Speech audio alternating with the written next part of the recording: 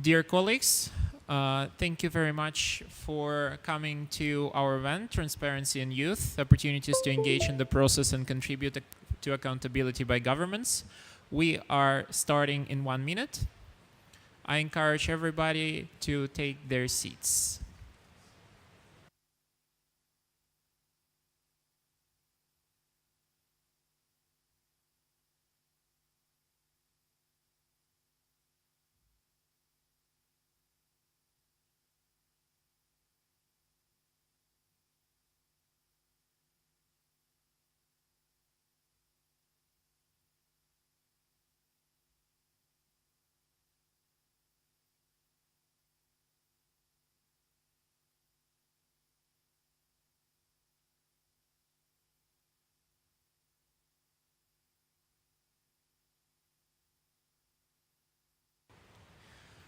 All right, now we are ready to start. Good morning and a warm welcome to all of you who have decided to dedicate this morning hour to the role of youth and importance for youth of the Enhanced Transparency Framework. And we will start with a short video.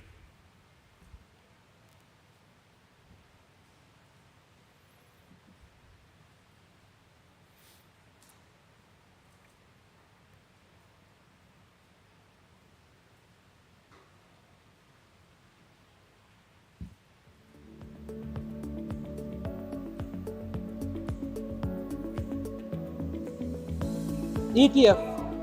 Really don't know what that is. What is that?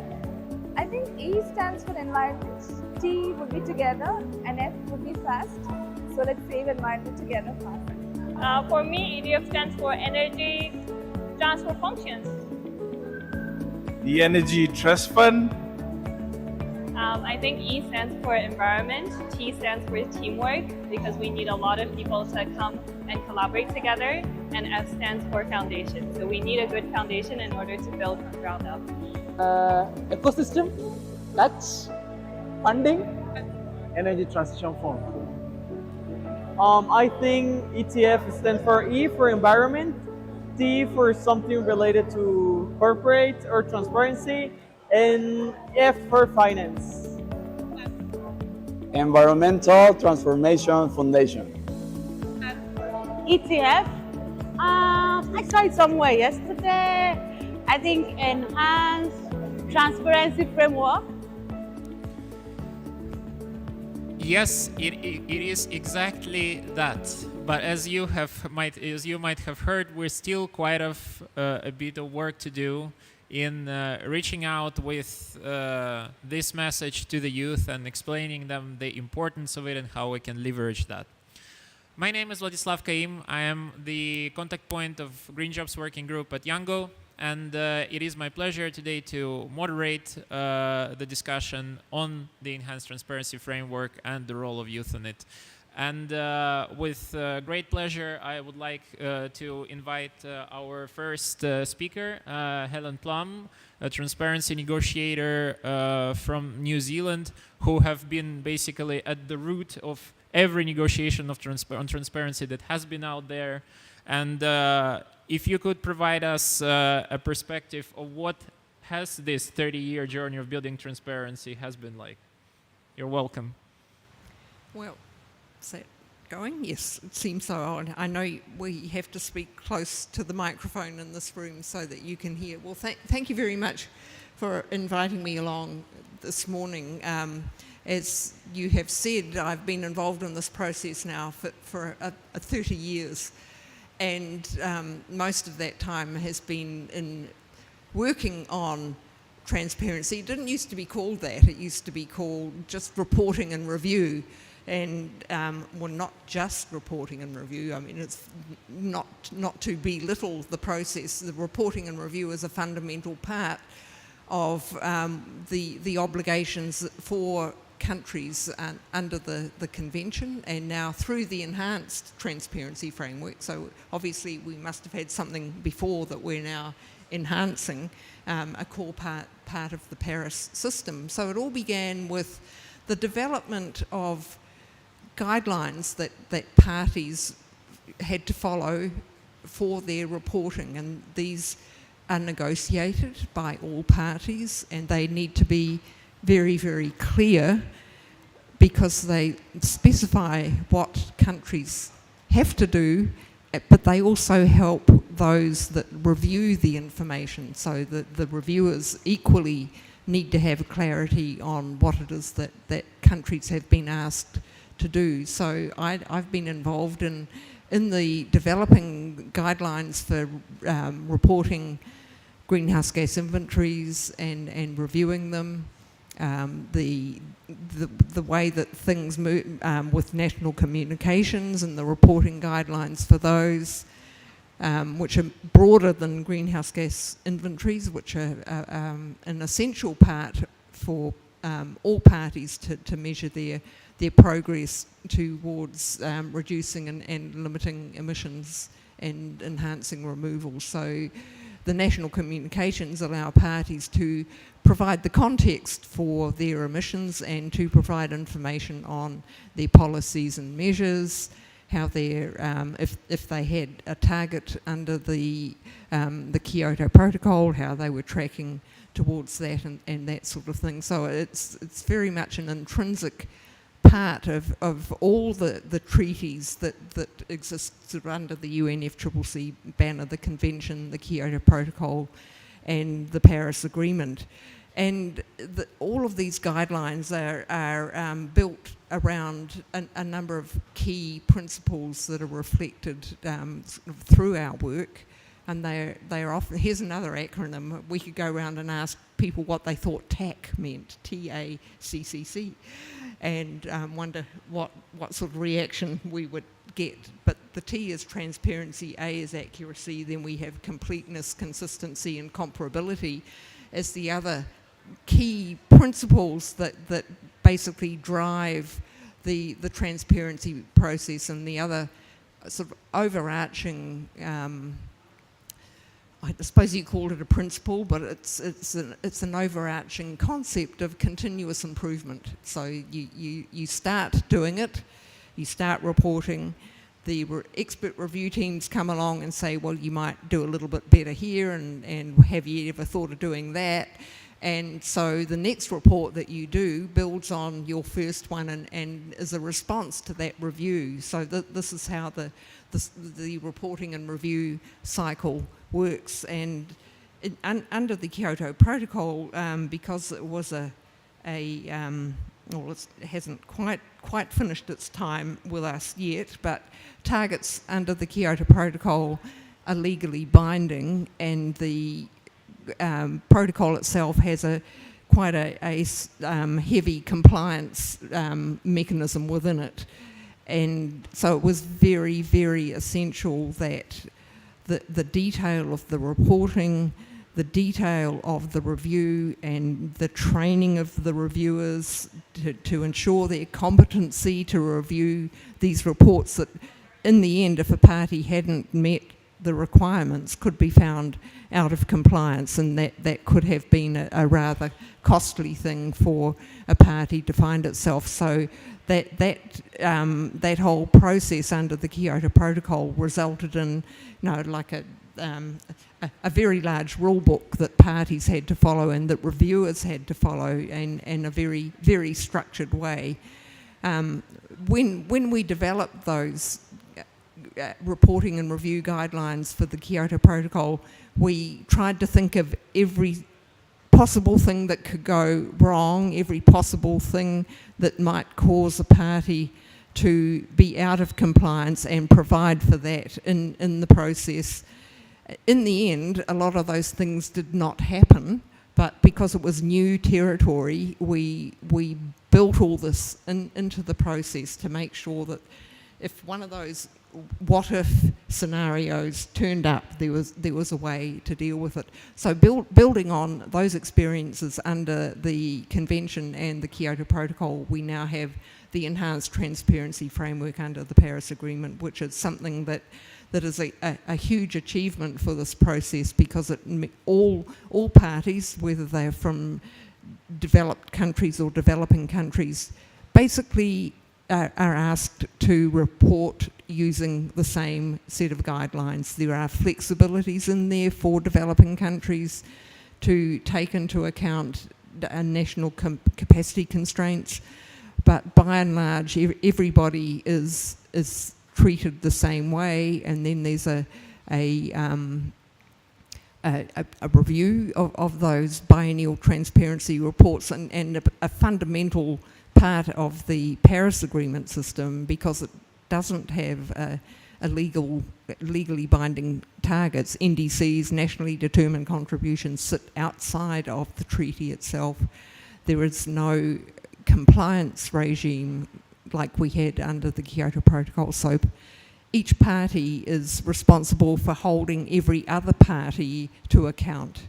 And we have a process called acronym FMCP, Facilitative Multilateral Consideration of Progress, where each party has the opportunity to tell everybody else what they've done and how they're doing, and then all other parties have the opportunity to ask questions of that party. So it's a bit of a reciprocal arrangement. So you tell me how you're doing, and I'll tell you how I'm doing, and let's see if together we're making good progress. So I've been involved in all of those processes in developing the guidelines. I've been involved in reviewing countries. I've been involved in being the country being reviewed, which is a little bit challenging, but at the same time quite exciting, because that means that if you have an in-country review, the experts come to you and you sit around the table with them, you talk through the problems, you try and find solutions. So it might seem a bit daunting to have a review, but it is in the end very positive, and there's a lot of things that come through that conversation with other experts. You know, if you're the country expert and you have an expert from another country in your country for a week, well, why wouldn't you take advantage of that opportunity and learn from them while they're there? And I've made a lot of friends in this process through taking part, being in an expert review team, but also being in another country and reviewing that country. So I couldn't stress more the importance of transparency in our international system, but also in domestic situations as well. And this is where all of you become very important. And in a domestic setting, it is your role, I think, to hold your governments to account for what they've said they will do. So we all have a role at all different sorts of levels in this process, but it's all about transparency. And without transparency, the Paris Agreement would not be alive, because I see transparency as being at the heart of the Paris Agreement. And I'll stop there. Thank you very much for the opportunity.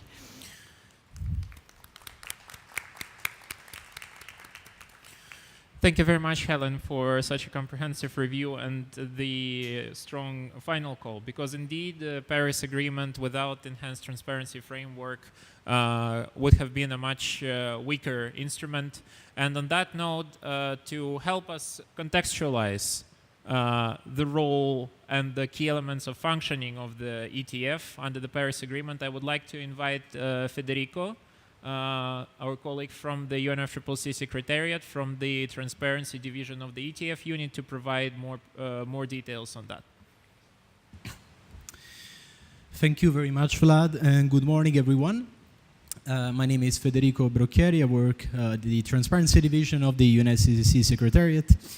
And I have to say, I'll start by saying that I'm really glad about being here this morning to discuss the role of transparency and youth, for a simple reason. Transparency is my current area of expertise and where I work at the moment, but for 6 years in the past I was part of Yango. So having been a Yango member for a long time, since 2011 up to 2016, I think the constituency, the youth movement really gave me a lot in developing my personal career and my personal growth, I would say. So I'm really glad to have the opportunity this morning to combine a bit about my present and a bit about my past in this process. But without further ado, as Vlad just mentioned, I'm happy this morning to share very briefly a bit of an understanding of where transparency stands in the architecture of the Paris Agreement. So as you know, the Paris Agreement that was adopted in 2015 is made of different themes, and it follows quite a logic architecture, I would say. We have long-term objectives, which you can see identified here as the long temperature goal, climate resilient and low emission development, and financial flows. But to achieve these goals, there are two main areas where we need to act. So in terms of action, mitigation and adaptation, and in terms of means of implementation, to enable that all those involved are able to achieve those actions. Then there is the accountability layer. The accountability layer, we may call it this way, including the transparency of action and support, so the focus of our discussion this morning. Then there is the global stocktake, and then there is the Article 15 committee to facilitate implementation and promoting compliance. This is, of course, an attempt to represent in a logical way an architecture which is indeed very complex. But looking at transparency, and in particular at the enhanced transparency framework, which, as we just heard, is the result of a very long journey, you may not all be aware that actually the ETF has a lot of contact points or connections with other thematics and topics that are very popular and familiar in this process. For instance, NDCs and the global stocktake. To give an idea of how a sort of linkage exists between these three different mechanisms, parties work to produce and submit nationally determined contributions, the so-called NDCs. These NDCs are then monitored in their progress. So parties under the Paris Agreement will have to submit the so-called biennial transparency reports, the BTRs, in which they will need to provide information about their progress towards their NDC. And ultimately, the results of the reports the parties are submitting under the ETF will actually be part of the sources of input for the global stocktake. And we know that the global stocktake is actually also, among its purpose, is to tell the world whether enhanced action, enhanced efforts are needed at the global level, and possibly this will be able to inform parties in submitting new, more ambitious NDCs over time. I think Ellen provided a very comprehensive overview, a snapshot of how this was a very long journey. The ETF that we have today is the result of many steps from the past. Now we will not focus on each of these, but just to give you a visual idea that to get where we are now, many previous results were needed, and each progress that the international community was able to make on any issues, but also on transparency, was actually possible because of the previous step that was reached. So in this sense, just to focus on the most recent developments, with the Paris Agreement, there was the adoption and establishment of the enhanced transparency framework, but then the ETF needed some modalities, procedure, guidelines to support parties in their reporting and to define what the review requirements would be. And that is why a core bulk of rules of operational guidance was adopted in Katowice in 2018. There were then some further outstanding elements, all the tables, all the outlines and formats to report data on greenhouse gas emissions, to report data on the progress towards NDC, to report on support. All these elements were agreed just last year in Glasgow when the final operational guidance for the ETF was adopted. So again, this is just a very brief summary of all the main steps that were in this journey to build transparency and which actually allowed us to be where we stand today. Now let's get a bit more into the details of what we are discussing today. So we will not discuss the technicalities, but it is important to know that the ETF is actually made of two main components. So the sort of transparency of action, which is aimed to providing a clear understanding of the climate change action in the light of the objective of the convention, including also regarding the NDCs, as we just discussed. But then there's also the transparency of support. So providing clarity on the support provided and received by parties in the context of their action, and to the extent possible, of course, providing a full overview of the overall financial support that is being provided at an aggregate level. So we have these two main components, transparency of action and transparency of support. And the key elements that you see at the bottom of these slides are the ones which are actually the core bulk of the reporting and review arrangements under the ETF. So we're talking about emissions, we're talking about progress towards NDCs, we're talking about support, we're talking about adaptation, which is also discussed at this COP in terms of items for the ETF, and RED Plus activities as relevant, and also capacity building needs. One element that is important to emphasize is that transparency arrangements are actually very well connected with capacity building.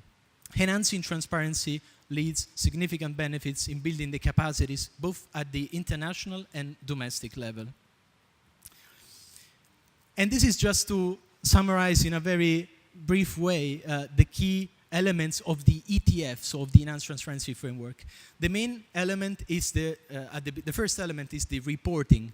And reporting will happen primarily through the biannual transparency report, as we just said. Then these reports will be reviewed through technical expert review. And then, as Helen also mentioned before, there will be the so-called FMCP. That is another acronym that stands for Facilitative Multilateral Consideration of Progress. So an opportunities for parties to present the key highlights from their reports and to receive questions by fellow parties in that occasion to improve mutual understanding, clarity, and so forth. Moving to the conclusion of this brief presentation, I just wanted to show this slide to give you a visual idea of how the ETF will actually be a very dynamic system. Parties will start from very different starting points in meeting the new reporting and review requirements of the ETF. Of course, developed country parties had almost 20 years of experience in engaging in the current MRV arrangements under the Convention and Kyoto Protocol. Developing country parties have made significant progress in the last few years, for instance, through the biennial update reports, the so-called BURs. But it is clear that there would be a diversity of starting points at the beginning, but over time, all these efforts will hopefully converge towards an enhanced level of reporting by all parties, and this will enable all the international community to be at the same level of efforts. And finally, to conclude, just to give you a snapshot of what are the benefits of transparency.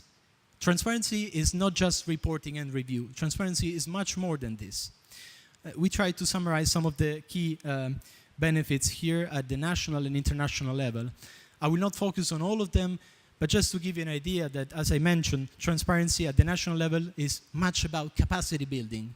It's much about being able, with stronger information and data, to inform domestic policies and to be able to come up with new and more efficient ones. At the international level, of course, it is about meeting obligations, but it is also about building trust among parties and among all interested stakeholders to ensure that everybody is doing its part in this effort. And I will leave you with just this slide to let you know that in case you want to dig a bit more into the details of the Enhanced Transparency Framework, you can find online the reference manual for the Enhanced Transparency Framework under the Paris Agreement, which will able to provide an understanding not only about the ETF, but also about the linkages with other processes, as we mentioned very briefly this morning, LDCs, compliance, global stocktake, and so forth. So with that, I thank you very much for your attention, and I will hand the floor back to Vlad. Thank you very much.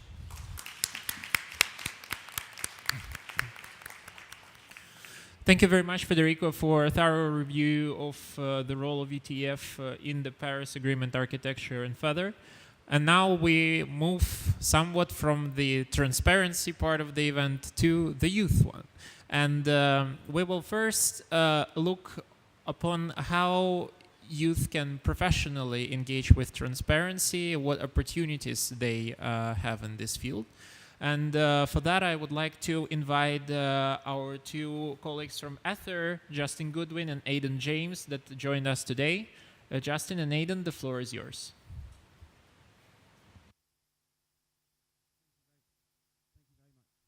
Thank you very much.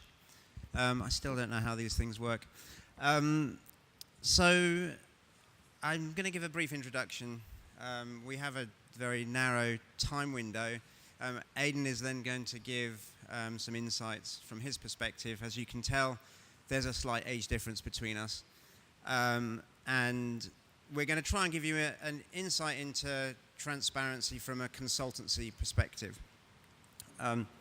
I've been involved in transparency since I left university, which is quite a long time ago. We didn't realize it was transparency at the time. And now we have one word to sum up something that I failed to describe and explain to any of my friends throughout my whole career. So thank you very much for that. Really, what is it about? I think the easiest way to put it is it's about understanding the problem. And then you start breaking down, so what is the problem?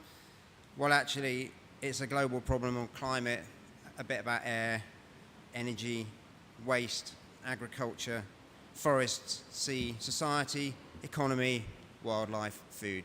Simple. So there's a broad range of things to get involved with in transparency. It's really about the numbers and the evidence base. So I'm going to just quickly show you one slide where we've come from. Ether is a consultancy based in the UK. We have specialists. Those specialists have background core skills in IT and in science, in understanding different scientific aspects, in understanding how to report the information in an agreed way. We engage in the review, we engage in the negotiations. We've been here since 2008. We worked for a larger consultancy beforehand. We've got 30 people, and I'd like to draw your attention to the bottom left. That's our age profile. I'm somewhere near the top, Aidan's somewhere near the bottom. I'll hand over to Aidan.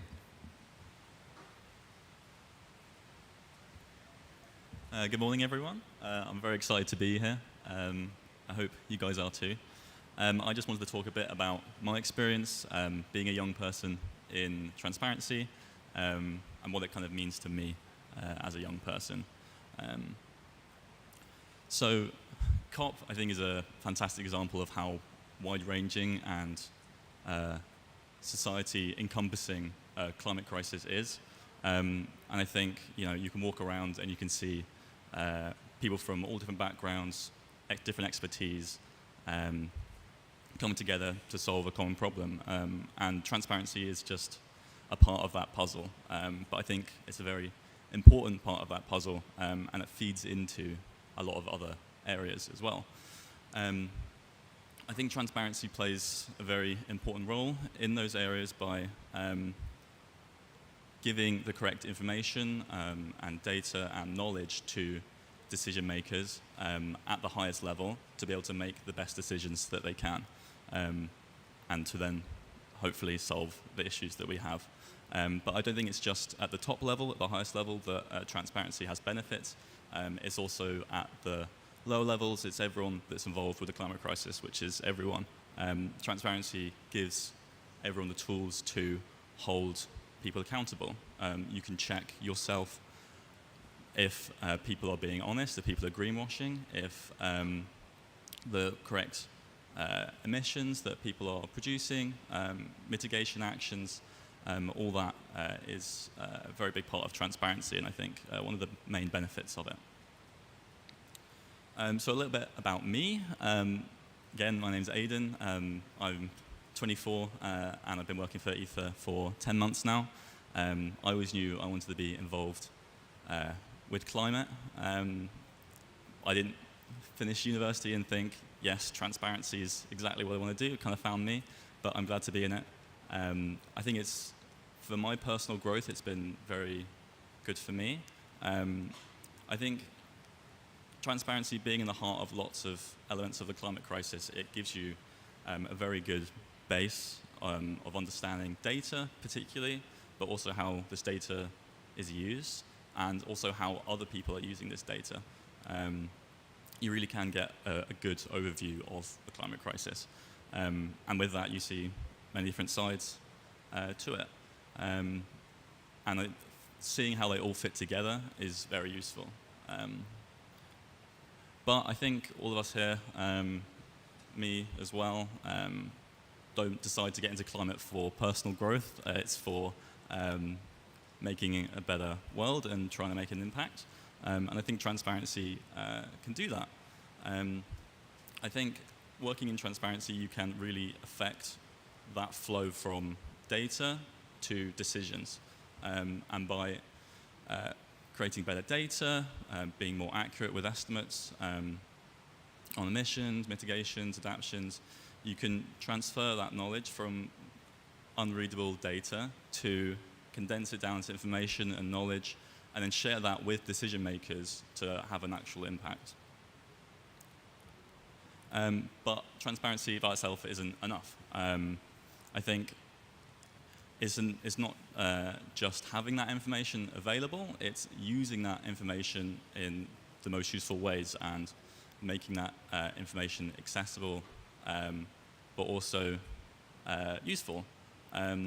So, you know, we don't want the data information to be put away in some deepest, darkest corner of the internet for no one to ever to see or to use. We want it to be accessible for decision makers at the highest level, but also everyone. So you can hold people accountable and people can make their own decisions about certain parties' emissions, that kind of thing. When people find this data and are able to access it, I think it has to be in a useful format. So it's, you know, if you're an expert looking for the highest level of detail, but also if you're new to this area, you can glean important information and you can get an idea yourself about what this information means.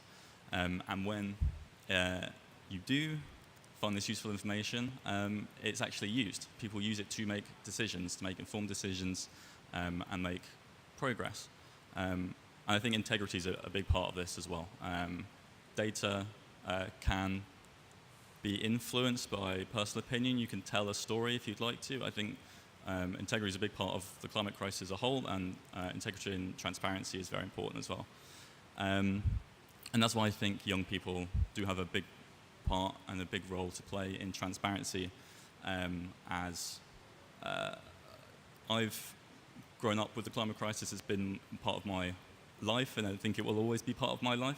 And I think that's the same for people my age and people younger as well. And so I think young people have a passion for climate, and I think that passion is necessary in transparency to take it just from data, but to apply it, to go that extra mile to apply it and make sure that good decisions are being made. So I'm just going to hand over to Justin to finish off. Thanks, everyone.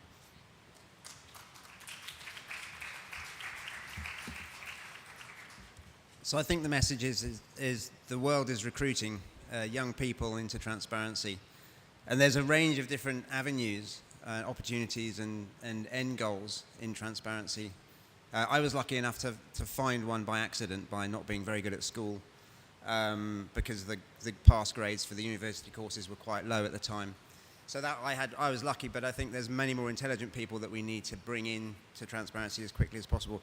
Partly because we need people to help bridge that gap between the young and the old. The young that have the flexibility can take risks. When they're loaded with the information, they can make the change happen. The old people that can't change stuck in their ways, but have the experience, can share that with the young people. This slide is really, these opportunities out there if you want to be in management, engineer, implementer, you want to be in media, communications. Transparency at a core to that, transparency as that foundation of your knowledge and understanding is incredibly important and incredibly useful. So just leave everybody now with the message that we're recruiting, the world's recruiting. We want to get as many people into transparency as possible. Thank you.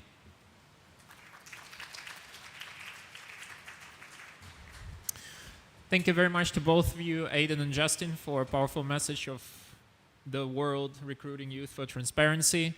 And in line of what have just been mentioned by the colleagues, I think it's also important to complement this by the fact that youth themselves have already been engaged in transparency from different standpoints for quite a while.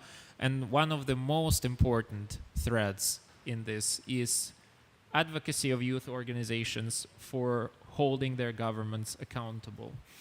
And in that order, I would like now to invite Aurora Odino, who represents Italian Climate Network and is Italian youth delegate to Youth for Climate, to share a little bit more about the work in that particular stream. Hello, everyone. First of all, thank you, Federico, and the UNFCCC Secretariat for organizing this session. Also, it's a pleasure to be here in this panel with Helen, Justin, and Elizabeth, and Vladislav as well. So, as mentioned, I'm here as an observer of the civil society. I'm here as an observer of the Italian Climate Network, and I'm also part of Yango. I started to deal with transparency last year. It was my first COP, and I started to follow the negotiation on transparency. And as soon as I got there, I thought, wow, this is really a topic for nerds, because I thought there were so many issues, so many points under discussion. It was very, very tricky. But then, like, attending the negotiation, I really started to understand how important transparency was. And so I really got passionate about the topic. But also, like, being there, it made me realize if this is so important, then how can this be linked to civil society? How can this be used by the people and by the society? So today I want to stress three important aspects of the role of youth in accountability by the government. And especially because thanks to transparency, youth can have accessibility to data and information. And so in this way, youth can really play a role in the transparency, because when they have the data and the information, they can basically check the status of their country. So they can check how their country is doing in terms of climate policy, mitigation, adaptation, finance, and so forth. And knowing the status of their country, then youth can also use this data to guide advocacy activity. And we have a good example in my association of the impact we had when we were able to get some data. And this, I have to go back to some years ago, when basically we started to deal with the intergenerational equity principle that was then introduced, added into the Paris Agreement. The Italian Climate Network started to analyze this national gap that basically that there was that the international equity principle was missing. And so we started to gather information. Well, actually, I was not part of this group, but the association started to gather information. And thanks to the information gathered, then they worked into a think tank. Then they ran advocacy activity at national level, and then at multilateral level. And the ending result was that the international equity principle was integrated into the Paris Agreement. So this example is just to tell you that when youth and the civil society has access to data, then they can really have a significant impact. Another thing I want to stress, the second thing I want to stress is about the involvement and capacity building, because youth and civil society can have an impact only if this data is available. So a very important element is the visibility of all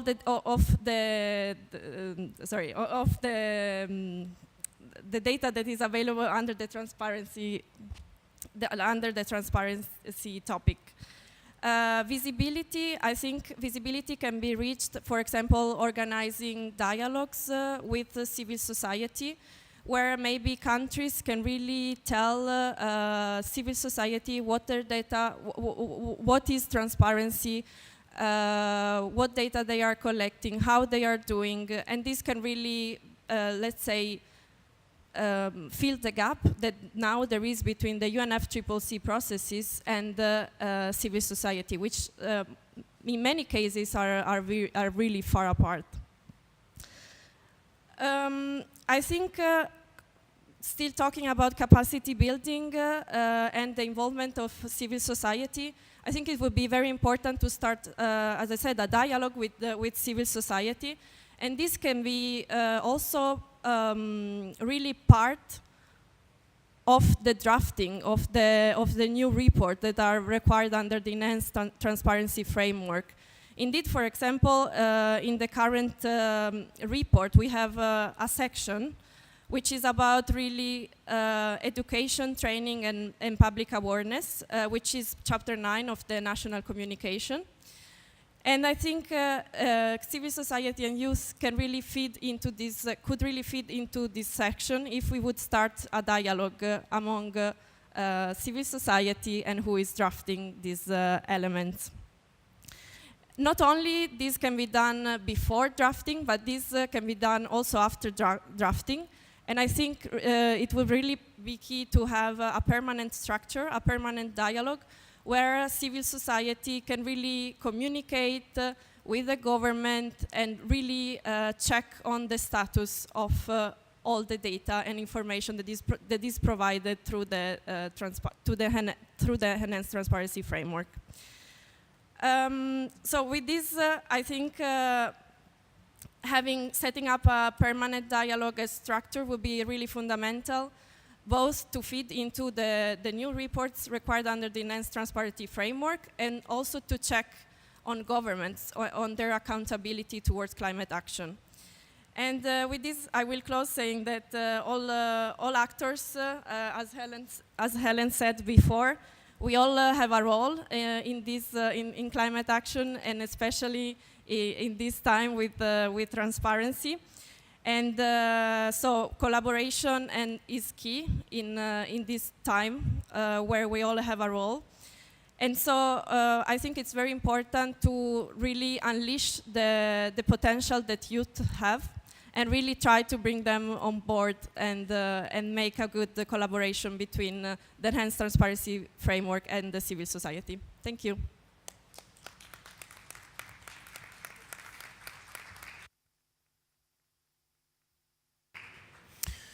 Thank you very much, Aurora, for outlining again the role and potential of youth who are engaged in this tough work of holding governments to account. And it is also important to remember that for us in the youth organizations, for the youth constituencies like Yango, engagement of youth with transparency, it's also about being recognized as experts in their own right when we engage with the actors whom we need to be held accountable. And I know that Elizabeth Gulgulu, who is our Global South focal point, has been a strong advocate precisely for this type of stance and type of engagement. And I would like to invite you, Liz, to provide more insights on youth experts' engagement with transparency frameworks. Thank you so much, Vlad. And I just want to say congratulations to the UNFCCC for making sure that making sure that young people are part of this discussion. just to reflect a few years back in my country when we had the intended nationally determined contributions, they never mentioned anything about the role of young people in the process.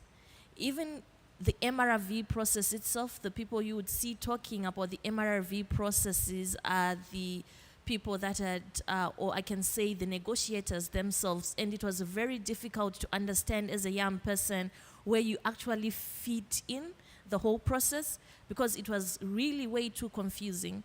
But having this discussion, dialogue now, and young people actually leading the conversation, it actually shows that things are actually changing and young people are actually catching up. I just want to say that when we're talking about the ETF, the Enhanced Transparency Framework, young people are actually part of the process. So if you're talking about data, it also means that young people can actually put an effort to make sure that data is available, right? And for them to understand that data should be available, what kind of data, because we are not only talking about having data available, but we are talking about quality data available, which can later on be translated into, information that people can actually understand. They need to be capacitated so that they can actually get to choose which sector they can focus on in making sure that this data is available. When you're talking about the ETF, one of my mentors used to say that it is the ability to see through. So we have highlighted that, yes, as a country, we would want to reduce our greenhouse gas emissions by 42%. But now the Enhanced Transparency Framework enables us to actually understand how we are going to make sure that we are actually reducing these greenhouse gas emissions through the sectors that we might have indicated in our NDCs, reports. So you find out that if you want to secure a green job, it's actually easy and faster to secure a green job if you start following issues to do with Enhanced Transparency Framework. This also includes even young people who are with us, who are in the academia space, because in most cases we have been doing a lot of research, and sometimes this data is available, but it's not on the right platforms. So it is very important that this data is supposed to be channeled on the right platform, so that when we are now doing our reporting, we know that there is data that is available and it can easily be consolidated. We have realized that there is so many gaps, especially in my country, because also the teachers, the lecturers themselves, they also need to be capacitated to translate this information to the student. So it's not an issue of, it's a whole, we need to use a whole society approach when we are looking at transparency issues, making sure that each and everyone is on board. So it's not only a matter of capacitating the youth, it's a matter of capacitating any key stakeholder who is in this space so that they understand their role. Could it be the private sector? They need to understand how they will be reducing their greenhouse gas emissions, how to make sure that this data is available, and how to communicate with their governments so that when they are now consolidating and compiling this information, it can be available and easily accessible, right? So this has been a journey. In my case, we did, issues to do with transparency were never, ever, even my interest, I was not even interested, because from the beginning, I could not even understand what the MRV process was. But it took efforts for our government to understand that it is important to make sure that we have young people to be part of their roster of experts. So what they did was to identify key young people that are active in different sectors: the AFOLU sector, the waste sector, the energy sector, and the IPP sector. So they gathered us for 1 month, and it was a training. This was my first time to understand what an emission factor is, to understand how to use the software, which you can actually get to, quantify and get the results of, if you're gathering data, let's say it's specifically in the AFOLU sector, what you're looking at livestock, you're looking at crops, how we can actually get to reduce the emissions in that particular sector. So it has been a journey, and I tell you that each and every time I talk or I'm engaging about the ETF, I learn new things each and every day, because you cannot learn you cannot just learn the ETF process in a day or in a month. You learn as you go. And even if the topic itself sounds so complex, I encourage you all to start now, because by 2024, countries will now be communicating their BTR, and it is very important that young people are on board and they actually know the opportunities that are available for them. I'm sure you have heard it from either the opportunities that are there and that are available for young people in this whole process. So without saying much, I thought this was quite important to share, and also just to say that us as UNGO, we have also been working with the FAO, and last week we just launched a publication on demystifying the ETF, specifically in the affordable sector. And just to let you know that what I was telling you, that it is actually the easiest way to get a green job. I was actually part of the team that was working with Yango, and I was working as a consultant to make sure that we try to simplify this information in a manner that young people can actually understand and make use of it, and also maybe be interested in the whole process. So without saying much, I just want to say thank you to the whole panel for all the stories that they have shared, and it's been a pleasure to hear from Helen, who has been in the process of coming up with these guidelines. So this has been quite a pleasure, and just to say thank you, I hand it over to you, Vlad.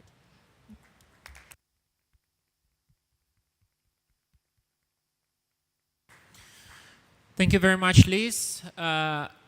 A huge thanks to all of the panelists who have joined us today. And to those of you in the audience, we hope that this engagement allowed you to understand better linkages between the ETF and youth engagement in it, and how we can leverage it better. Now that we have a few minutes more still remaining, I would like to ask if anybody of you has any questions, but please keep them short, and dear panelists, also keep the answers short. And when you stand up, please say a question out loud, because I do not know if you have access to the mics from the audience. Yes, please, you were first.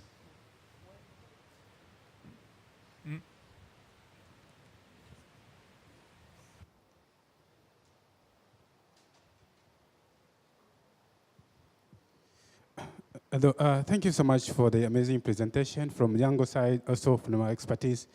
My name is Britta Simbambi. I'm from Zambia, and these are the various issues that we are facing in Zambia, where young people are failing to track the transparency, monitoring how the NDC report are being submitted, on how money are being used in the climate space. So my question is, how do you bring the same platform to be capacitated in Zambia? Because we have so many young people who are interested in transparency, but the transparency that's there is in good governance, in climate space or environmental sustainability. But I'll be glad if we'll be given an opportunity to train more young people and lecturers, also expertise on how best we can keep tracking the progress and monitoring how the government are working with these various projects. Thank you so much. Thank you very much for your question. I know Aurora has to leave, so if you want to chime in first, please go ahead. Yes, thank you, everyone. I have another event, so thank you for having me here. Thanks. Does anybody want to address the question by the Zambian colleague? I'll go first. I think the first step you can do is to try to identify or look for the UNFCCC focal point. Because I know in my country we have a program called the CBIT program, where you can actually get involved with, but there is a specific focal point for the CBIT, which is the Capacity Building Initiative for Transparency. And they would love to work with young people. So I think the sooner you can reach out to them, the better. Because transparency, for you to understand, it starts from a national level before you go internationally. So I would really encourage you to get in touch with the UNFCCC focal point. Thank you very much, Liz. We have time for one more question from this part of the hall. Thank you very much. Good morning. Nolo Iso Walingo from South Africa. Liz, thank you so much for sharing that experience. We are busy with our MRV system now in our province in KwaZulu-Natal in South Africa. I feel very guilty after listening to your story. For my youth, I'll do better, and I would like to learn from you and whatever. But just very quickly, I think I can just ask Aiden to actually clarify I see this whole movement of the youth and other NGO sectors and everyone wanting government to be transparent, actually even pushing the transparency in between processes. You know, the government also has to be discreet before they can actually let other things out. Where do you draw the line between demanding transparency and actually compromising some intelligence issues of the country as we become transparent? Thank you. Yeah, thank you very much. Yeah, it's difficult. I mean, I don't have a huge wealth of experience doing that as I've recently started, but I think my point of view would be, let's try and be as transparent as possible, and we see where they push back, and then we go from there. But I think encouraging as much transparency as you can is the way forward, and I think we definitely need more transparency than we have at the moment. So there's definitely a bigger push for that. I don't know if you had anything you wanted to add to that, Justin. I think this is back in the early days of inventory compilation, is that you don't get an answer out of somebody you need information from until you make something up and say, this is what I'm going to use.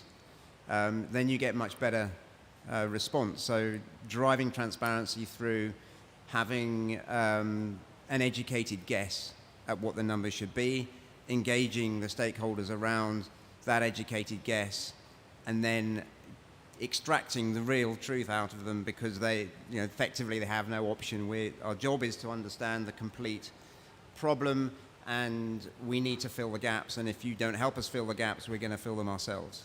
So I think that's the approach we've taken a long time for inventories, and I think we need to continue to do that if we don't see transparency.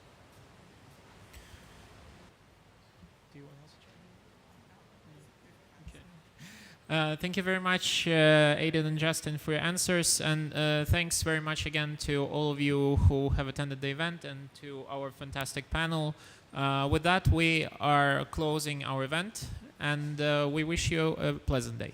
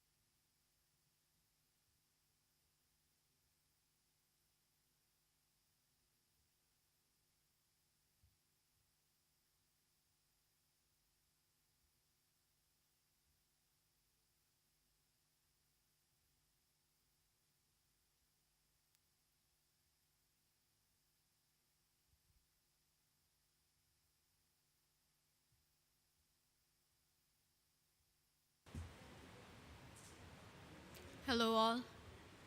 Thank you for being here. If everybody could please take their seats, we'd like to start the event now.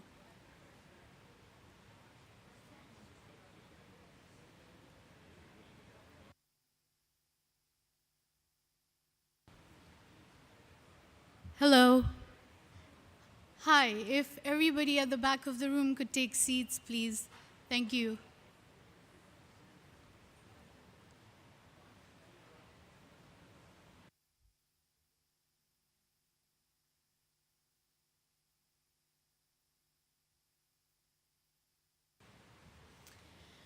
Thank you everybody for being here today. I'm Sneha Pandey. I am with the LDC support team at Climate Analytics South Asia, and I'm based out of Kathmandu, Nepal. First of all, I'd like to thank the UNFCCC Secretariat for providing us with this space today for this important issue.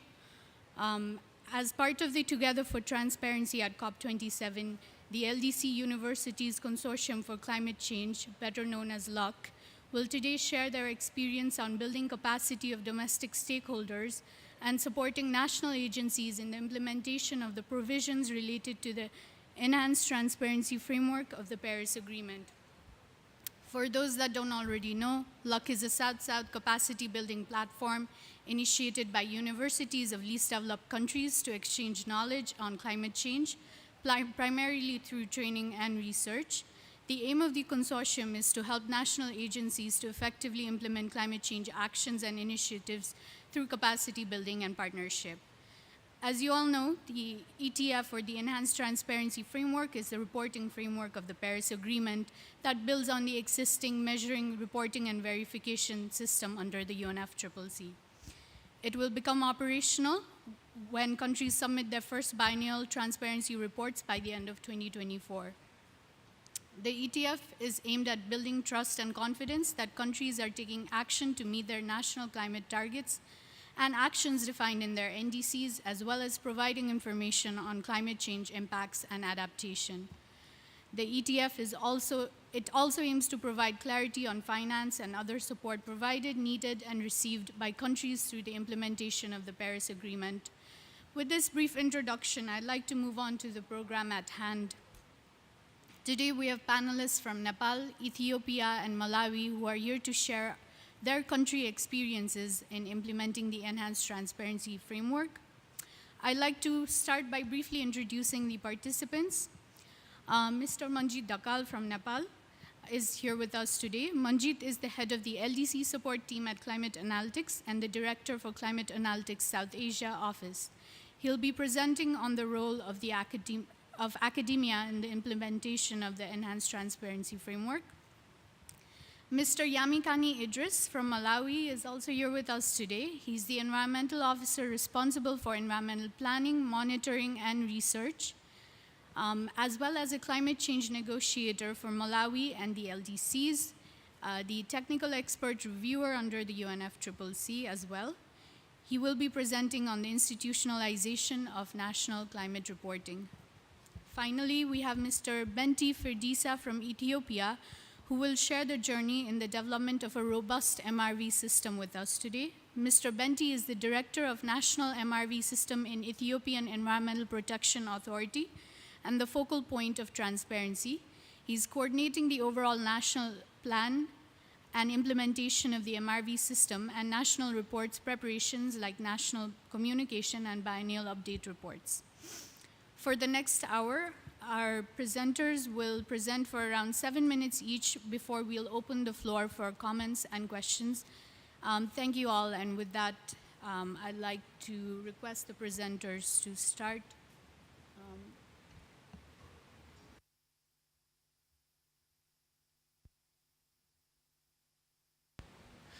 Thank you, Sneha. Good morning, all.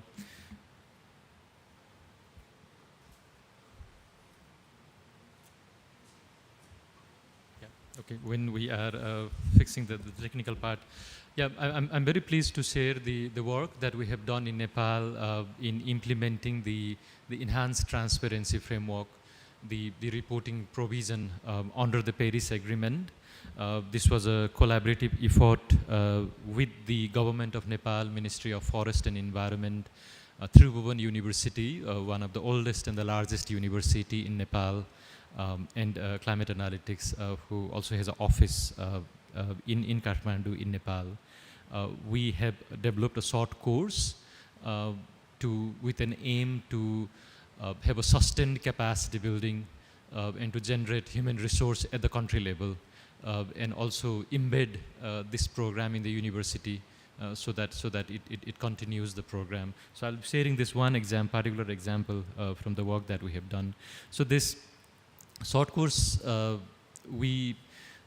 earlier this year, it took us almost a year to engage a local expert, also the support that we received from the NDC partnership, mainly the motivation of the government, and also the support that was provided from the Secretariat and the Regional Collaboration Center were instrumental to take this forward.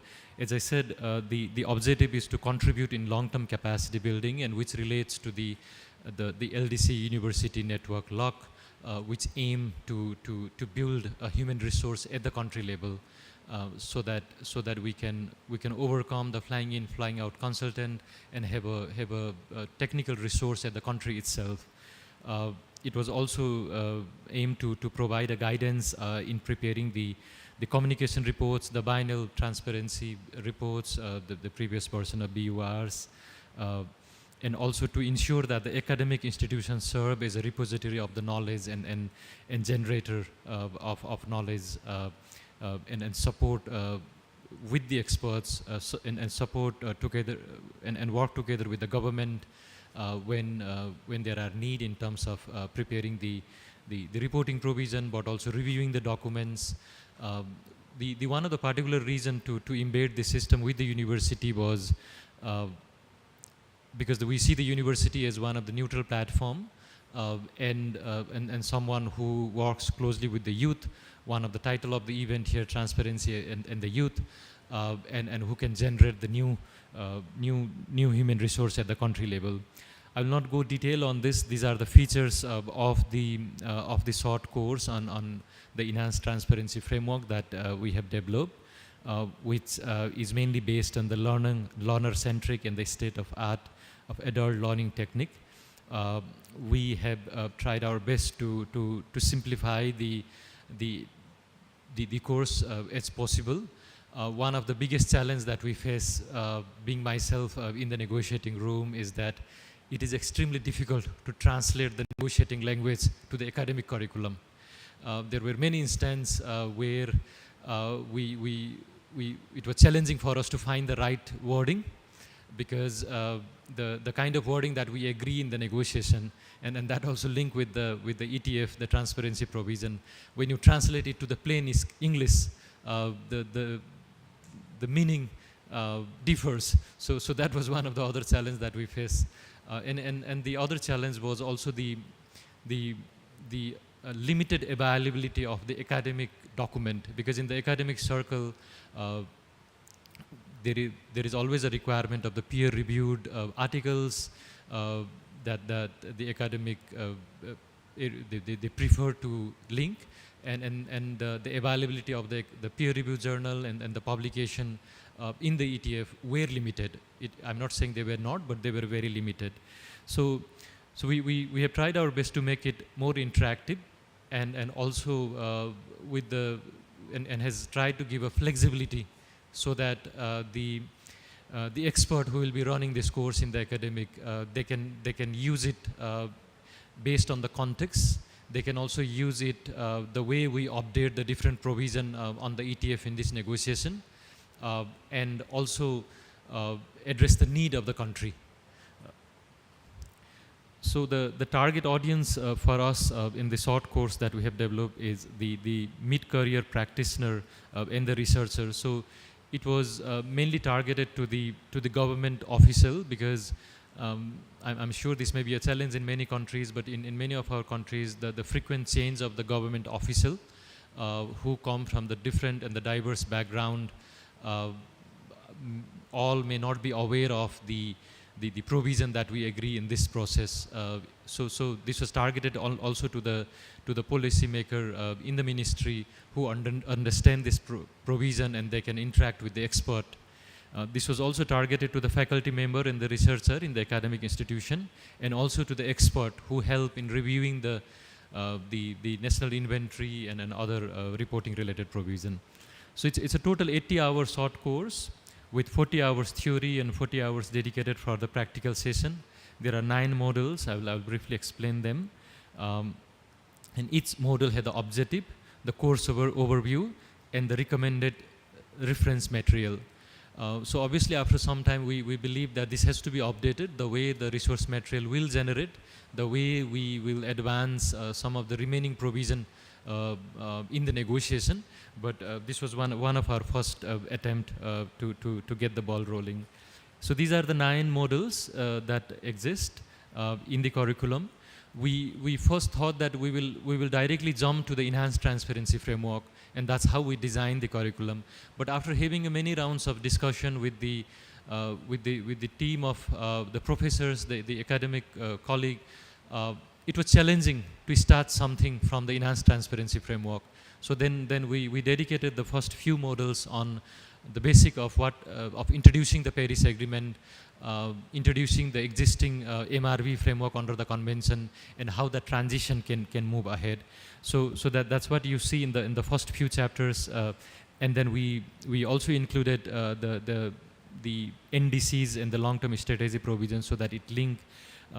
You may not see in the title about the loss and damage, but the way the enhanced transparency framework has linkage with the loss and damage, it is there in the course when we go on the detail out.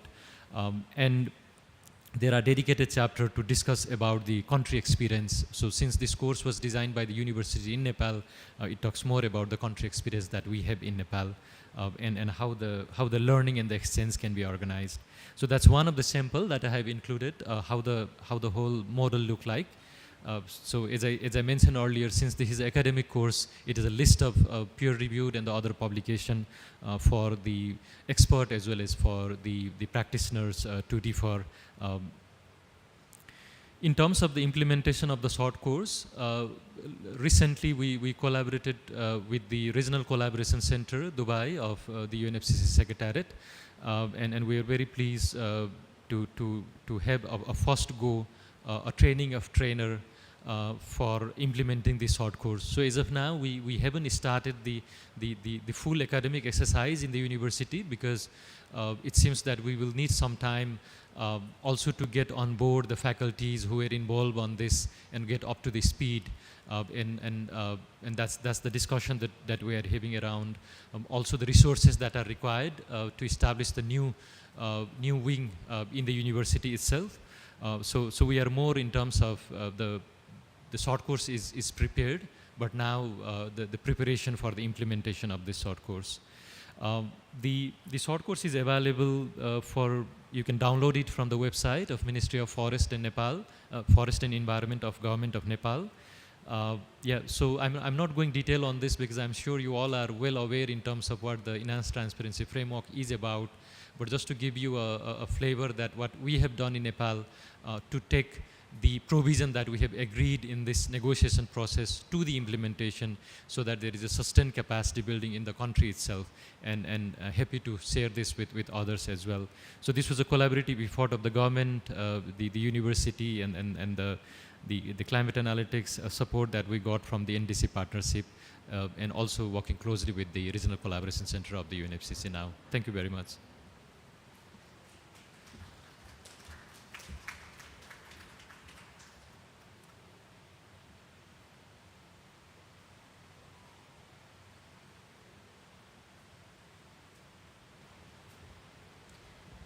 Thank you, Manjeet. Now I'd like to invite Mr. Yamikani Idris for his presentation.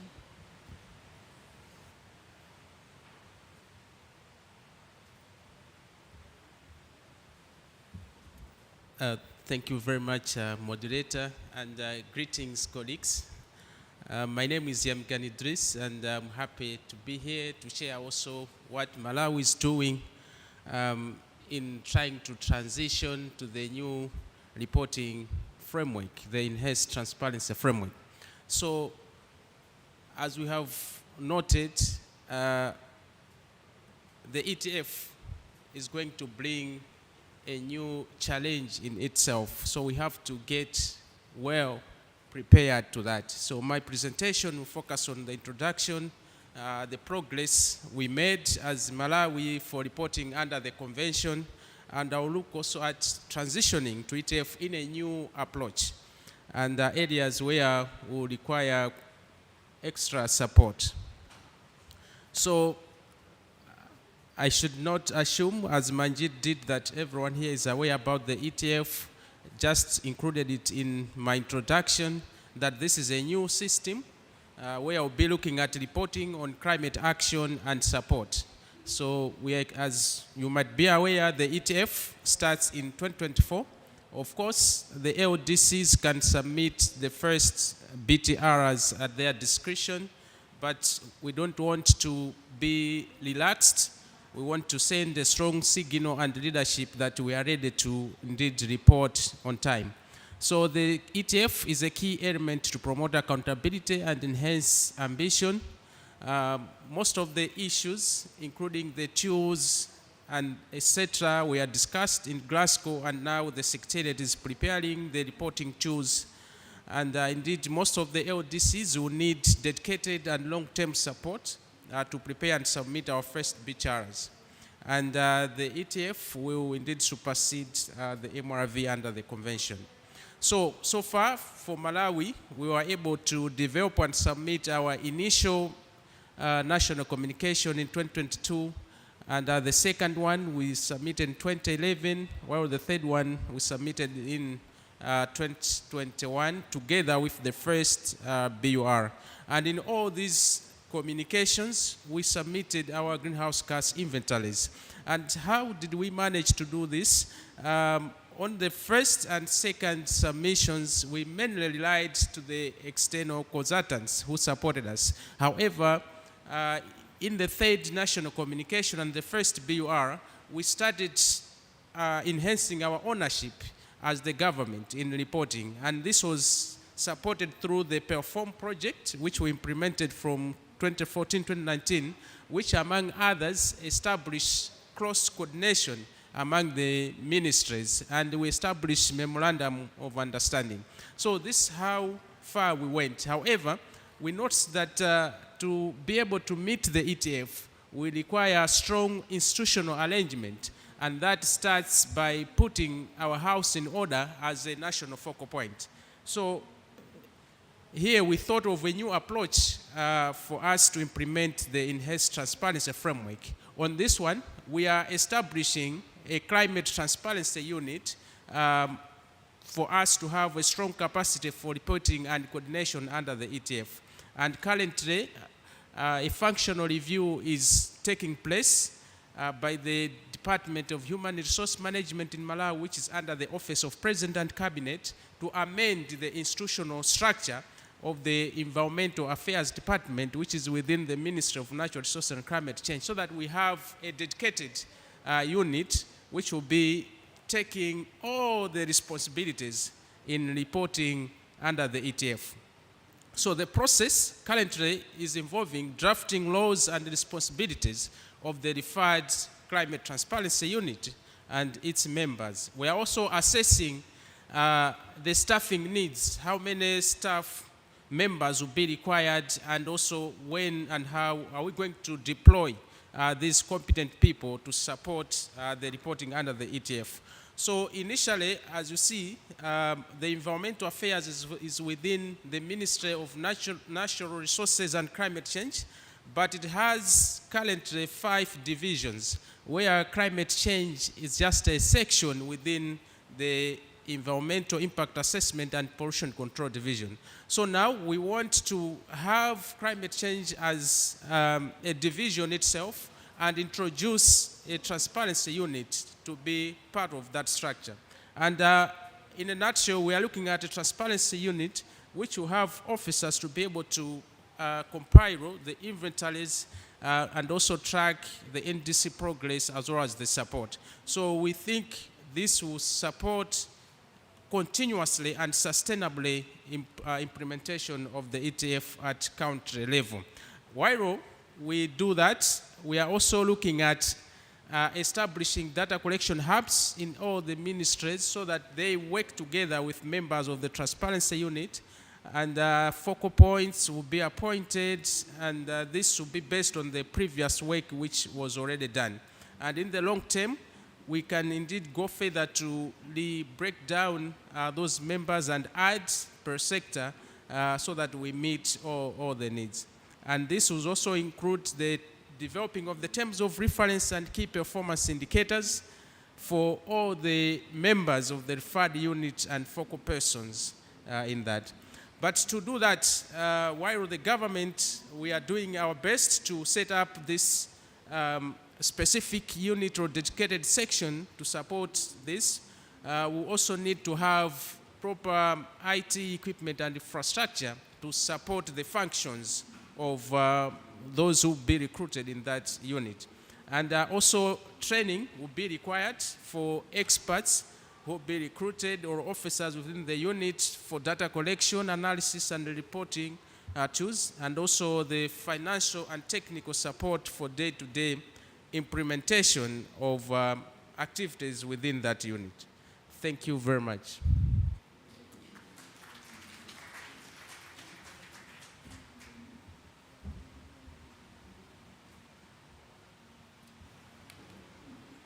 Thank you, Mr. Yamikani, for your presentation. Now I'd like to ask Mr. Benti to take the floor.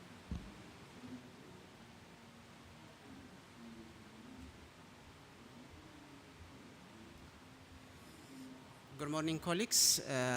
My name is Benti. I'm from Ethiopia, and I would like to thank the coordinators and to briefly present the robust. I would like to present the journey to implement the MRV system in Ethiopia.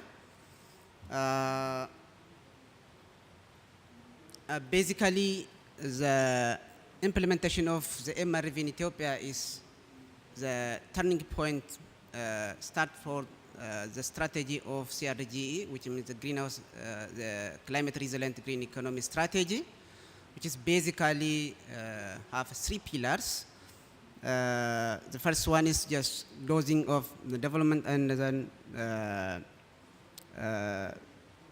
fostering of the growth and economical development.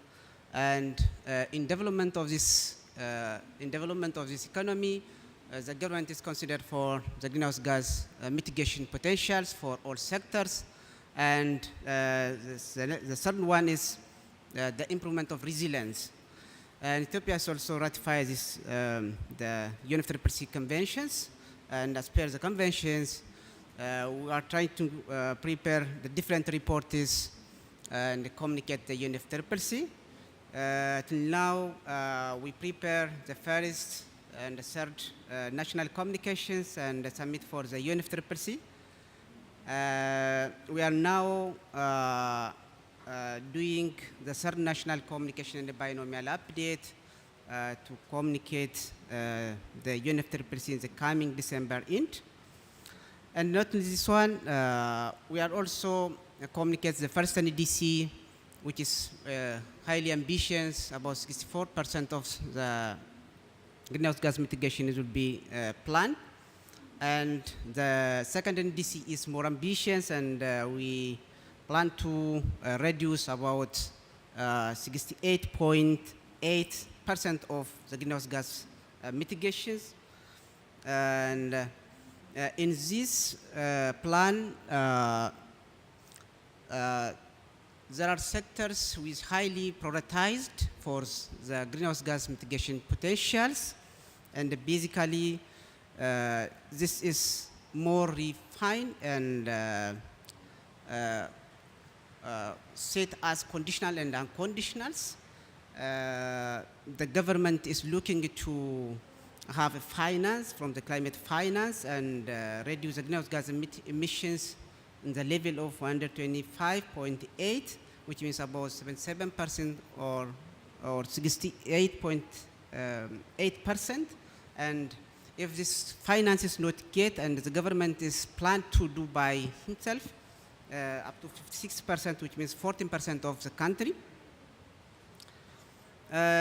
In this NDC update, the adaptation activities also identified and incorporated in the plan, which is very important for the report in the BTR. These adaptation options are planned by the prioritized sectors. And in the NDC, we also identify the amount of the finance that we need for the mitigation and for the adaptations, and for even the conditionals and unconditionals.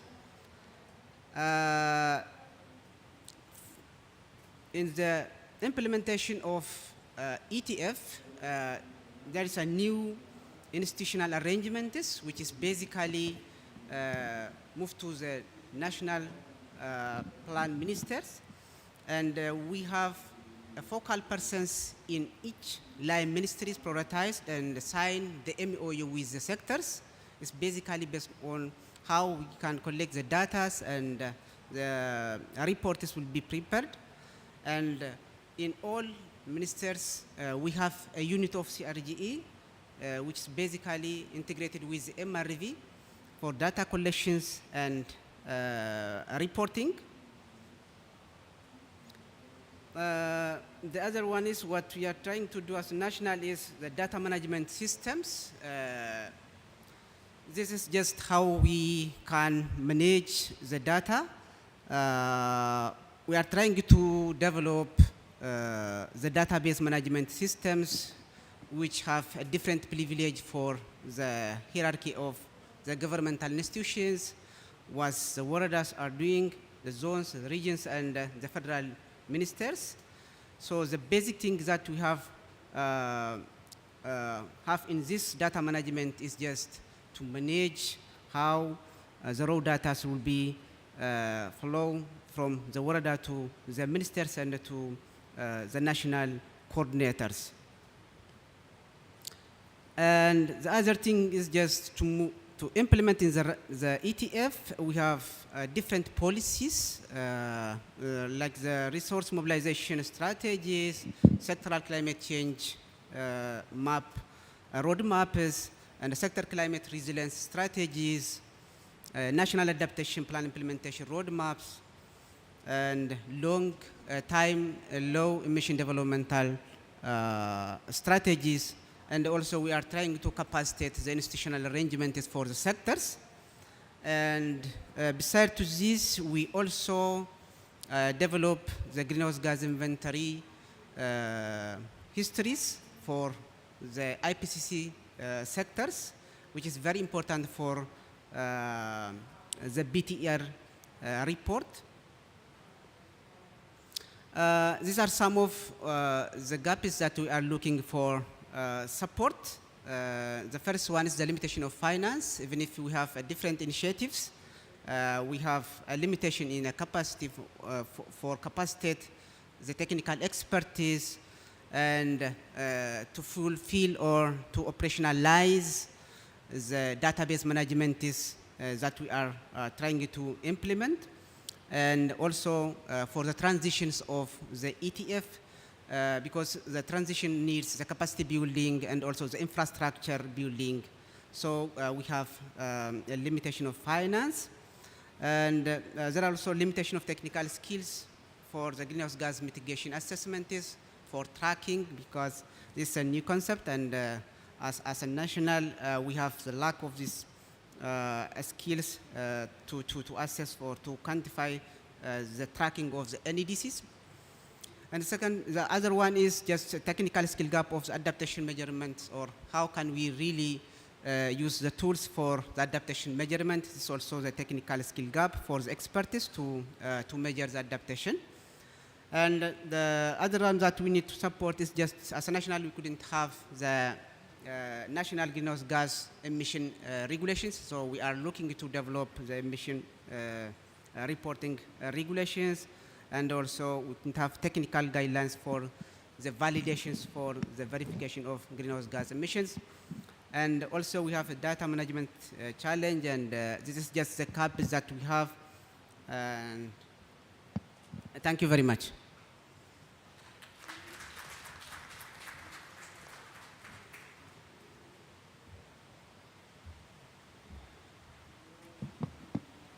Thank you, Mr. Benti, for those insights. Now we'd like to open the floor for any questions for our participants, from our participants to our presenters.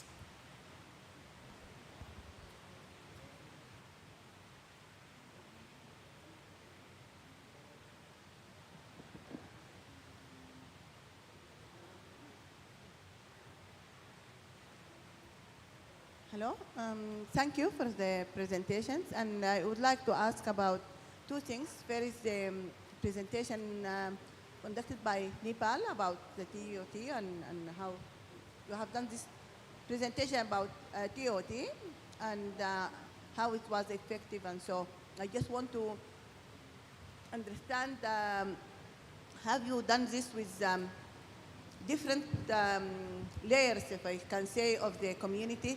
I mean, if you can target practitioners that are, I assume that people who are university graduate with some backgrounds in maybe science or any other relevant background, but what about talking, for example, to people at farmers union, or talking to people at the local government, which may be of a level of secondary school or non-science based backgrounds? That's one question. And if you allow me another question to my colleague from the LDC, and you spoke about also involvement of the local universities. And my question is between the interlinkages in the university of talking about climate change. You need somebody from the engineering, somebody from the agriculture, and how we were able to do that, or what's your suggestion on best coordination inside the university itself? Thank you very much.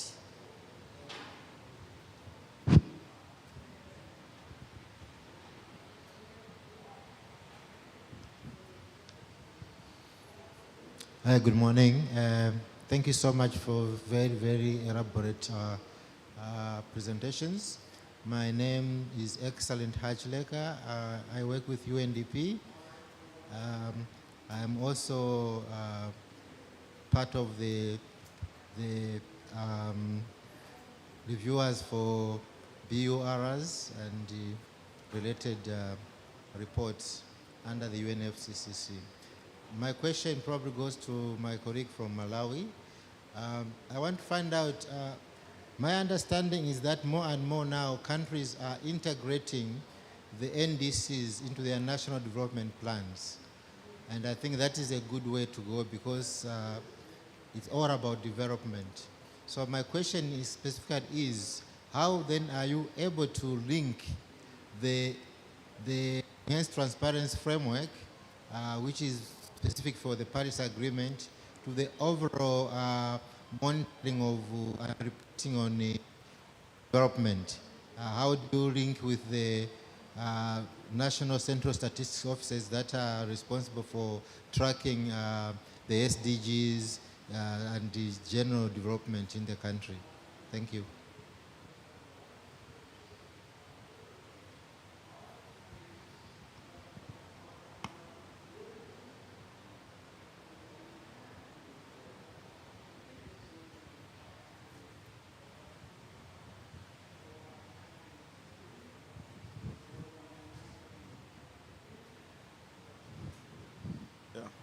Thank you so much. Thank you for the presentation.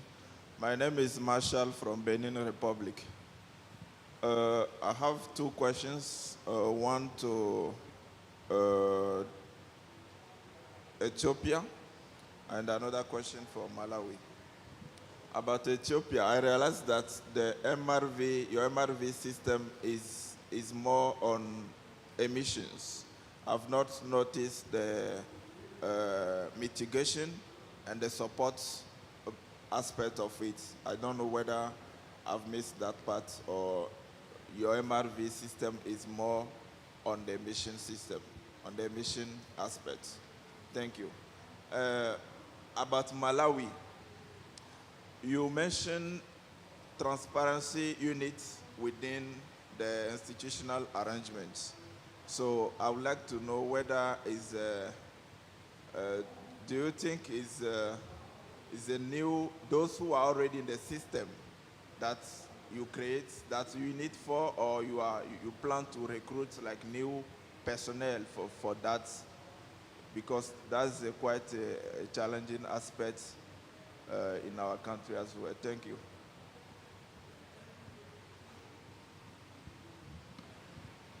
Thank you for all your questions. Perhaps I can invite the presenters to take the questions relevant to them.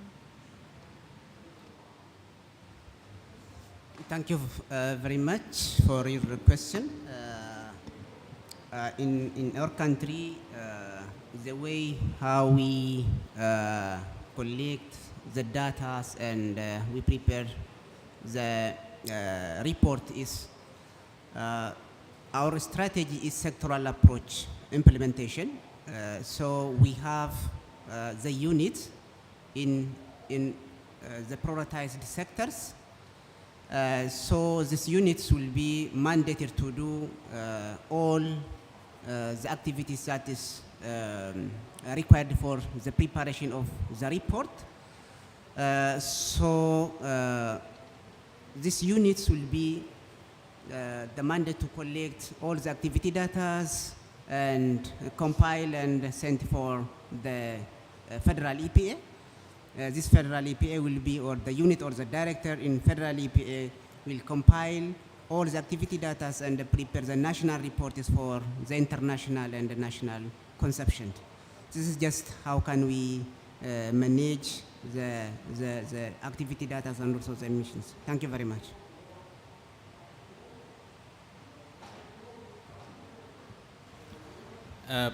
Thank you very much, colleagues, for good feedback and questions. I will start on the integration of the whole NDC as well as reporting processes to the national development planning. I think that is key, and as of now, all governments have to be aware that we can't separate development planning from the climate change issue. So this really started during our NDC revision process, where we have the NDC stakeholder analysis, and this includes NDC reporting and tracking. So we have the National Planning Commission, which is leading the monitoring aspects at national level, both on development as well as in climate and environment setup. So we have like sector working groups within the National Planning Commission. But to also emphasize for this project, we are doing this under the CBIT project. And we have the National Statistic Office is the chair of the steering committee for this project, and they are leading in the process of helping us set up all these units. So really, to respond to that, we have integrated approach in terms of climate reporting as well as the national developmental planning, where we have the national planning and national statistical office taking the overall lead. And secondly, coming on the issue of recruitment. So initially, as you have said, we didn't have this unit, but we had officers who were assigned as part of their duties to coordinate reporting. So the functional review is looking at assessing the staff needs.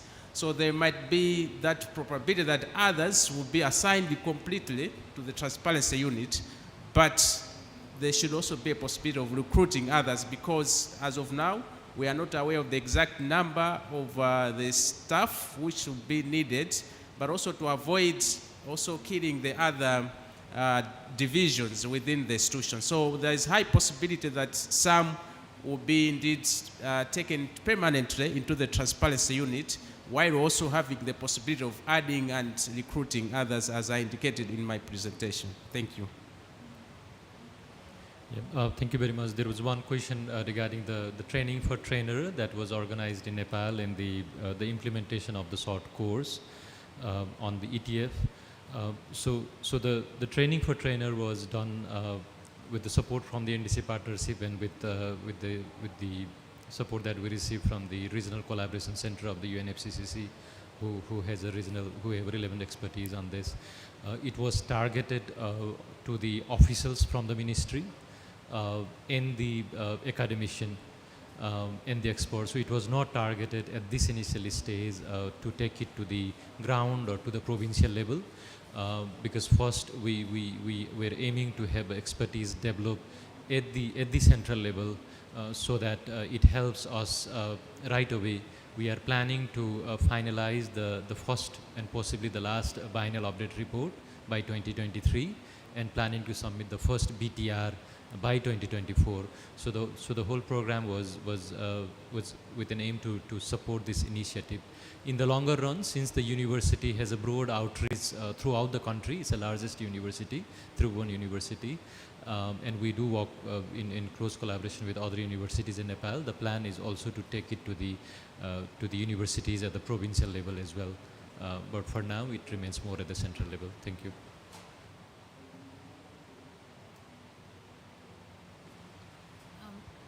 If there are any more questions, I'd like to invite the audience to please put it forward.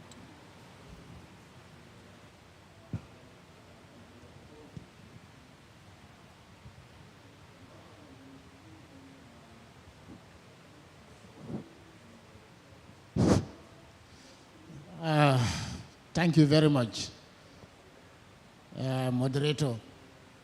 It is always gratifying to be part of an event or an activity that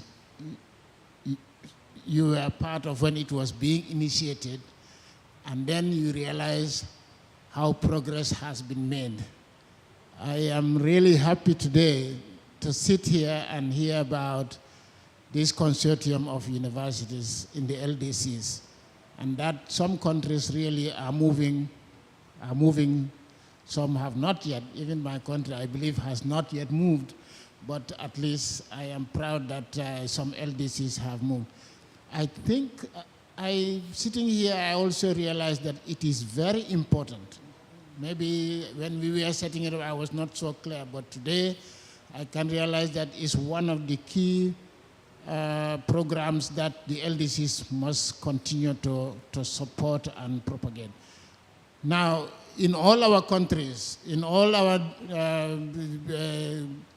development of national communications, BURs and so on, the most important thing is we don't have the critical human capacity. Really, we don't have. Anytime in the Gambia, for example, we start a national communication, we look for people to do it. We train them. By the time the next national communication, most of those have gone. So I think using the universities to create this national human capacity and technologies, because also this is monitoring, reporting, and verification. We don't have the tools yet to do a national monitoring. And it is very important, if you have to implement any project, if there is no reporting and verification, after the project, you don't know even where the investments are. So I think I thank all of you, those who have presented, that you are telling us what you have done, and we think almost every country, least developed country, whether developing or least developed country, should really do this. But I will ask you all to continue spending time on curriculum development, building the critical mass to be able to do this reporting and verification. Not maybe it will go beyond even climate change, because reporting and verification is at the national level, is all for development projects and so on. So you will support, by doing this, you will support the whole economy of the country in definitely being very transparent. Thank you very much.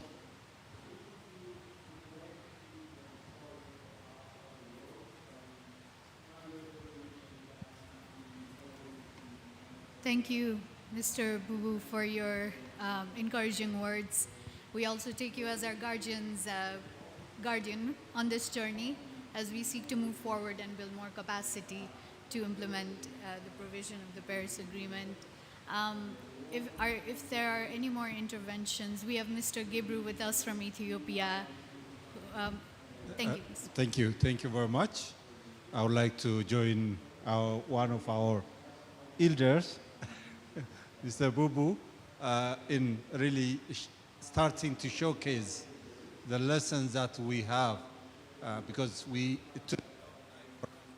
while we negotiate, we are also doing on the ground, because whatever you do, unless you communicate it, it's a bit difficult to assess progress. So in this regard, this enhanced transparency framework, I think it's very crucial because we want to grow, and the way we want to grow is in a green way, in a more sustainable way. And for that, we need to have long-term plans. And this long-term plan, as well as implementation in an integrated manner, we need to have a robust MRV framework for both action and support.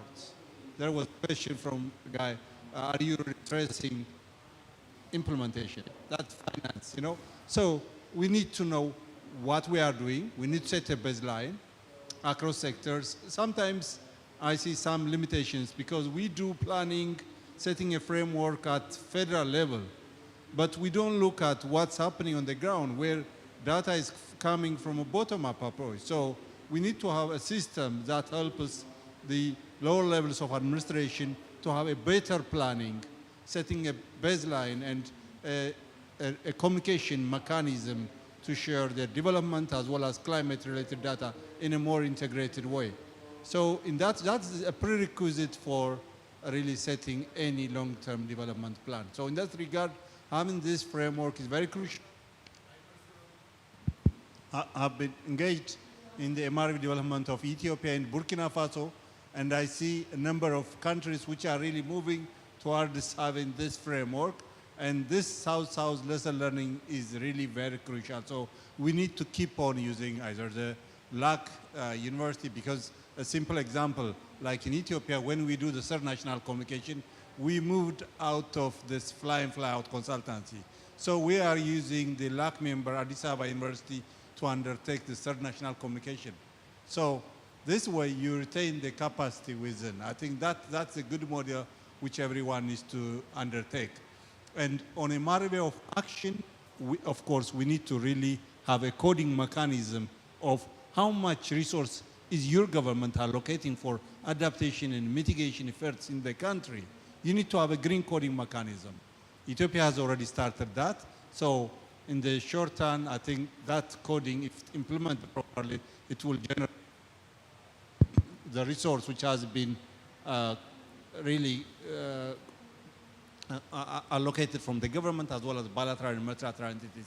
That way we can build the stocktake process, both on action and support.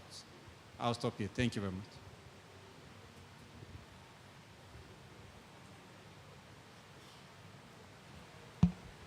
Thank you, Mr. Gibru, for your insights on the matter. You've been at this for a long time, and we take your suggestions as we move forward. If there are any more interventions or questions or comments from the audience.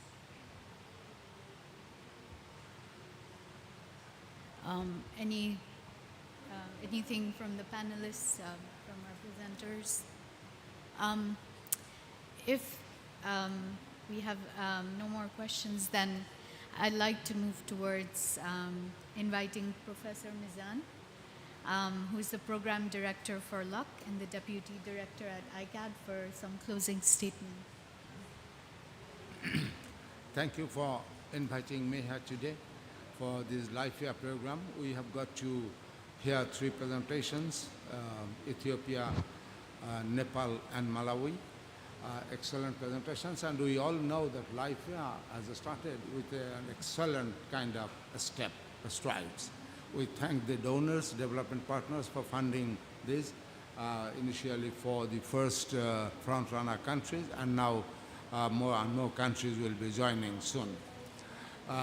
Today's topic is about transparency and youth. I will start, I will share 3 or 4 points. First, I will mention why the youth is important, for example, in adaptation and overall climate actions. Because the youth is facing climate change impacts as the new normal extreme events for the first time as the first generation. We, the old generation, already are living with climate change, as you know. But old generation, I will not say we are totally failing, but we are not doing the job as expected. So it is time for the youth leaders to get us out gradually so that they can hand over. My second point about youth is that unlike our generation, youth generation have got better education in terms of inter and multidisciplinary perspective. Our generations, we had degrees, for example, in chemistry, physics, or in economics, or political science. But now, gradually, the world over, increasing number of universities are having these multi and interdisciplinary programs, where a good number of graduates are coming out, even from the LDC countries, because LDCs have better funding opportunities for their advanced studies. My third point about youth is that they have better energy and better networking capacity. And you see everywhere, where you go, youths are brimming with energy and exchanging cards and speaking and all those. I will share one statement by the British philosopher who died a few decades ago, Bertrand Russell. Many of us, I believe, you have heard. He said one thing, that if you are not a communist until you get into the family life, then you have no heart.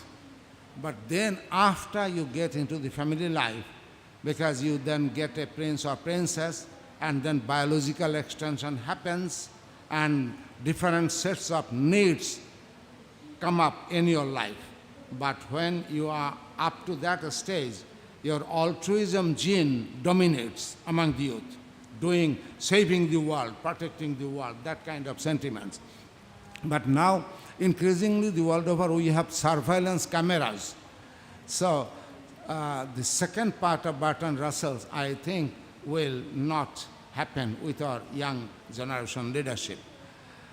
Now coming to transparency, we see good steps out of these 3 presentations, that they are initiating kind of a good monitoring, evaluation, and reporting system. But here, one thing I have to share, that many different development partners at the bilateral and multilateral agencies have different types of requirements and different templates. And this compromises the effectiveness of project or program implementation, because there are lots of paperwork. So if we really target to ensure transparency and accountability, we can reduce the paperwork to a large extent, so that more time can be invested for implementing the actions on the ground. Now my final point is about capacity building. I am privileged enough to serve as the technical lead of the LDC Universities Consortium on Climate Change. You know, this is an outfit exclusively dedicated for capacitating all the 46 LDC governments to address effectively climate change. And we are trying to expand our LAC program, and the main cup of tea is capacity building. And for the youth generation, I think led by women youth leaders, because to me, women are better husbands and better managers, not so-called maisons. Because husband, if we take the literal meaning as a non-native English speaker, husband means caretaker, which comes from husbandry, taking care of. So women leaders around the world, youth women leaders particularly, are more dedicated, I believe. This is my personal opinion. So we are dedicated, LAC is dedicated to build capacity, because we need capacity, as I mentioned, inter and multidisciplinary perspectives. So capacity is a very capacious framework. It starting from awareness raising until development of deep expertise. So please join luck, and we are getting increasingly a little bit of more funding. Earlier, the development partners did not fund universities directly because their political partners are always the governments. But now, development partners are coming to terms that even with government training institutions, some kind of think tank should be attached. Otherwise, sustainability is not there. Because the main indicator of capacity building is about whether under any program there is a capacity building left behind. Under the earlier technical assistance conventional model, it did not happen. So Article 11 of the Paris Agreement gives a paradigm shift, an opportunity for paradigm shift, where we can start the business of doing capacity building in a business unusual way. We are happy that we have veterans like Bubu Jalo, Gebru and all, some others. So I think we will march forward with all the life year programs and projects. Thank you very much.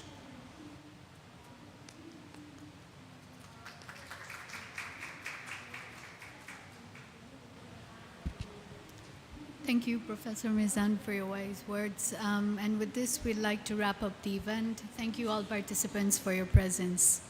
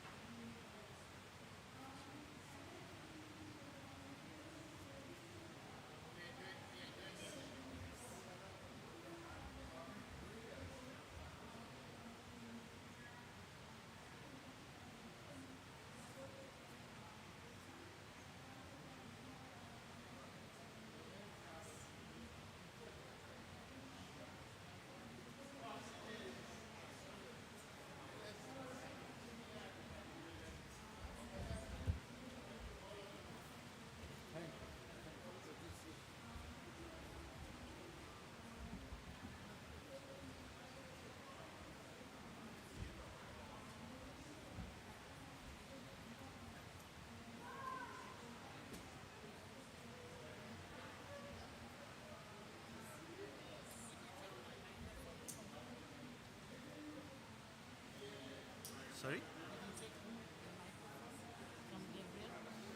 Somewhere, yeah. Who took?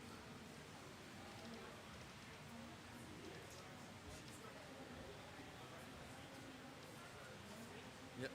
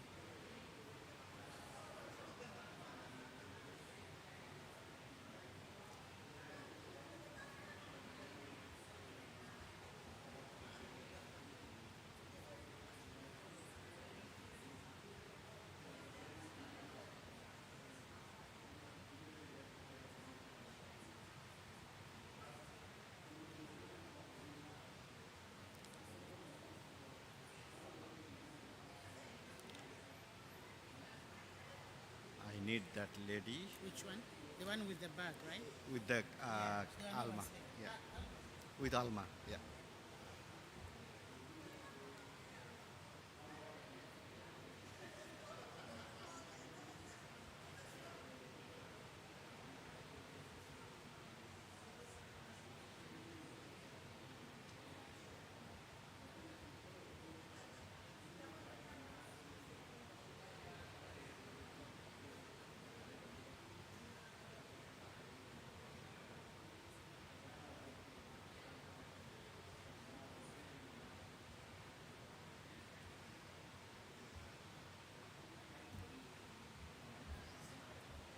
Yeah, yeah. This is the slide you sent to me. Yes.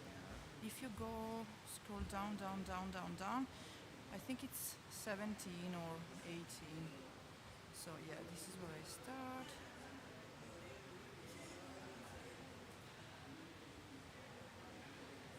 Go, sorry, can you please go? Yeah. So this should be the video. You have to enable content. You have to enable content. Otherwise, it doesn't. Yeah, here. This one doesn't have the link. Slide. It's not a hyperlink, it doesn't appear. Okay. Maybe. Can we plug in my presentation? Yeah. So you want me to sit the front there or there? Sorry. Whatever. Wait, there's no grid.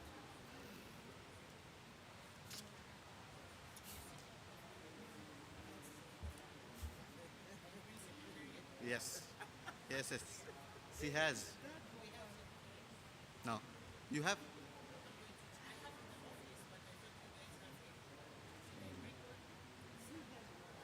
Nearby anywhere?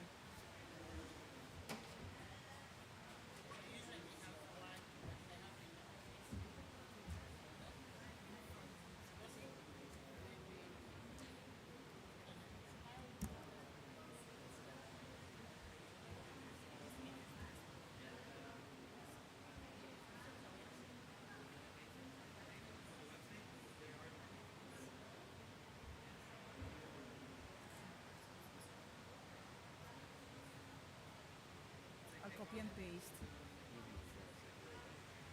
So that you don't. It's here, and then you can simply delete it.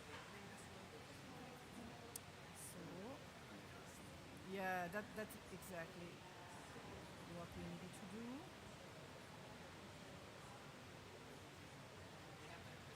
Because there.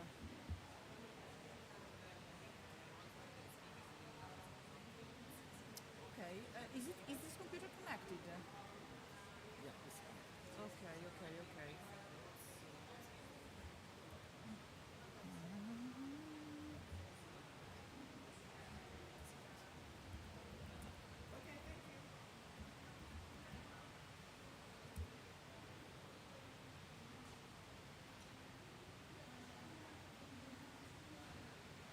Because the alternative would be to launch the video from our website. So you don't need to do that after she presents or something like that? You don't need to connect to that? You don't need to Yes, this is the video. So let's just keep it open. I was just trying to. Can you copy the link into the? Yeah, exactly. That's what I wanted to do.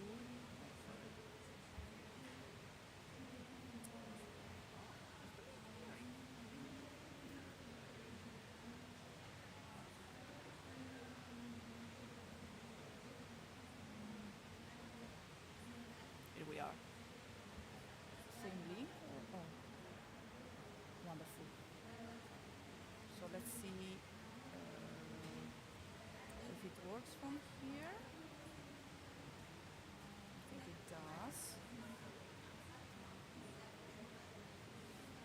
Okay, so I'll be sitting there. Will you be here to change the slides? Okay, okay. You can. I have the.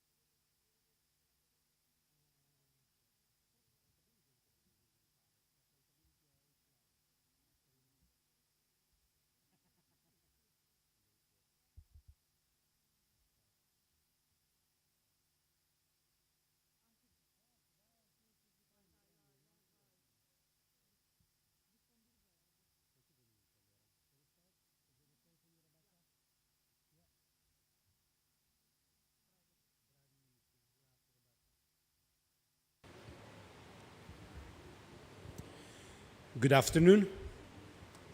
Good afternoon, ladies and gentlemen. My name is Pietro Bertazzi. I'm the Global Director of Policy Engagement and External Affairs at CDP. And it's my pleasure to welcome all of you at the Supporting National Reporting under the Paris Agreement with Non-Party Environmental Disclosure workshop.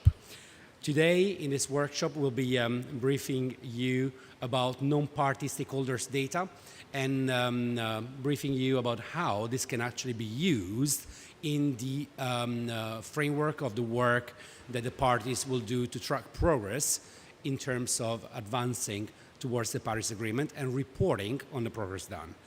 As we all know, in those 2 weeks, this has been labeled informally as the implementation COP. And we've been experiencing already in the past few years how critical is the engagement of non-party stakeholders to deliver the Paris Agreements.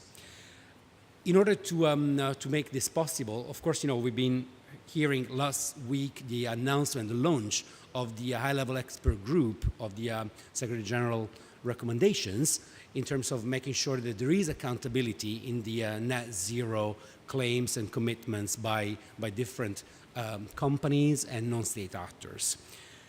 Transparency is indeed, critical in this. As we say at CDP, and you will get an introduction about CDP by my colleagues, but we believe that transparency and disclosure is the bedrock of action. We believe that you cannot really make positive input if you don't know where you're starting from, so measuring is the first step.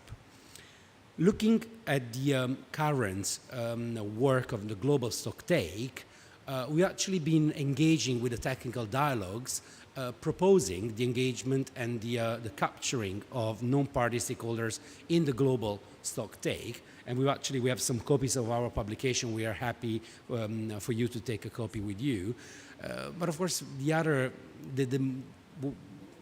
point that will be incredibly important will be the enhanced transparency framework, which is currently being developed, and at some point, the parties to the UN Framework Convention on Climate Change will need to report progress.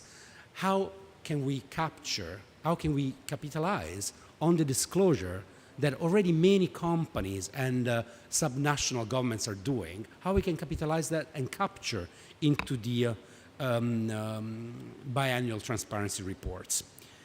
There is a wealth of data which is currently already available.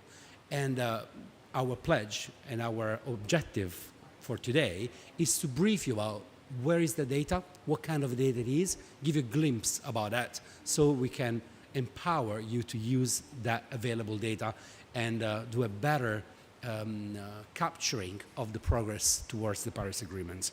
Of course, it's very much about reporting, but reporting should not only look backwards. You report backwards because you want to understand how policy can intervene to tackle the shortcomings and take decisions that will help unlocking the potential of non-party stakeholders for reaching the Paris Agreements.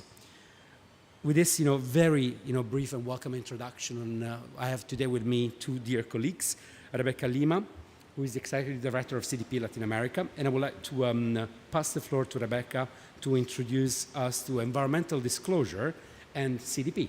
Rebecca, the floor is yours. Thank you, Pietro. Thank you, everyone, for your time. It's a pleasure to be here speaking of something that is such a core activity for CDP, which is transparency and disclosure. I'll start by explaining exactly what CDP is and what we do. So, Vanya, if you please, thank you. CDP is a 20-year-old NGO that works for more than 20 years with environmental data, environmental transparency, and disclosure. Today, we are the biggest environmental data available for non-party stakeholders and organizational data, including cities, states, regions, companies, and even investors. For us, the main goal is that the environmental data and information are at the core of the decision-making process, and how we use this transparency information to first inform decisions and then push an action on climate change and other environmental areas. We also work to make the reporting and transparency the mainstream on all the decision-making process. So how do we work? CDP was one of the pioneers organizations on using action and leveraging the power of investors and big companies through their supply chain to promote disclosure and environmental awareness. So basically, we engage with investors and companies so we can help them to engage with their value chain, even companies within their portfolio they have relationship with, or their suppliers, to promote, first of all, transparency, so we can understand what are they doing, like what are the emissions data, but not only that, what actions are they proposing based on this information, and then how can we foster and identify collaboration between those two. But also, I told you, we also work with cities and states, which are pretty important non-party stakeholder as well when you're talking about climate action. And in order to do that, we collaborate with other stakeholders, such as WWF, C40, ICLEI, so we can all have one single network to promote transparency and disclosure, considering governmental organizations that are also non-parties. It's important to say we are here talking about climate, and usually when you talk about CDP, the first thing we think about it is emissions data and climate, which is, of course, really true. But we also are working with other environmental aspects. For instance, we also have a water questionnaire, a forest questionnaire, and when we talk about the cities questionnaire, we're not only talking about mitigation. Adaptation is a very important aspect of our work with cities, states, and regions as well, which is, of course, really intrinsically connected with the global stocktake agenda that we'll talk in a few minutes. So let's talk about numbers. For those of you that know CDP, this is one of the funniest part for us, the part that we love. When I told you that we use investors to foster transparency and engagement, I'm talking about more than 600 financial institutions that use CDP platform to engage with the companies. These investors represent more than $130 trillion in assets. We are also working with the major buyers in the world. I'm talking about Unilever, L'Oreal, like all the big companies. And we engage with almost 300 big supply chain members, which are these big procurement, these big buyers. And they have the power of engagement of more than $6 trillion in purchasing power. So it's a huge engagement power. And through these stakeholders, we managed to have more than 18,000 companies disclosing through CDP. I'll tell you a little bit what we do and what we can do with this data. So the main point is not only that these stakeholders or authorities, as we call internally in CDP, will use this data so they can make decisions. But CDP is also working with national governments and other authorities so we can share this data and understand how we can influence other agendas such as the Enhanced Transparency Framework and the Global Stocktake. As I mentioned, working with subnational level is extremely relevant when you're talking about climate action on the ground, especially on the adaptation agenda. We are also working with more than 1,000 companies, cities, 1,000 cities, states, and regions that are disclosing to CDP not only their emissions data, but all the best practices, the adaptation plan, vulnerability plan, and everything. So my goal here is to bring some good examples about what these non-party stakeholders are doing and what are they reporting, how they are using CDP, reporting to CDP, and how these are connected with transparency. And mainly examples from the Global South. That's why I'm here representing Latin America within CDP work. So the first example that I brought is example of a big company. It's called Arcos Dorados for us, but you probably know them as the Golden Arch or McDonald's. It's a big franchise, worldwide recognized. And in Latin America, they have been working with us for years now to engage the supply chain. For those of you that don't know, the restaurants supply chain, all their emissions, environmental impact rely mostly on their supply chains, not precisely on the stores, on the restaurants itself. And especially when I talk about brands like McDonald's or Arcos Dorados, we are talking a lot about agricultural goods such as meat. In their case specifically, the meat suppliers represent a really relevant part of their emissions.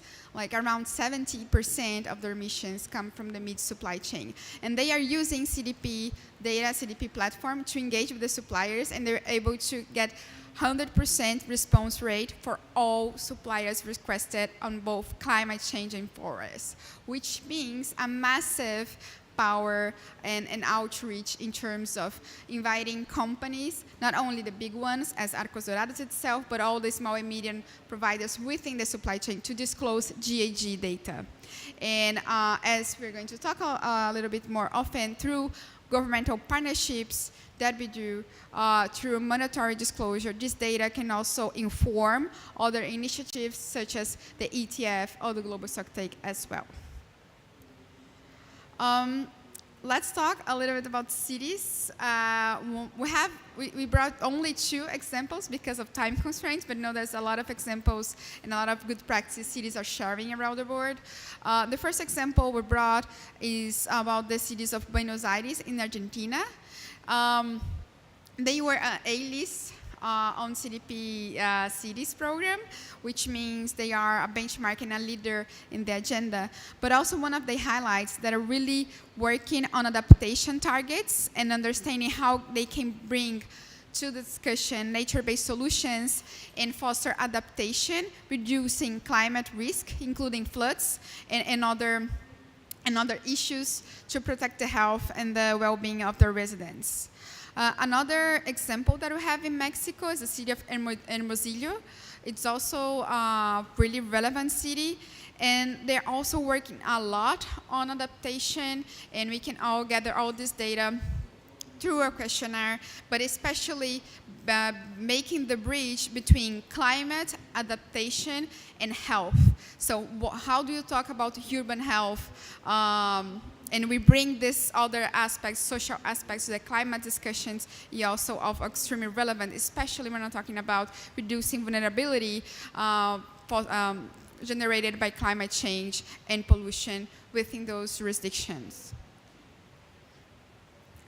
Another thing that is relevant to say is about mandatory disclosure. CDP is known to support a lot of jurisdictions in terms of advancing on mandatory disclosure, and it's expected that this agenda will increase, and in the next few years a lot of jurisdictions will also demand from the organizations, including mainly companies and investors, to disclose climate data, especially based on the TCFD. And in this area, a lot of other standards are arising, being regional standards, country standards, and I think it's important to say, especially the ISSB, which is one of the main standards that CDP has been working on, and we recently launched last week a statement disclosing that we are aligning our questionnaire with the new ISSB standard. So right now, we already have 15 countries and territories that have implemented mandatory disclosure aligned with the TCFD. It's important to notice that the CDP was the first framework to align its questionnaire and data collection with TCFD back in 2018. So by disclosing to CDP, these organizations are already being prepared and voluntarily being advanced on an agenda for whenever the mandatory disclosure come to their jurisdictions, and it will come eventually. It's just a matter of time. So it can either be prepared in advance or wait for when the risk comes, and then we need to catch up later. Additionally, we have other 4 countries that have already established voluntary TCFD disclosure, and we have been seeing this effort of countries fostering voluntary disclosure as a way to prepare, sort of piloting with the organizations within the jurisdiction to be prepared and understand and advance in the agenda. So for instance, one announcement that we also had during the SCOP is a partnership from CDP with the Science and Technology Ministry in Brazil to support the voluntary disclosure of organization data for both companies, cities, and investors to feed the national platform of organization GHG data. And all of this, of course, collaborates not only with transparency, but at the end of the day, how these mechanisms of transparency will feed into a global stock take and will foster decision-making and action regarding climate change and other environmental issues. Many thanks to Rebecca for the very insightful presentation. Indeed, it's important for us to stress that we do have, at the moment, there is availability of data coming from non-party stakeholders. As Rebecca was saying, much is coming out of voluntary disclosure, but there is a wave of mandatory reporting, which is actually incredibly fast. You might have seen, actually on the map, we do have quite some geographical distribution, but not that much here in Africa, which is the continent hosting us at the moment.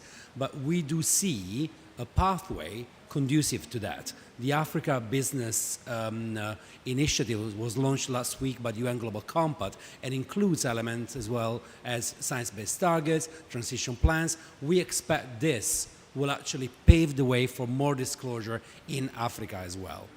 But I'm pretty sure that you may have questions. I would like to ask you to hold those questions for the last segment of this discussion. But before, we have the presentation by Vanya Pakanyan, who is the Senior Global Policy Manager for Water, and she will be sharing with us how this data coming out of corporate and non-party stakeholders disclosure is actually linking to the Paris Agreement transparency provisions. So, Vanya, the floor is yours.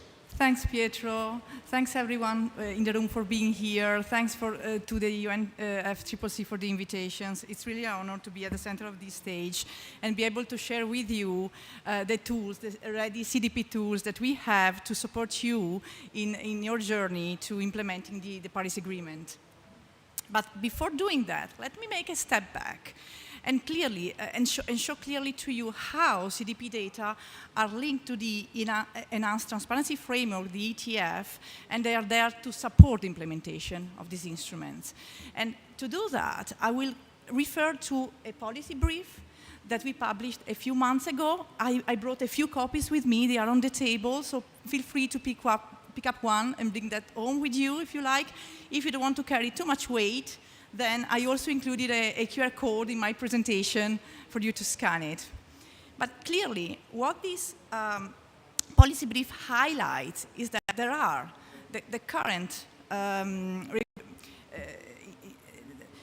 text provides for opportunities for integrated non-party stakeholders' data into the current provisions. And here, in these slides, highlighted the sections of the guidance for operationalizing Article 13, that is the outline of the biannual transparency reports. I highlight the sections that you can refer to and that are helpful to understand how you could use our data.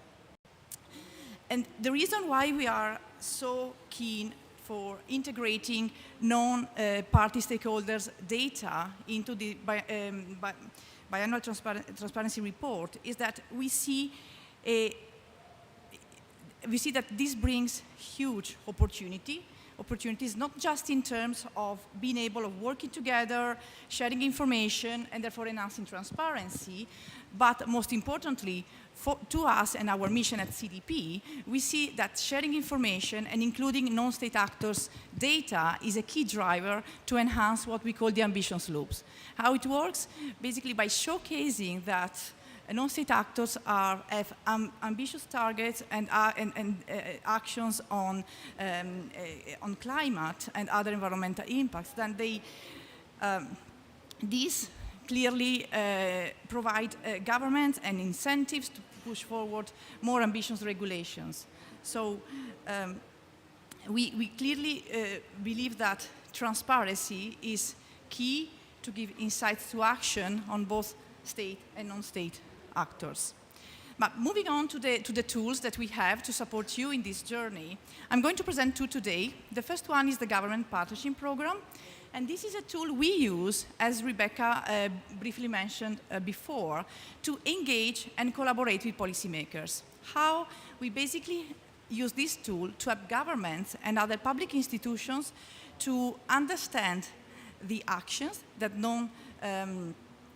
state actors conduct and the impact that these actions have on achieving the goals of the Paris Agreement, among others. And really, the key added values to this government partnership program approach is that we have data that are comparable, that are organization-specific, and that can easily be used to assess, track, and monitor progress over time. So the key advantage of working with us is that we can help governments to track and monitor progress, not just at the national level, but also at the local level through the C-STAR questionnaire, as Rebecca just explained, but also having really an understanding of how the national economy is moving towards achieving national and international goals, targets, and commitments. The way the government partnership program works, it basically builds on the disclosure mechanism that Rebecca has just described, but it adds to it essentially a formal agreement.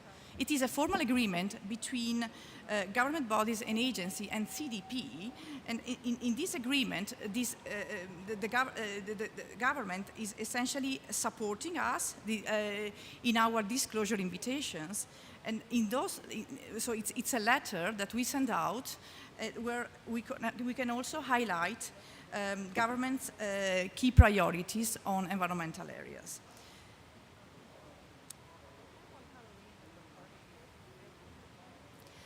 The second question I'd like to introduce to you is the government dashboard. The government dashboard is an online interactive analytics tool which offers governments and policymakers insights from CDP data. And as we reiterated several times, this is a key element to empower them in their mission, because we can provide the evidence you need to make informed decisions. But to give you a more effective idea on how this looks like, I'm going to show a video to you, which I think is more compelling than my words. Obviously, we are here to answer any questions you might have, and really keen to, as I said, to support you in this journey. But for the time being, I'm gonna share the video summarizing how this our government dashboard works. Thank you.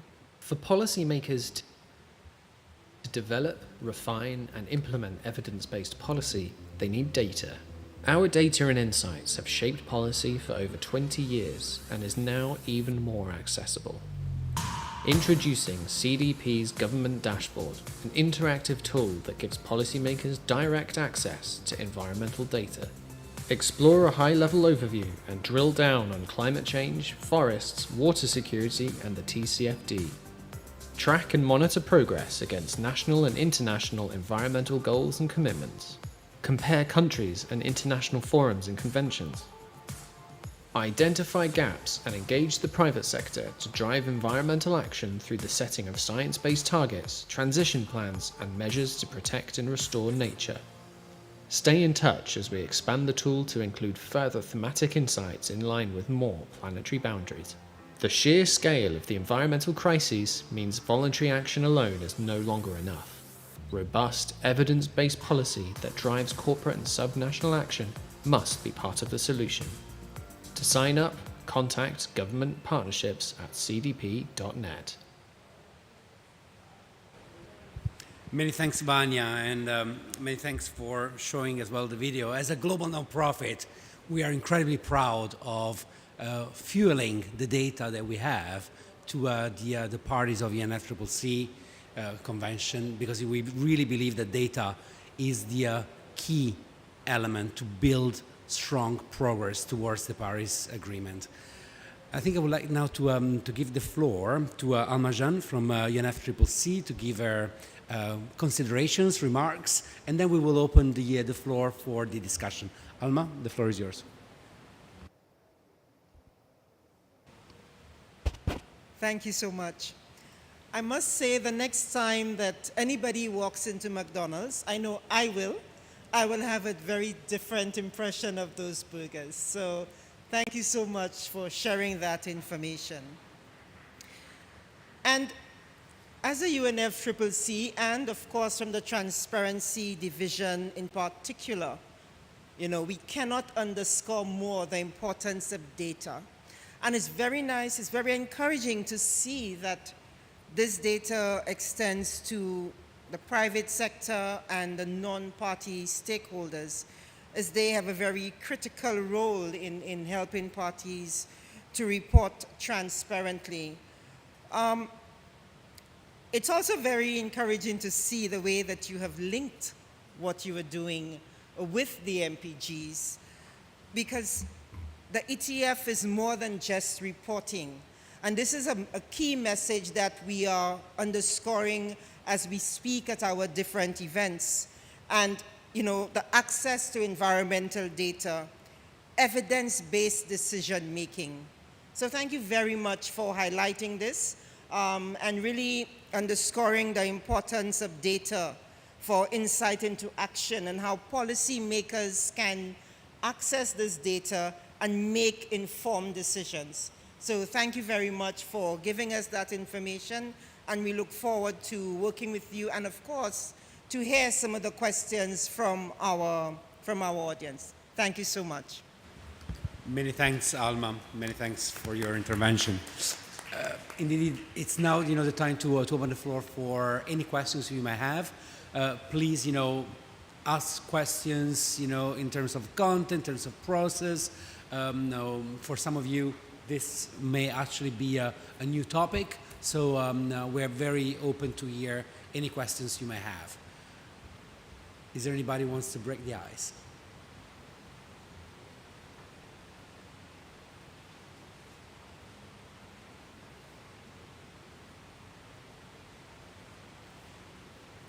We actually have a question from Alma, which is very welcome. Thank you, Alma.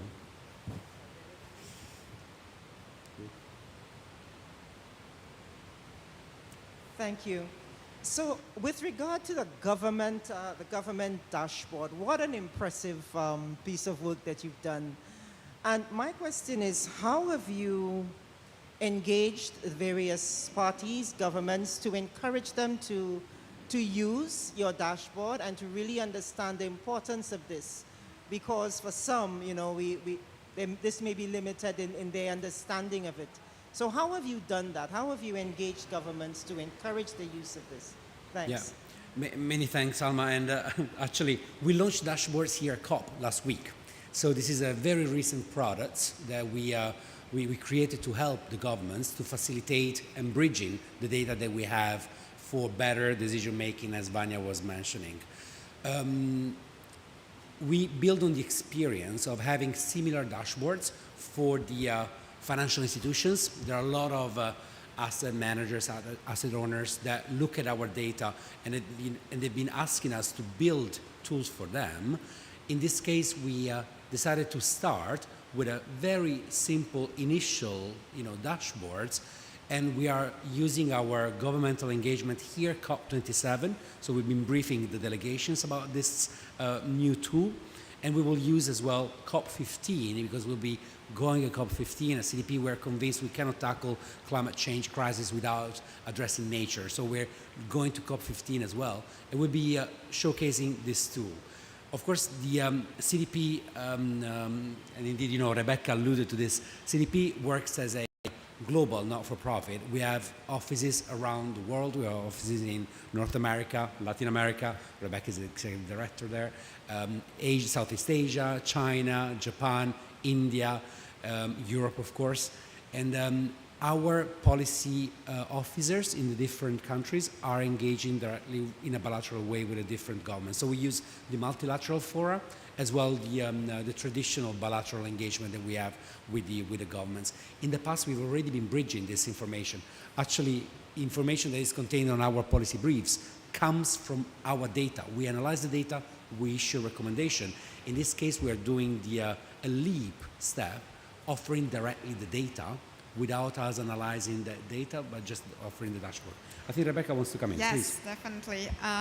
From our perspective, in terms of a regional office that works mostly with developing countries in the Global South, we very welcome this initiative as the government dashboard, because even though we do have the data and we have been working to build these partnerships with several governments so we can share their data and they can have decisions, we know that most often developing countries, they struggle with resources. So one of the main challenges that we had on sharing this data with these local governments is that they even don't have like experts within their teams that are able to process this data and get some insights or information out of this. So for instance, considering the recent partnership that we just launched with the Ministry of Science and Technology, we had at least 2 full days workshops with our technical team to share how our data is structured, what are the main, and even before that, when we were building the partnership, which took like a year and a half or something, almost 2 years to build this partnership, we had to explain like from scope 1, 2, and 3, and several different things, and how we're collecting and the methodology. So a lot of technical information. We had to sort of build capacity in order for these governments to even have a minimum conditions to receive this data and then get some insight of it. And I'm talking about one of the main developed countries within Latin America context. We talk with all of them, all the 20 jurisdictions, the Caribbean region, and other countries that don't have these resources, to dive in and digging into this information. So for us, initiatives as this dashboard really helps a lot. It's an inclusive tool, and to make the information more accessible, especially for those governments that don't have resources or technical team available that can process raw data and make some customized analysis based on it. Many thanks, Rebecca. Is there any other question? There's a question all the way on the back, the lady with the orange jacket. Oh, Good here, no, afternoon, please, yeah. Okay, thank you, please. Good madam. afternoon. Please, I just want to know where you have the office, your office in Africa, which of the countries, so that we can know how to relate with our government. Thank you very much. Many thanks for your question. At the moment, we don't operate with an office in Africa, but we operate through partners. So I think we can talk about this bilaterally after this meeting. I will be happy to bridge to you our key contacts in the regions, and for some topics, we'll be covering from the central office as well. Okay, thank you. Hello. Hello. I'm Ruth Spencer from Antigua. I am concerned that the issue of climate change seems to be monopolized in some countries in a department. And unless we really move to the all of society approach, a lot of the data and information that other stakeholders and groups are doing to mitigate and adapt may never reach your platform. While here at COP, I've been going to different events, and I realize some governments really have an inclusive approach. You see in their side event, different stakeholders contributing, so the vision is bought in by the people. But some of our countries, it's monopolized. And so it reduces the impact. I know for my country right now, we have wind turbines. We got a loan from the Dubai Fund, and those big wind turbines are sitting in storage because the stakeholder engagement that should have taken place with the utility company, tying in what they see as the way forward didn't take place. So now these windmills should have been set up, but then there was no funding for the big bases. There were public-private sector partnerships. So the utility company, even though people want to transition to energy, you have a process where you have to get permissions.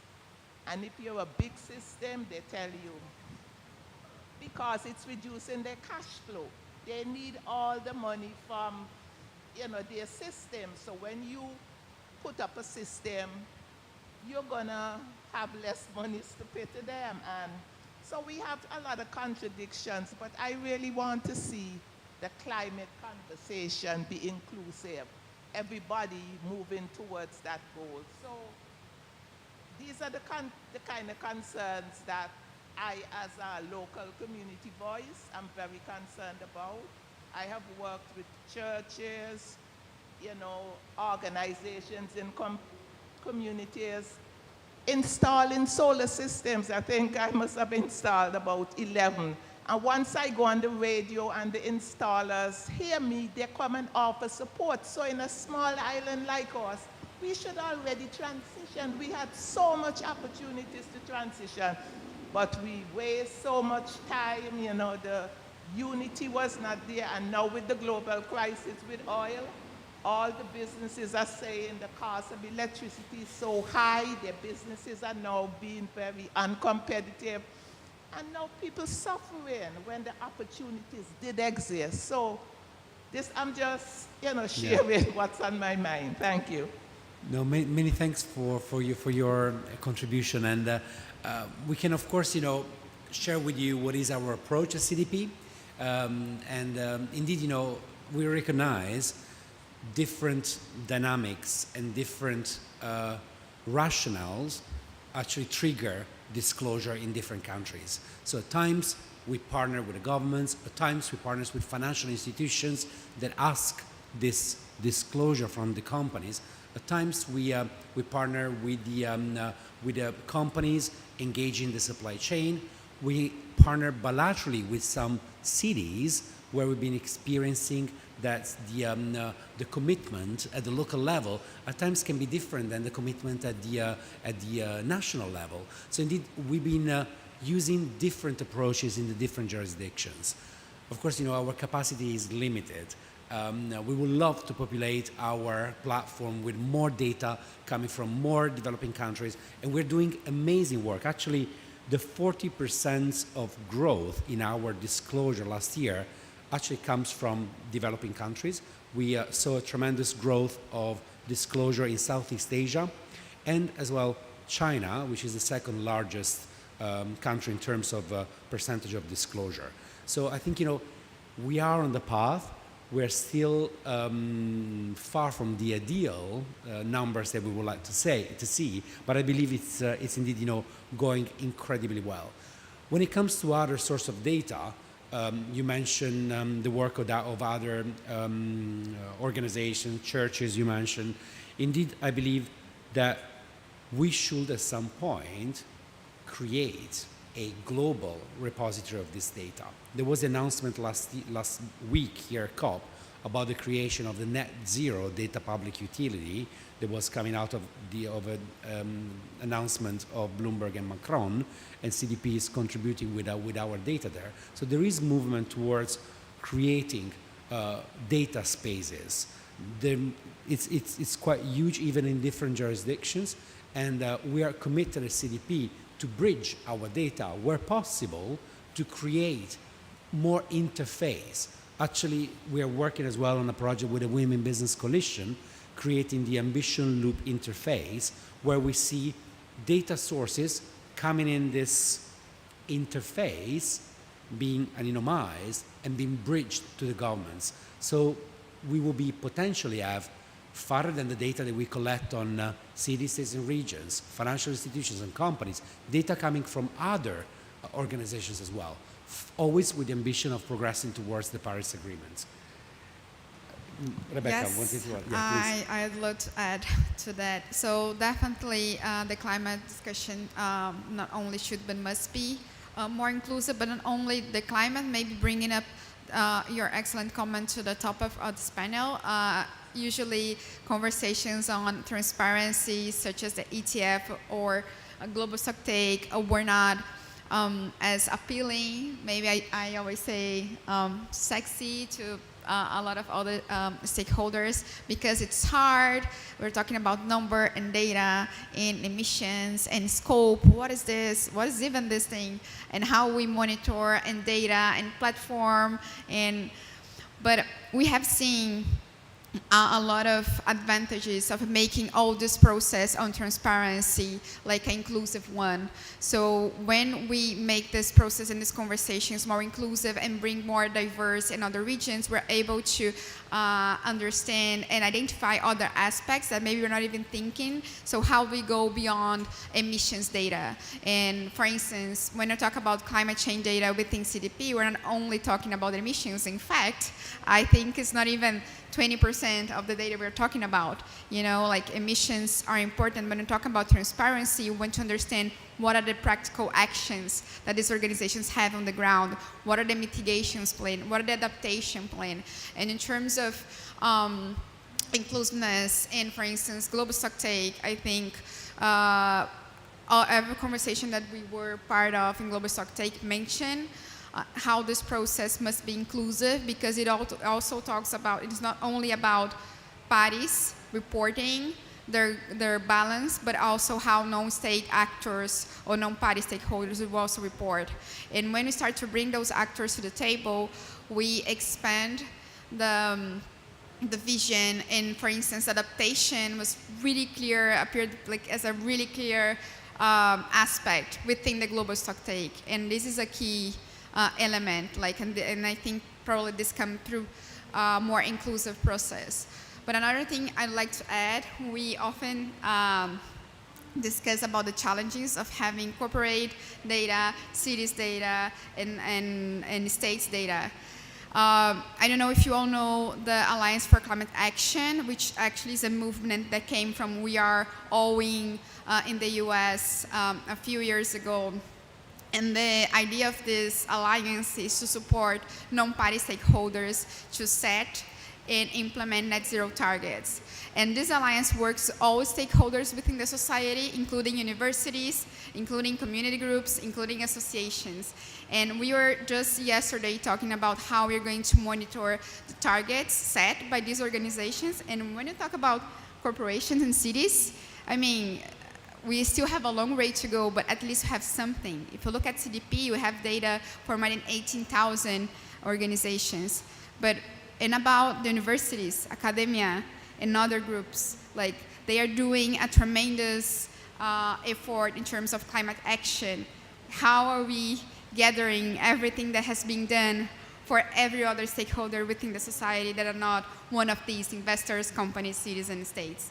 So yes, I think it's really crucial to have a more inclusive process so you can advance and make transparency something that is accessible to every stakeholder in the sector, in the society.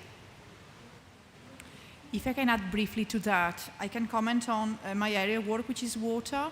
And what we see clearly from our questionnaire is an appetite for working with suppliers to ensure that not just the companies disclosed to us, but also the company that work with the companies disclosed to us have an environmental behavior that doesn't harm local communities, doesn't dry their local supplies, doesn't pollute the water they use. So I think there are different ways of engaging at local level, and I think that our mechanism, although not directly targeting indigenous community, as a way of capturing ways of working with them through the companies that either directly or indirectly disclose to us.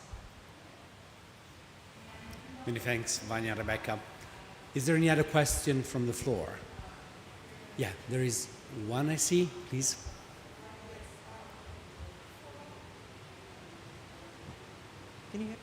For the ETF, universal participation is one core underlying principle.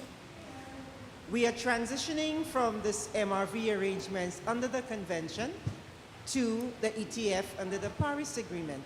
And for developing countries in particular, one of the key challenges they have with data, and these data repositories and the national statistics offices, their role. So my concern is with the sustainability and the updating of this information, particularly for developing countries. I mean, we know that many developed countries have these systems in place. They too have their challenges. But in terms of the sustainability and the updating of this data for developing countries, have you engaged national statistics offices, or at least those governments, to help them establish, or perhaps, you know, on their repositories? Because if they don't have this data, if it can't be renewed, it undermines the integrity of what you're trying to do. So just would like to have some feedback on that. Thanks.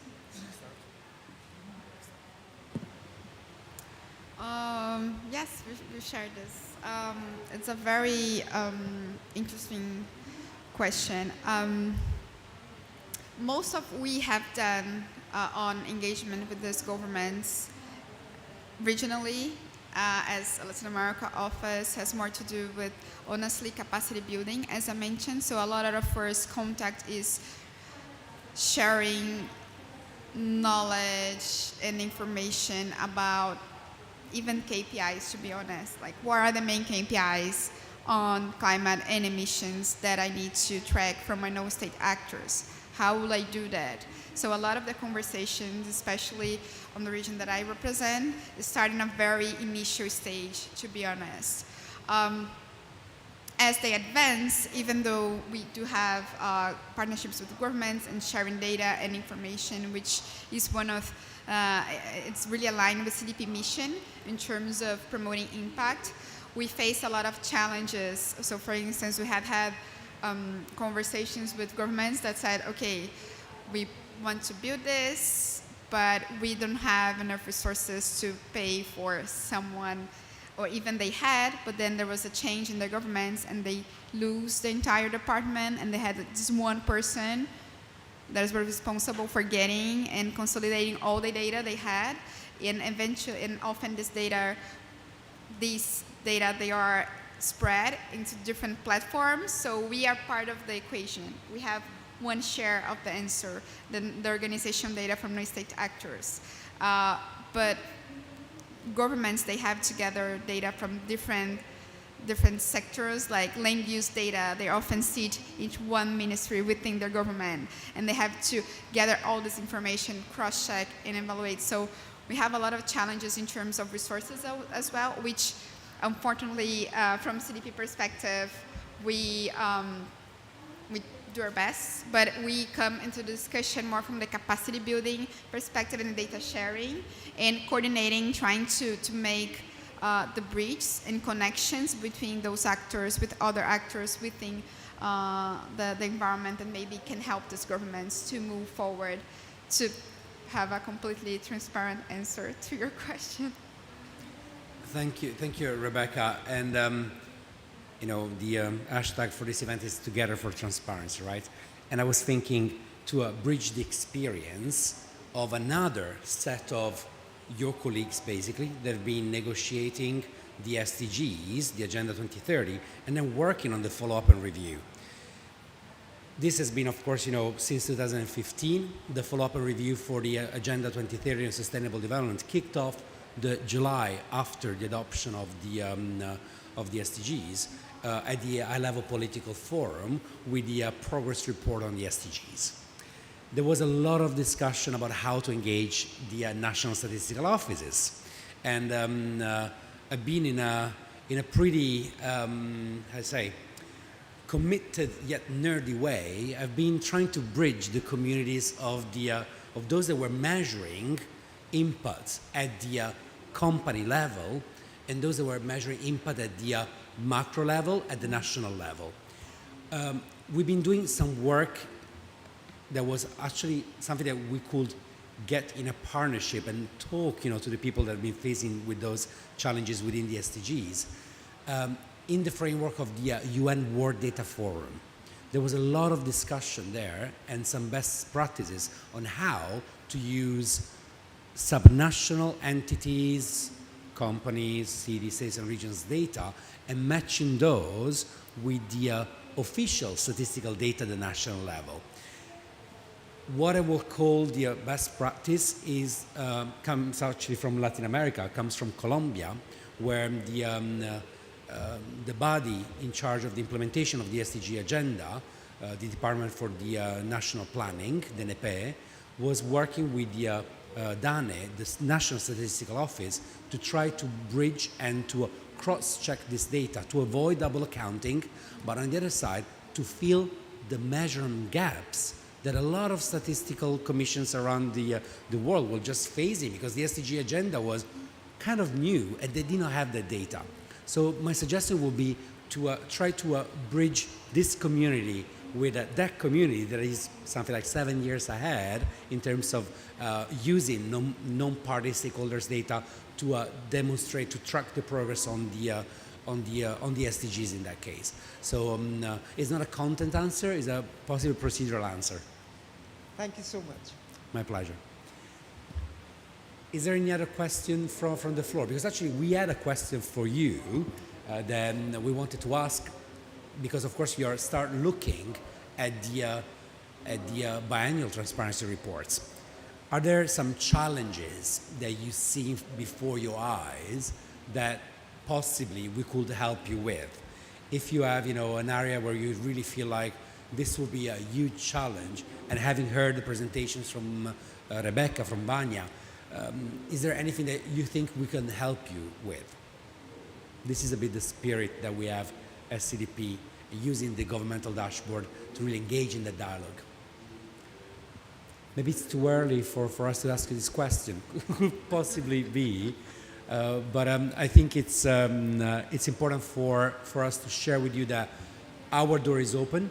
Indeed, the government dashboard is open for all policymakers.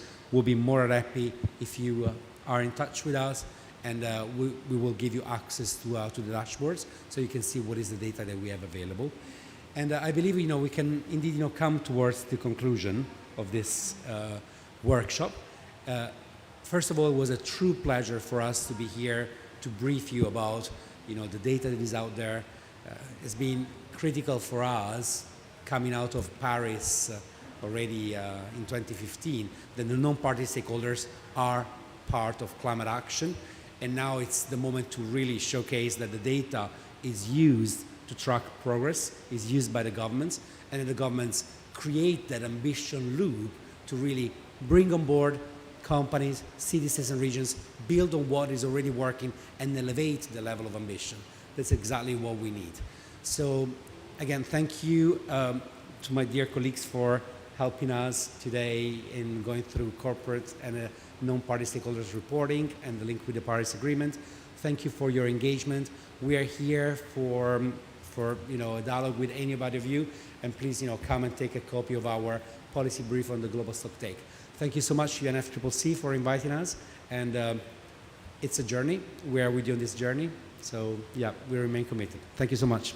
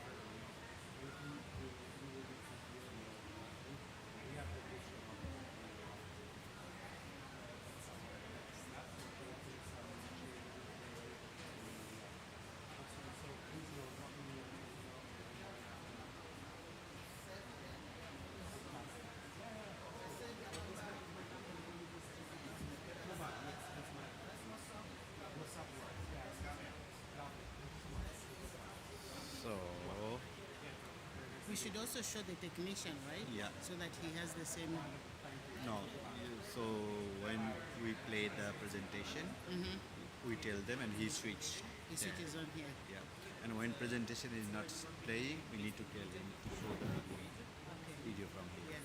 So here. So how will I know it's not playing? The speaker will let me know, right? Yeah. And here. So we have 1, 2, This one. 1, 2, 3. 1, 2, 3. Ah, okay. So 1, 2, 3 BTR tools. The folder is part file. Fat file. And the first one is BTR, second one is CO2. Okay. Right? Right. I can already So start we this. can already start that one. And the speakers know that they're supposed to run it. So when one speaker finishes, I come close it. Close it. Yeah. And then I open the next one. And indicate to the other guy. The guy. And he will play. Why it is not closing?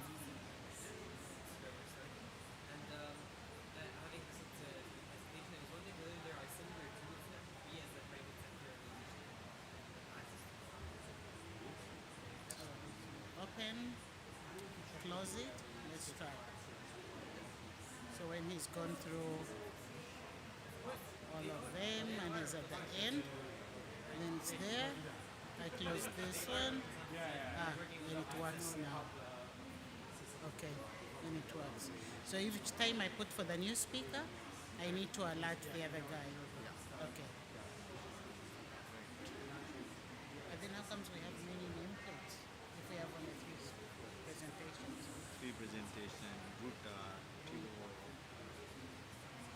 Those are speaking from their own. Ah, okay, that's why. So maybe yes, maybe for the first time, but then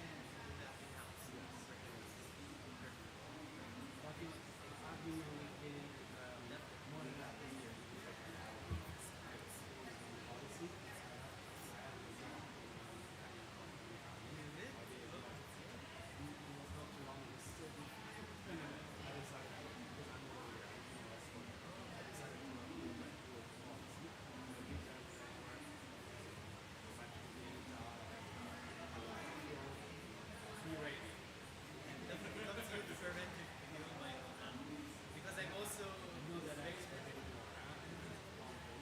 actually do like policy. Most of my work before I started working on that with LDCs was policy making for medical devices because I'm an engineer by study. So I did a few internships and projects with the WHO in Egypt.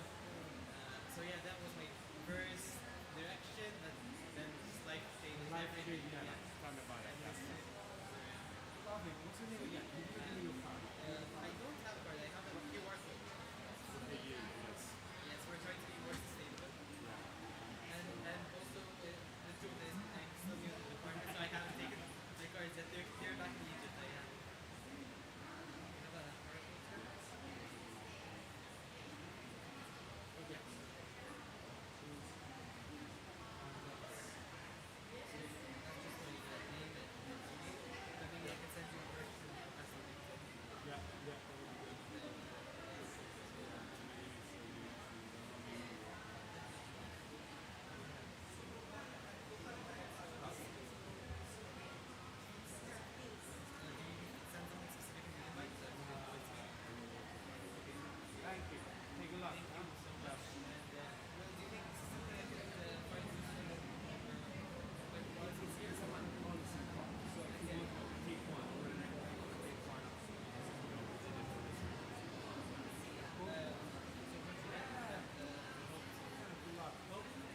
Finish our first. Let's go. And just do the first one, and then That will be possible. Thank you. Thank you.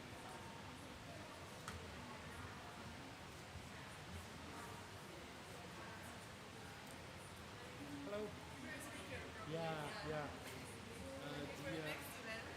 Possibly this lady here. Yeah. She was asking the microphone.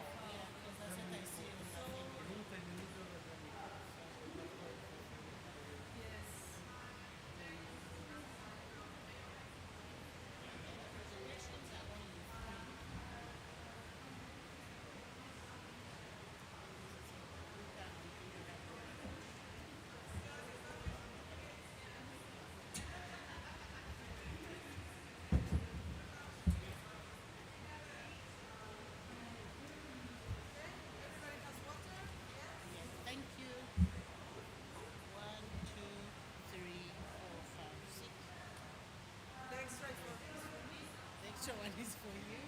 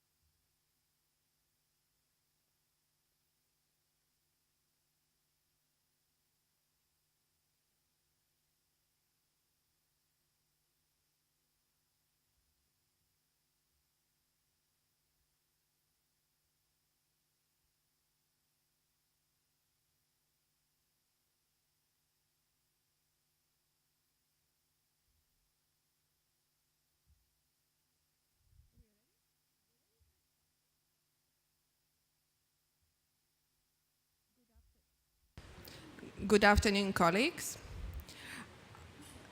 Welcome to the event on Biannual Transparency Report Guidance and Roadmap Tool.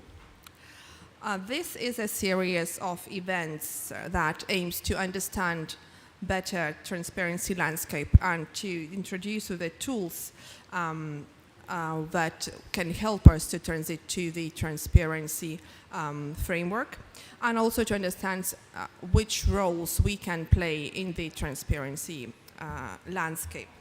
So it also helps us to understand how we can move towards transparency and how we can do that move together. Therefore, we have this hashtag Together for Transparency. And this is one of a series of events that the UNFCCC Secretariat has been organizing since the beginning of this COP, and today is the last day of this series of events. So today we have a joint effort of three organizations. Again, the example of togetherness. We have the collaboration of Food and Agriculture Organization of the United Nations, the Partnership on Transparency in the Paris Agreement, the PATPA, and the UNFCCC Secretariat. And we also have example of implementation of the ground. We have representatives from Brazil and Bangladesh who will share their experience on the implementation. So let me introduce the panelists first. On my left we have Martial Bernot, who is a Senior National Resource Officer at the Office of Climate Change, Biodiversity and Environment in FAO. He is a former high-level scientist. He worked for the French Research Institute for Development with more than 200 research papers, books, and chapters.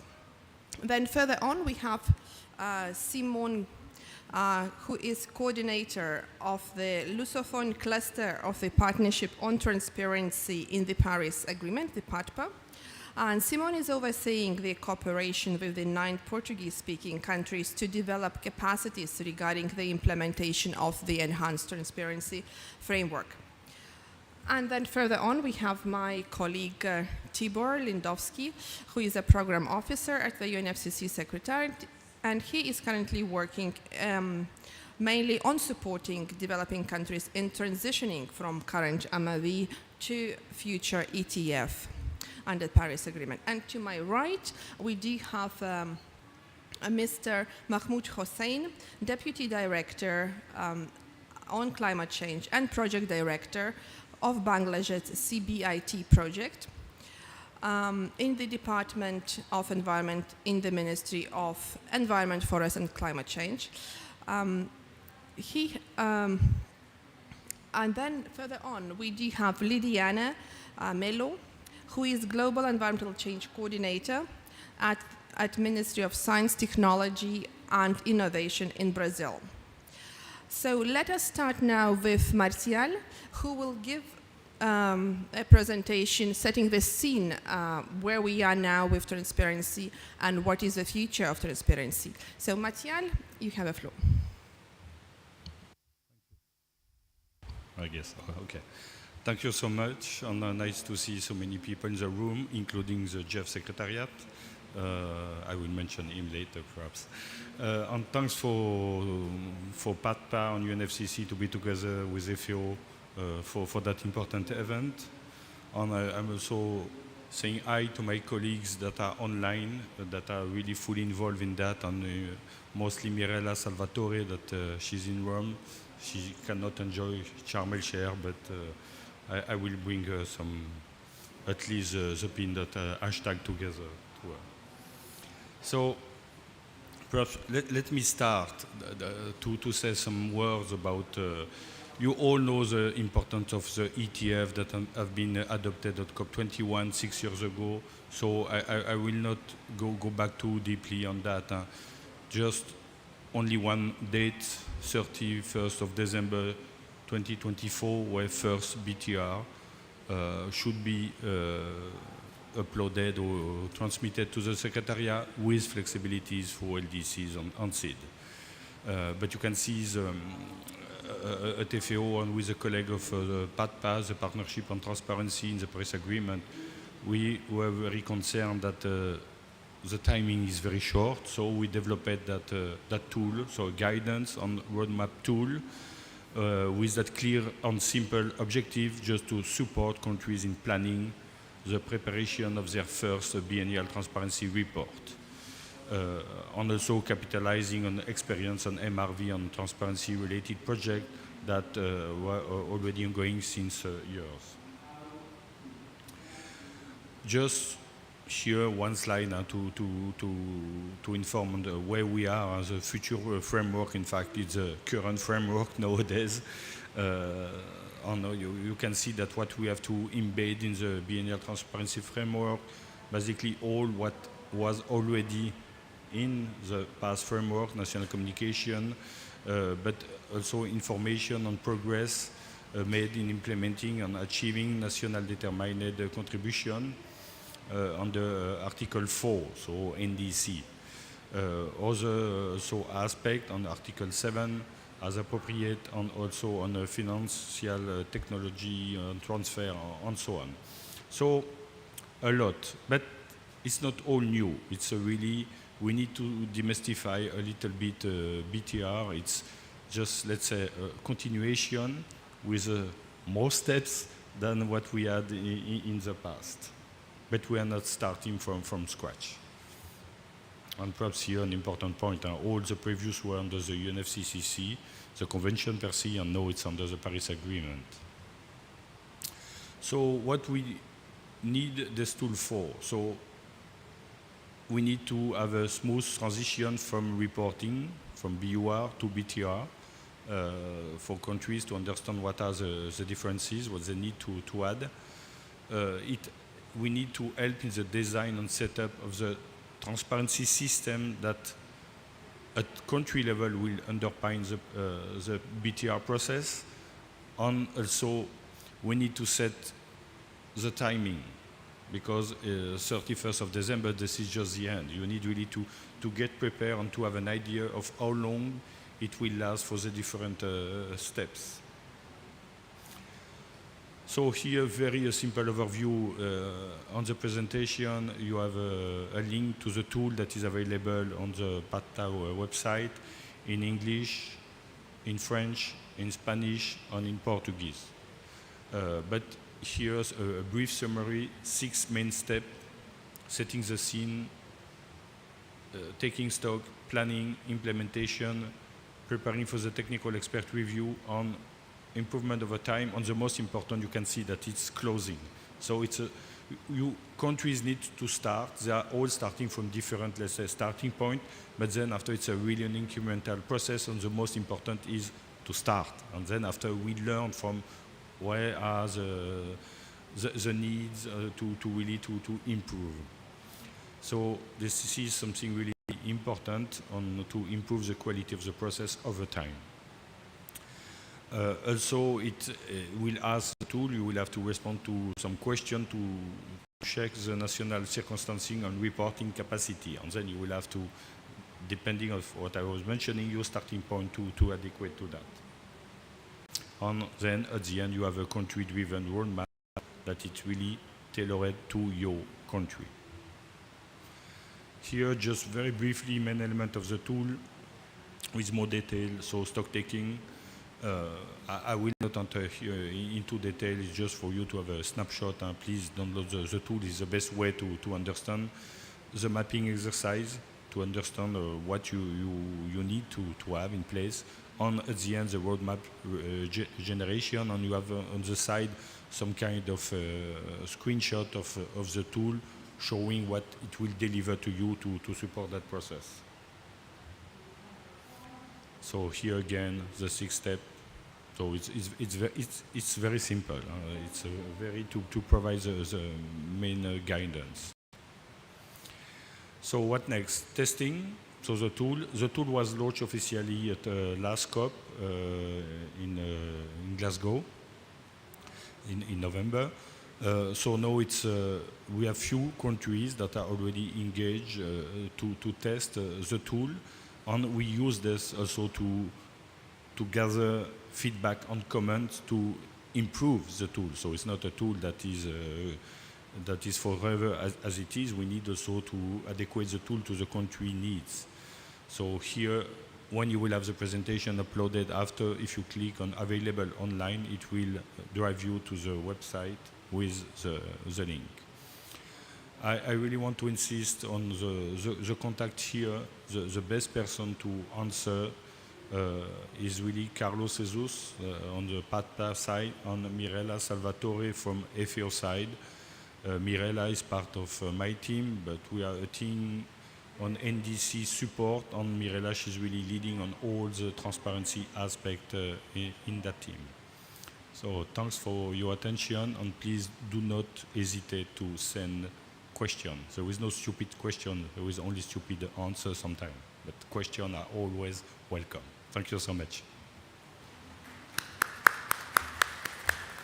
Thank you very much, Martial, and we take note that the most important is to start, and that there are simple 6 steps in the tool that can help you to transit to the ETF. And now we will take questions after we hear from Tibor. So please think about the questions to Martial. And Tibor will talk us through the benefits of climate transparency at national and international level, and that would be the presentation of results of the joint project of PATVA, consultative group of experts, and FAO, which ended up in publication National Benefits of Climate Change. So Tibor, tell us more about the national and international benefits. Tibor. Thank you very much, Ruta, and hi everyone, good afternoon. So I'm glad actually that I'm going after Martial, so he already mentioned a bit of the intro about the transparency, and basically Ruta also introduced me as somebody who worked for a team supporting developing countries in the transition from the current MRV system to the future ETF. And very importantly, one of the main tasks that we have is to enhance the understanding of countries, not only developing countries, but also developed countries, what the benefits of transparency is or are actually. Why do we moving to enhanced transparency framework in this way? And so basically why I would just like to, my presentation is fairly short, so I would like to point out a couple of main messages with regards to the benefits of climate transparency. And one of the first thing I would like to say is that transparency is not only about reporting, but transparency goes well beyond the reporting of the requirements that are under the UNFCCC Convention and the Paris Agreement. So, for example, it is closely linked to the institutional arrangements, and building institutional arrangement in developing countries especially is one of the very, very important aspects, but also data collection and data management. That's something that we have to actually have a closer look at, because this is a very important part. Having the right data would help us and will help the countries to actually, and of course use this data in a way that can efficiently be communicated not only to the policymakers, but also to the broader audience, because we need to have more or all stakeholders, relevant stakeholders involved. So let me just touch upon a couple of benefits, but then of course the list of the benefits, direct or indirect, is much longer. Here there are 5 actually benefits that I would quickly like to touch upon. First of all, the informing policies, plans, strategies, and programs. In this case, of course, if we are able to have a coherent data that we can use, we need to collect this data, and then if we are using it in an efficient way, this data can help to inform the national policies in a way to basically enhance the action at the end of the whole process. So it is basically monitoring of the actions on the ground, but on the other hand, we also are able to measure the progress. If we have the data, we can on one hand, of course, monitor what is happening out there. On the other hand, This leads to measuring the progress as well as understanding the opportunities that are out there. Secondly, if I look closer into the enhanced transparency framework, for example, there is also an opportunity to identify the needs and the priorities of the countries. So when we have systematic processes in place, it helps us to collect the data in a coherent and reliable manner. And so this will help us in the future, for example, directly linked to the political buy-in. When we have the data which are reliable, we can effectively communicate it to the policymakers, which at the end of the day, again, leads to better or more enhanced climate action, because they are the ones who are actually, you know, who are developing these policies and agreeing to implement them. Improved access to support. I think here there are basically two ways how this can be done using the transparency and the reporting. First of all, having the reliable data helps also the decision makers to choose the right kind of way, to choose the right direction the country should go in order to have an efficient climate action. And secondly, while countries are reporting in their BURs at the moment, developing countries, and the future BTRs, it also, of course, builds trust, which is one of the very, very important elements, building trust towards the other stakeholders, towards developing countries, if we are talking about public finance, but of course also towards private sector, because when we are reporting on the data, what are the needs, what is the action happening at the moment, the private sector as well is able to better understand and identify where their portfolio would be aligned with the needs and the priorities of these countries. And then lastly, maybe I'll take the awareness and the building capacity together. So as I mentioned at the beginning, transparency is not about reporting and fulfilling the requirements under the Convention and the Paris Agreement, but it's also linked to the building the institutional arrangements. It's about the processing of the data that is collected and being able to effectively communicate the results of this exercise and understanding of the data. So all of this somehow brings us to the element of building capacity at the national level. And then, of course, it's very important to keep this capacity for longer term. So this is always good to actually involve also more stakeholders. It's not a one-man show. It's not that, you know, one ministry is able to collect and manage all the data. There must be more stakeholders involved in this process. And of course, capacity building is one of the things that comes up as one of the most important elements. That's what we are also focusing in our unit, on supporting the countries in building their capacities, organizing workshops, trainings, so that at the end of the day, the country has the necessary capacity to not only fulfill the requirements of the reporting, but also to be able to use all of this information and data they have received to further attract finance, to further get some support from policymakers. And last but not least, of course, there is an important element of knowledge exchange between the stakeholders. So there is not only that the country is collecting and using the data, but there are many more initiatives, there are many more stakeholders out there which are collecting the data, which are very interested in the data. So it's very, very important to engage all the stakeholders that are out there and work together towards the common goal.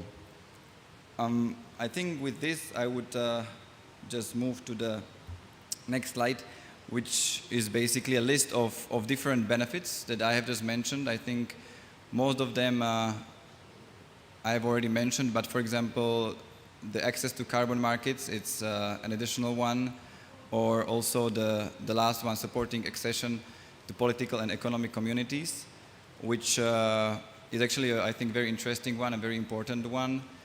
We have an example from Colombia, for example, which by improving its statistical system related to GHG inventory reporting, was able in basically enhance the system to the point where they were able to fulfill the requirements of entering the OECD. So this is one of the examples that will also be actually in the technical report that I will just talk about now. Based on the importance of the transparency topic itself and moving towards the enhanced transparency framework, the consultative group of experts, which is a constituted body under the UNFCCC, has given us, the Secretariat, the mandate to prepare a technical paper on benefits of transparency. And together with our colleagues, Martial and Patpa and all the others, we've decided that we want to take this actually forward and not only work as a secretariat on this paper, but involve as many stakeholders, as many partners we have as possible, because we all know that this is a very, very important topic, and we want to make it as comprehensive and as useful to all the parties that are out there, not only decision makers, of course, not only policy makers, but also all the other stakeholders that are out there. This paper will be based on the paper that was already developed by PATPA in 2018. It's called National Benefits of Climate Reporting, but we will try to build on it and try to add more case studies, more information. In the last 4 years, of course, there has been a lot of improvement and development. So with regards to the timeline, we are planning to publish this paper towards the end of this year, or most probably at the beginning of next year, because of course we are quite busy with the COP at the moment, so it might delay a bit our. And the objective of the paper, last but not least, let me highlight 4 things. The first one is for countries to understand that the transparency is beyond the reporting obligation, and there are many, many benefits that are directly or indirectly linked to transparency, and in many areas. We are talking also about economics, we are talking also about, of course, environmental development, sustainable development. So all of this is interlinked in one way or another. Secondly, enhancing the understanding of the importance of having such a really robust and efficient MRV transparency system. And as I mentioned already, we will be building up on the paper prepared by PATPA, but we will introduce new case studies and updated information from the last 4 years. And I think that's also mentioned that this paper will be not only for policymakers, but also for other relevant stakeholders who will definitely be able to benefit from this paper. So I would, as my last remark, I would actually want to invite all of you to really find time and read this technical paper, because it's gonna help not only the policymakers, but it's gonna help to all the countries and stakeholders which are involved in the process. With that, thank you very much, and back to you, Ruta. Thank you very much, Tibor. We hear loud and clear that transparency goes beyond reporting, and it's more about institutional arrangements, data collection and management, and it's about informing policy making, access to support capacity building, and exchange of knowledge across the parties. So now let us turn to the parties and let us hear from Brazil and Bangladesh. We'll ask 2 questions and we take it one by one. So first, let us dive deeper into the national benefits of transparency. So what national benefits have you untapped by complying with existing reporting requirements under UNFCCC? And what are you doing how do you prepare for setting up transparency systems for Paris agreements? So what national benefits you have untapped by complying with the existing system and or by setting the system for the new transparency framework? Who would like to start? Hussein or Liliana? Ladies first. Liliana, please. Good afternoon. First of all, I would like to thank you for the invitation. It's a pleasure to be able to talk about the Brazilian experience in the reporting process under the convention, such as the national communications and the BURs, in our preparation to meet the commitments under the Enhanced Transparency Framework with the BTRs. So the coordination of the elaboration process of the national communications has been under the responsibility of the Ministry of Science, Technology and Innovations of Brazil, since Brazil has joined the UNFCCC. The process of giving visibility and transparency and allowing the participation of all sectors of a society has always been present in all the process, in all the actions planned by the ministry and other members of the government. The process of validation, the content of the national communications goes through public consultations with experts and other representatives of the society. So these consultations are done online, where all the people could, we have all the possibilities to receive these contributions and compile and treat them as to what is pertinent to internalize in the final text of the national communication, for example, and other documents. So these consultations function as mechanisms to provide transparency, not only to what is done, but also as a way for the government to promote engagement. So as we talked previously about the engagement, the necessity to provide consistent information to all decision making. That's a way on how we do this. So the process of elaboration of the BURs is coordinated by the Ministry of External Relations in Brazil, assisted by the Ministry of Science and Technology too. And the schedule is established and at least a few months in advance, and all the other sectorial ministries participate by contributing, provide information for all the specific sessions to this document, to the BURs. And the numbers related to agriculture, to forestry, or energy. Each sector ministry is responsible for the consolidation of the information and the data related to each sector. So each ministry are responsible for each sector. As example, in the case of the low carbon agriculture plan, the ABC plan that we call, the Ministry of Agriculture and Supply organized the information and indicators to describe how it has implemented actions for the recovery of degraded pasture, integration crop, livestock and forest, and all the other good practices that are fostered to reduce emissions.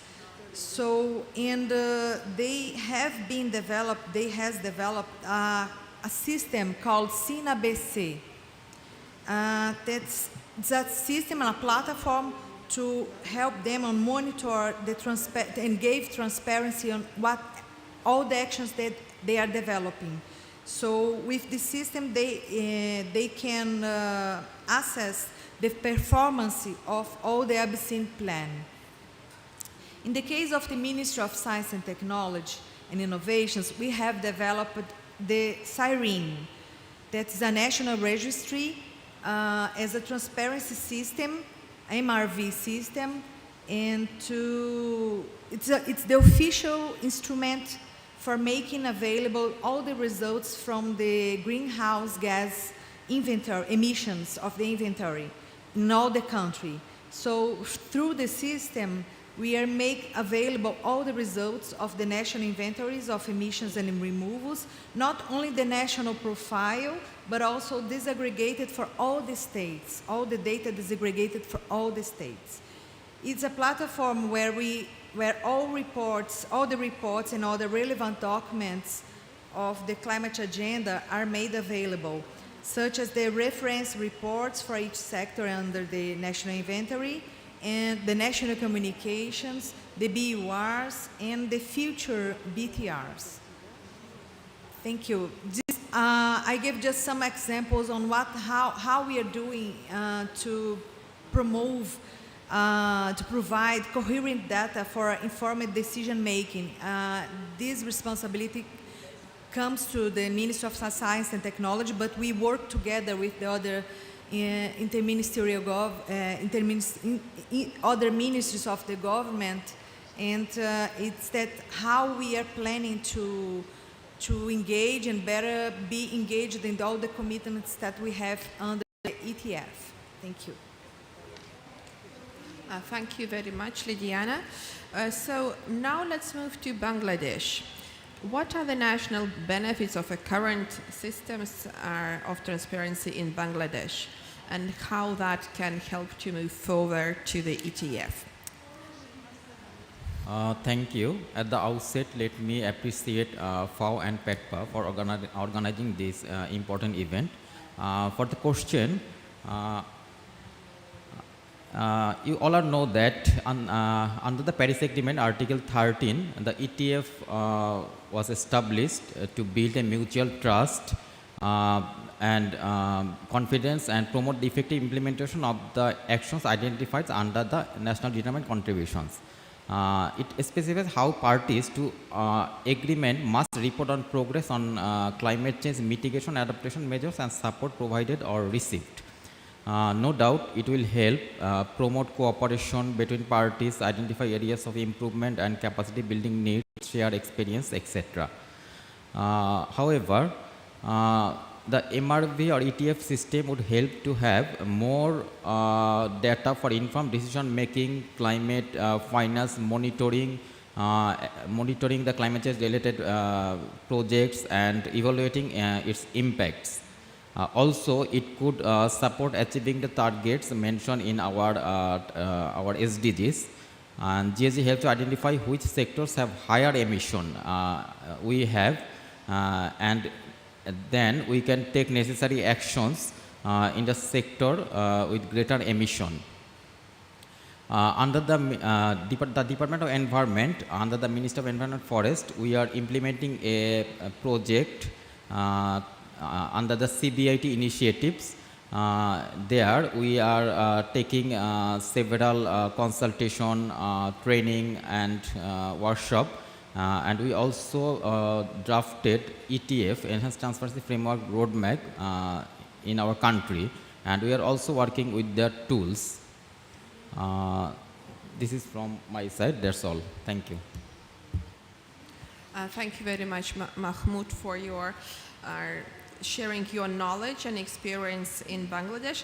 And let us now go more specifically into preparation for the implementation of the ETF and preparation for the BTR. And I was curious to know from both Lidiana and Mahmoud, what are the steps taken in preparing for BTR, and what are the challenges that your countries may face in preparing for first biannual transparency report under the Paris Agreements? And maybe today, now we can start from Hussein and then go to Lidiana. Thank you. Thank you. You may know that Bangladesh is currently formulating its first biennial update report to the UNFCCC with technical support from the UNDP.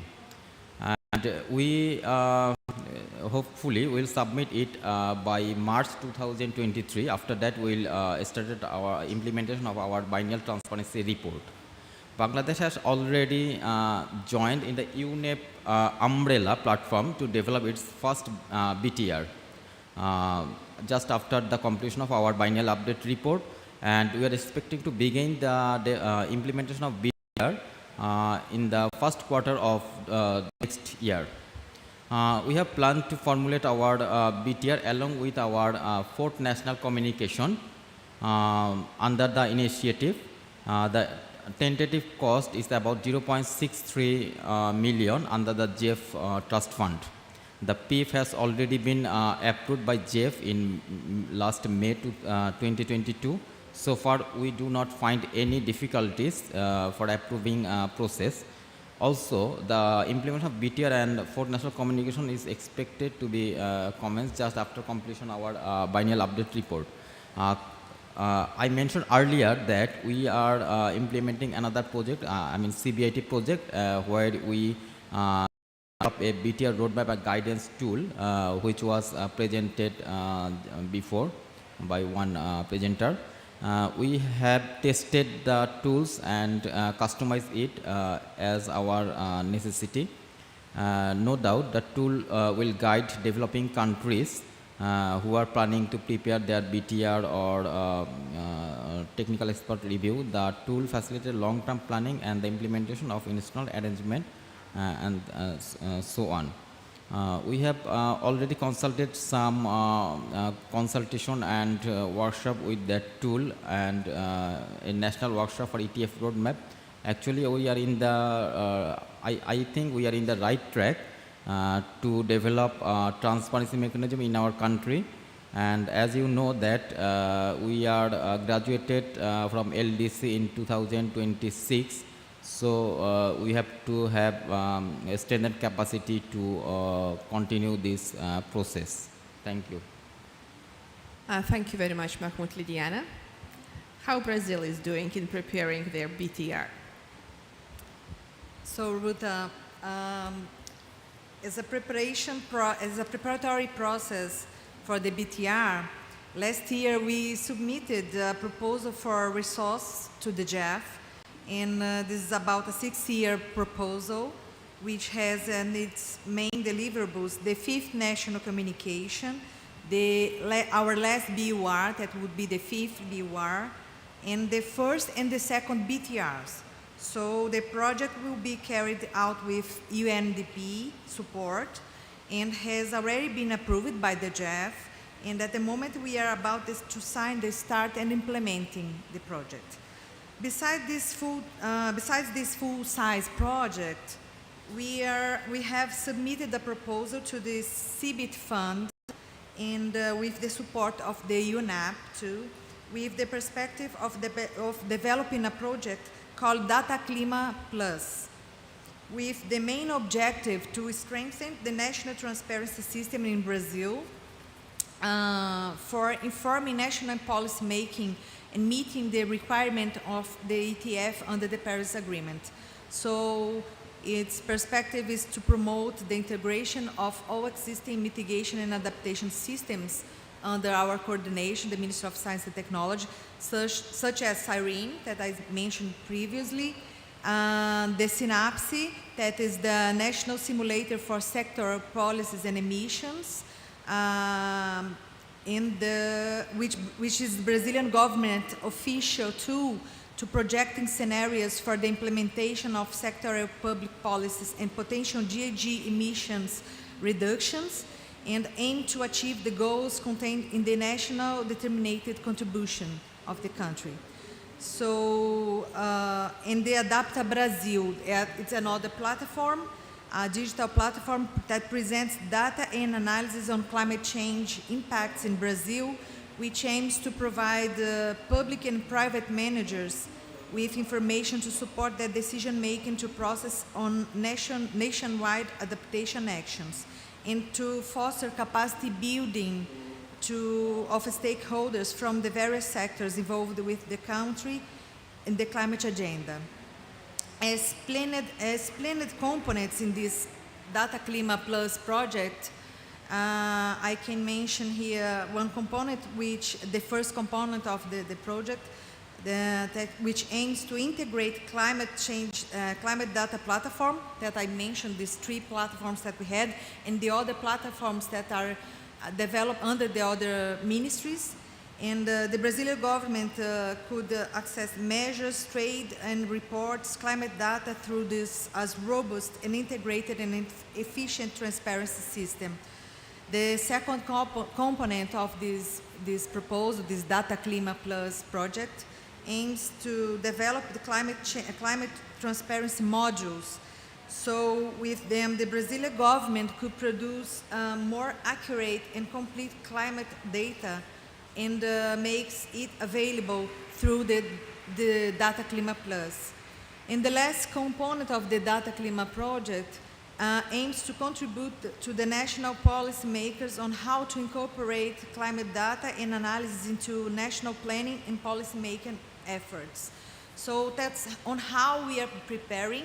We are, so at December, until December 2024, we probably could have our BTR, our first BTR, and that's on how we are doing now at this moment. So with these big projects, especially for the national communications and the final BUR, and the other for the capacity building fund, the CBT fund, that would help us in this process to make this transition smoothly. Thank you. Thank you very much. We are all looking forward for the smooth transition, indeed. Before we open the floor for questions, let me give the floor to Simone, who will work us through PATPA activities and some other knowledge products that we can tap into.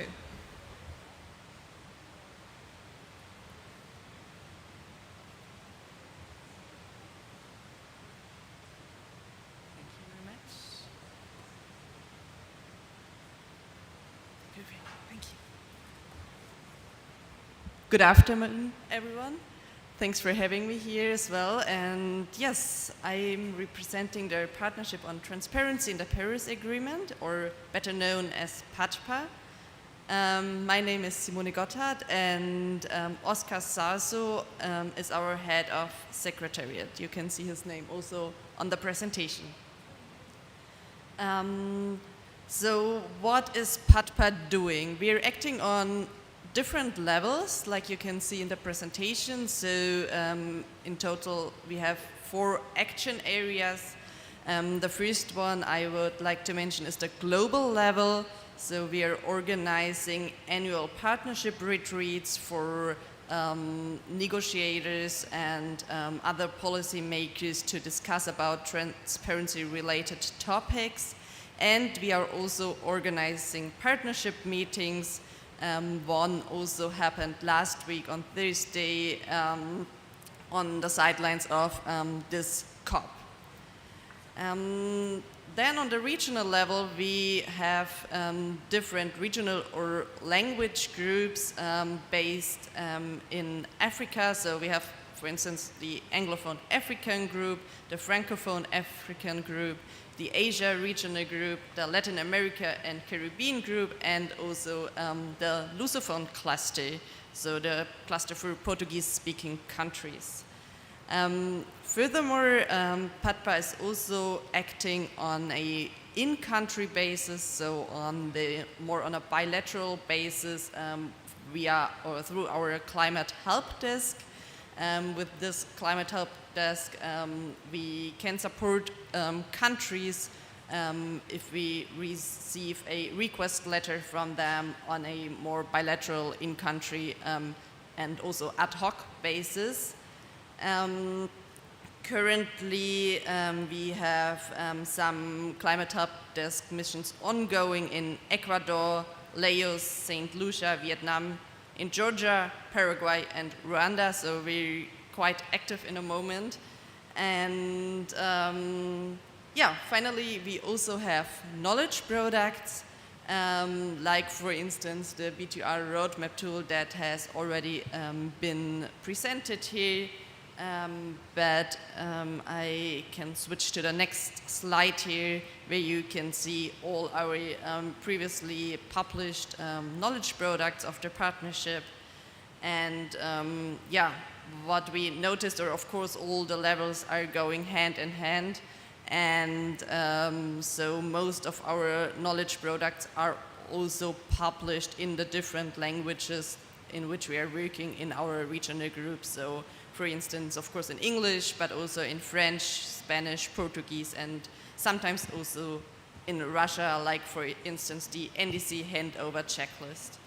You can find all the knowledge products, all the publications on our website.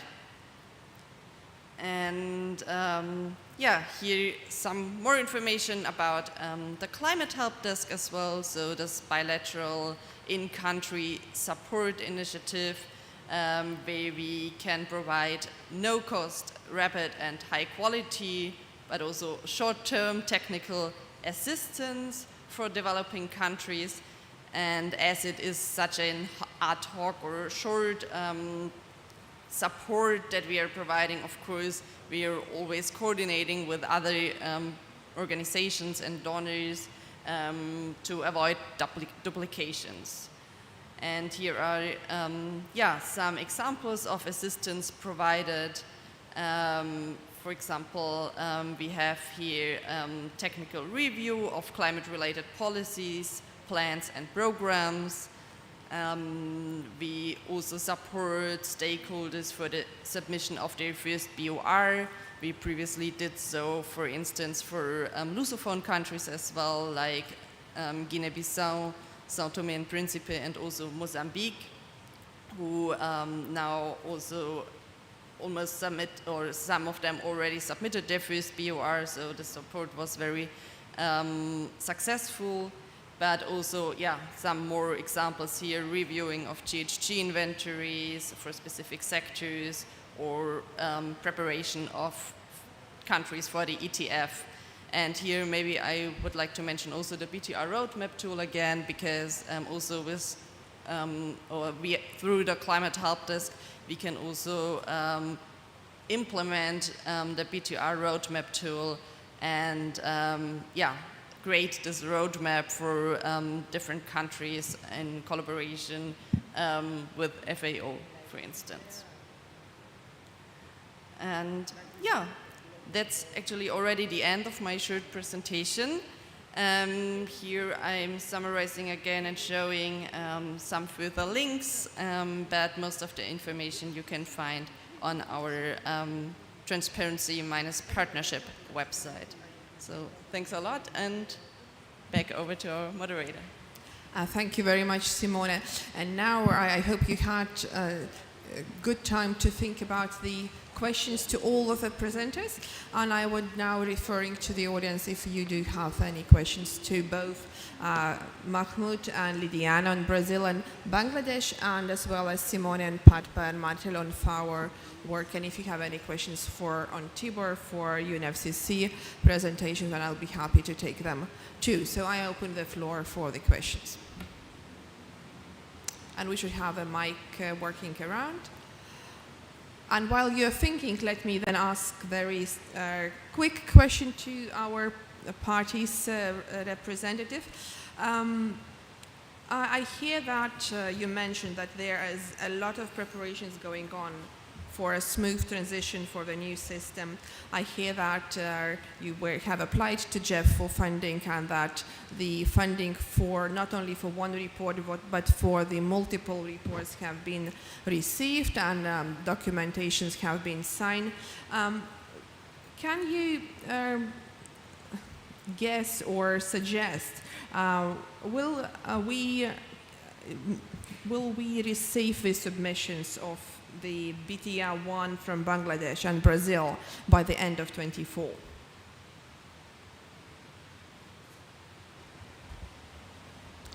So, Ruta, in our case, we prefer to take this kind of programmatic approach. So, because the transition cost of a proposal, a small project, is the same of a big project, a huge project. So, in our case, it's better to hire a team and have them with us 6 years and preparing better to engage with them to develop the next proposal and to make us in Brazil fulfill respect the deadlines that are established here under the convention. So with this huge project, we can attend all the commitments on time and probably on time. At the moment, we are little bit delayed in the case of the BUR5 that we supposed to submit the report at the end of the year, but it won't be possible because the project hasn't already started. So we probably will submit this report on July 2023, and then we will have enough time and resource and a team of specialists engaged with us to develop the BTR on time until December 2024. So first you have to have a good plan. At the moment we haven't tried the tool developed by the PAPA, but we will try, because we do all the process in an organic way, but I guess with the tool we can have more confidence with all the steps that we have to make, and make sure that all the information and all the stakeholders would be engaged on time to have the report validated by the government on time to submit it. So these are the main aspects that I would like to highlight in our case, in the case of Brazil. Thank you very much. And about Bangladesh, we are 24 months away from the timeline. It's quite stretching. So, Hussein, will we receive the submission of BTR by the end of December 2024? Actually, right now we are developing our biennial update report, and we was supposed to finalized and submit it in this year, September this year. But due to COVID pandemic and some other reason, we extended the project and we will supposed to submit it by March 2023. Also, we are in the process of developing a BTR. Just after submission of our biennial update report, we will initiate our biennial transparency report, and we are hopeful that we can initiate the BTR process in April, hopefully April 2023, and we'll try to submit by 2024. It is, however, it is very difficult, but we'll try our best. And you know that we are in the CBIT initiative, and it is just the first one is just being completed, and we'll started the second one.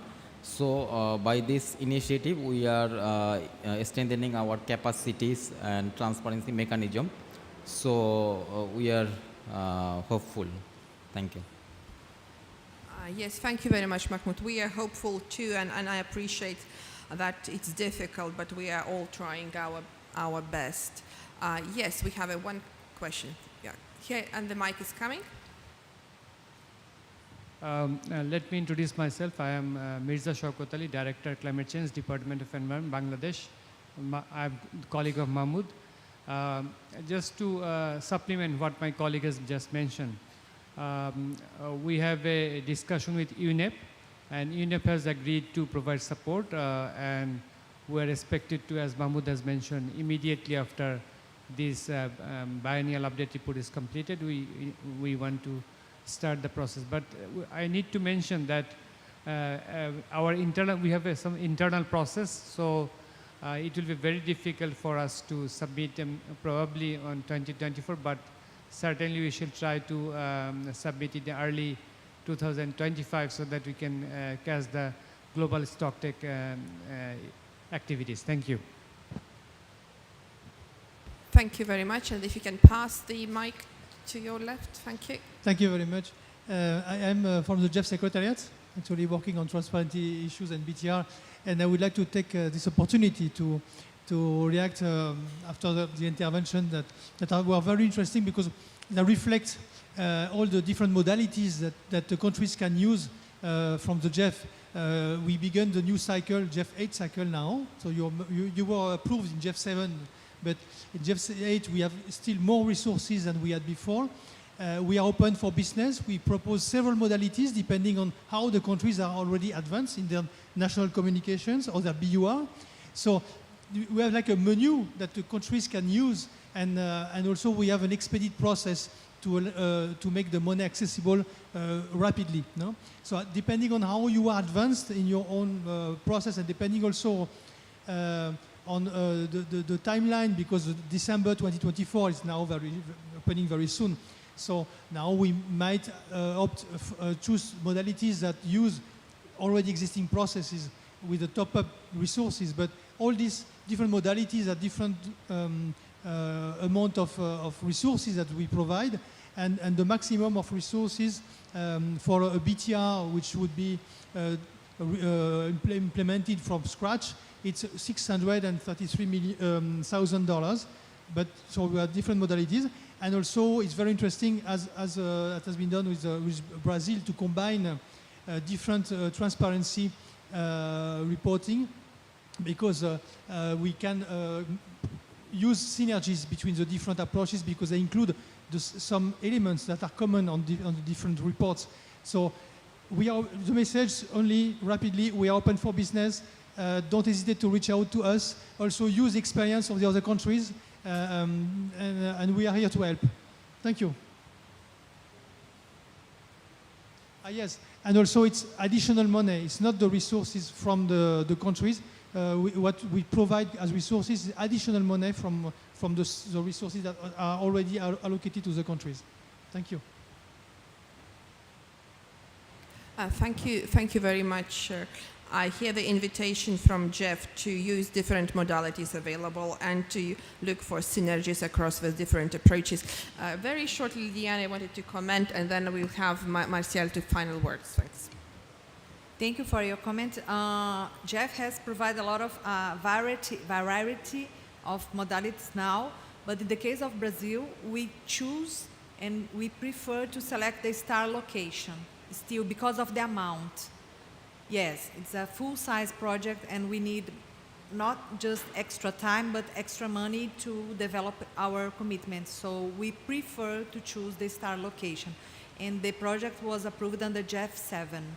Now, the next years will be challenging for us, and so we can change and select and make a mix of modalities. But for these steps now, at the moment, we prefer to select the star location. Thank you. Thank you very much, Liliana. Martial, your final thoughts, how we can more first support parties? So I will be brief, because Pascal from the GEF responded part of my 2 points. So I guess transparency is part of a full bigger picture. It's not just transparency. Countries also have needs with NDCs, planning, LT-led long-term strategies. So there is a lot of needs. For that, you need resource. Pascal already provides some answer. Jeff is here, GCF, on other finance institutions. You can blend finance, so you can use different finance. CBIT can be used also to transition from BUR to BTR, so this is something we should highlight. But we need also a part of the resources, we need support, we need knowledge. On the BTR tool is only one of the tool we need. So there is other tools. Patta, so my colleague at to left for an interview. But FAO also, we are developing several tools. So just to provide, and this will not be a long list, we are developing an NDC toolbox with tool on, one is on next, so on NDC ex-ante calculation of greenhouse gas to understand, to put some numbers in front of the action. We have one connecting with biodiversity, because countries are struggling. They have to report not only on the climate change, but also on other conventions. So we are trying to link, so with carbon mapping, with biodiversity indexes. We have an NDC tracking tool.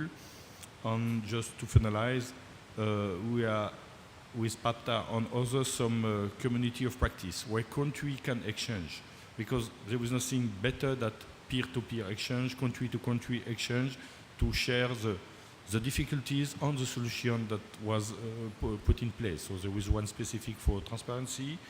On TFO, we are developing the climate change knowledge hub, trying to bring all together the different community of practices, not only FAO, all from other agencies. On perhaps my final words, just to thank the Secretariat for having this wonderful session with the partner, PATA, that is really working hard all together with the Secretariat, with FAO, and we have also engaged with other partners. So thanks to all, and thanks to the people also online. We know we have people online. It's sometimes difficult for them to engage, but thanks to all of you. Yes, thank you very much, Martial. And it is really encouraging to see how parties are advancing towards the enhanced transparency framework. It's also encouraging to see how the international organization and all transparency partnerships are collaborating together, and how we find synergies in knowledge products and in the avenues of support, and how we would eventually will make a bigger impact. So at the end, let me invite you to give a round of applause to all the presenters today, and thank you very much for participation.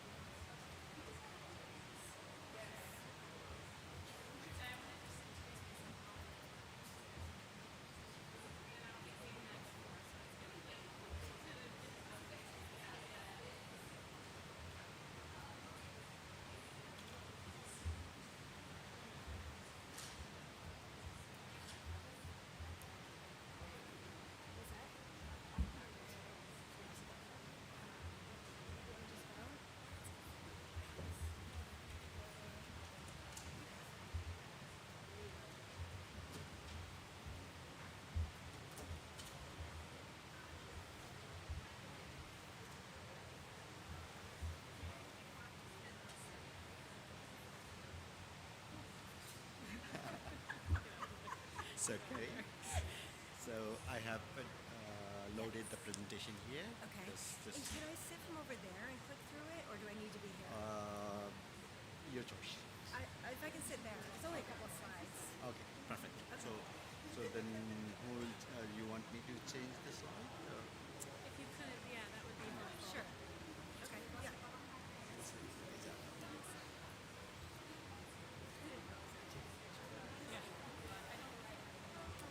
I'm good.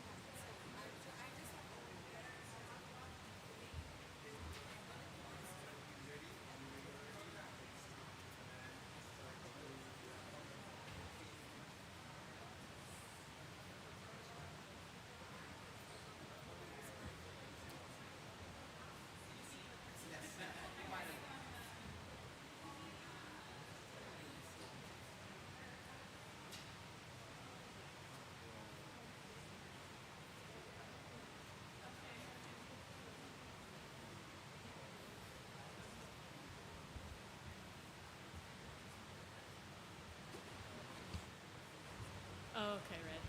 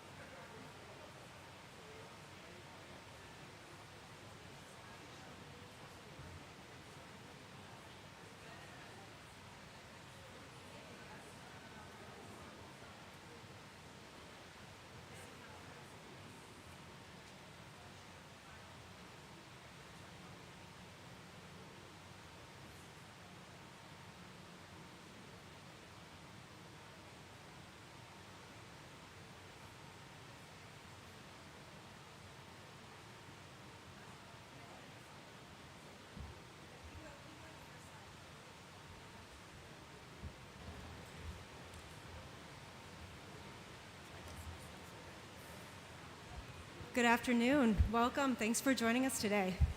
I'm Carrie Enright Cato, Director of the Greenhouse Gas Management Institute. I'll be our moderator for today's event. I'm really delighted to be here with you to discuss capacity building opportunities for expansion under the ETF with our panel of experts. So in this session, I'll present what the Greenhouse Gas Management Institute has learned from its 15 years of capacity building, highlighting the opportunities for replication under the expansion under the ETF. Our panel will talk specifically to the sustainable enabling conditions for making the transition to the enhanced transparency framework, which requires a strengthening of climate MRV capacity around the world. We hope that by sharing our lessons learned that you can incorporate these opportunities into your own projects and programs under the ETF, or that our panel or the audience can help identify opportunities for ideas and collaboration. Closer. We kick off, there we go, a little louder. We kick off today's discussion with an overview of GHGMI and our introduction to our panel of experts. Then we'll spend a few minutes asking our panelists key questions before opening it up to the audience to ask questions. We'll then wrap it up with 15 minutes of networking, discussion amongst yourselves, or directly with our panelists. So let's go ahead and get started. Next slide. So let me tell you a little bit about GHGMI. It was founded in 2007 in response to the current and future need for qualified professionals capable of managing greenhouse gas emissions. Just as engineering, medicine, and financial accounting rely on technically skilled professionals, GHG emissions management requires a competent and ethical professional community to be responsible for measurement, reporting, and verification. Building this community of professionals is a key component of the world's success in implementing meaningful mitigation and adapting to climate change. The Institute really has become a global leader in capacity development and applied GHG management worldwide, with staff and faculty expertise around the world. Next slide. As a nonprofit, we work with governments and other partners to build robust institutional arrangements for climate action and deliver technically rigorous training curricula authored and instructed by leading experts.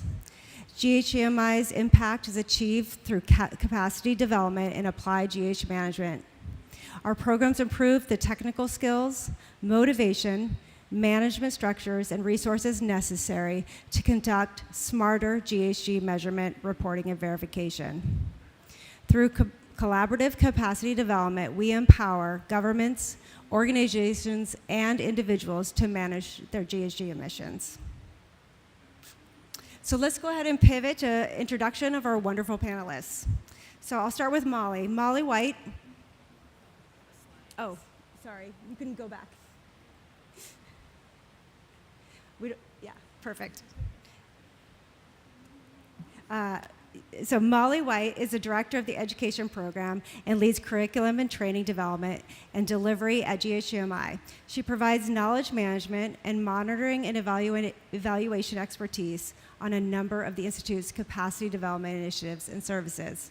Molly has trained under the UNFCCC CGE training program for technical experts and currently leads research on developing GHG MRV frameworks and indicators for improving climate change interventions in majority world countries. Mate Gasparic is a senior project manager at GHGMI, where he manages projects within the mitigation program and MRV hub. Mate provides support, technical activities, and management functions, including the development of tools for GHG inventories and MRV systems. Brittany Meehan is a program associate at the Caribbean Cooperative MRV Hub.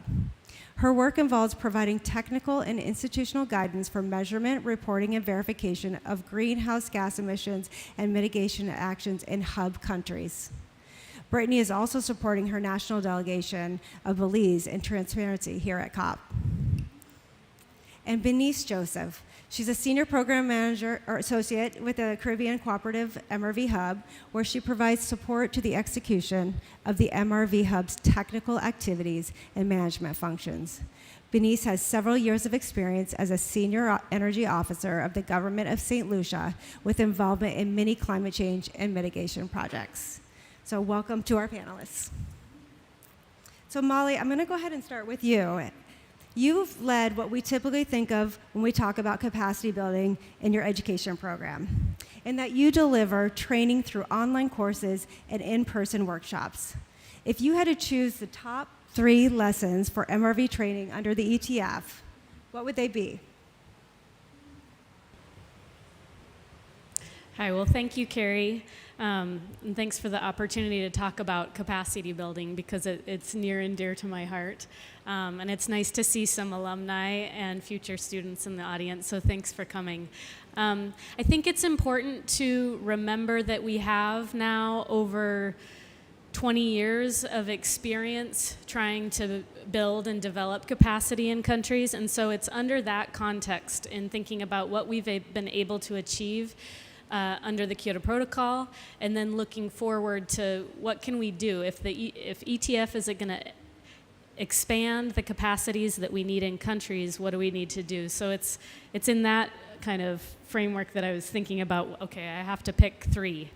So the first of my 3 is to offer advice that, to not discourage career advancement of the people that are doing the work of transparency. I think in the early days, we as capacity building practitioners, we thought, if we just build capacity of a certain group of individuals one time, that was going to be enough. And I think what we've learned is that that's okay to some degree, but those individuals go on in their careers as they should. And I think it's really important that we recognize that as it being inherent, but also necessary for those professionals seeking to help their companies, help their governments.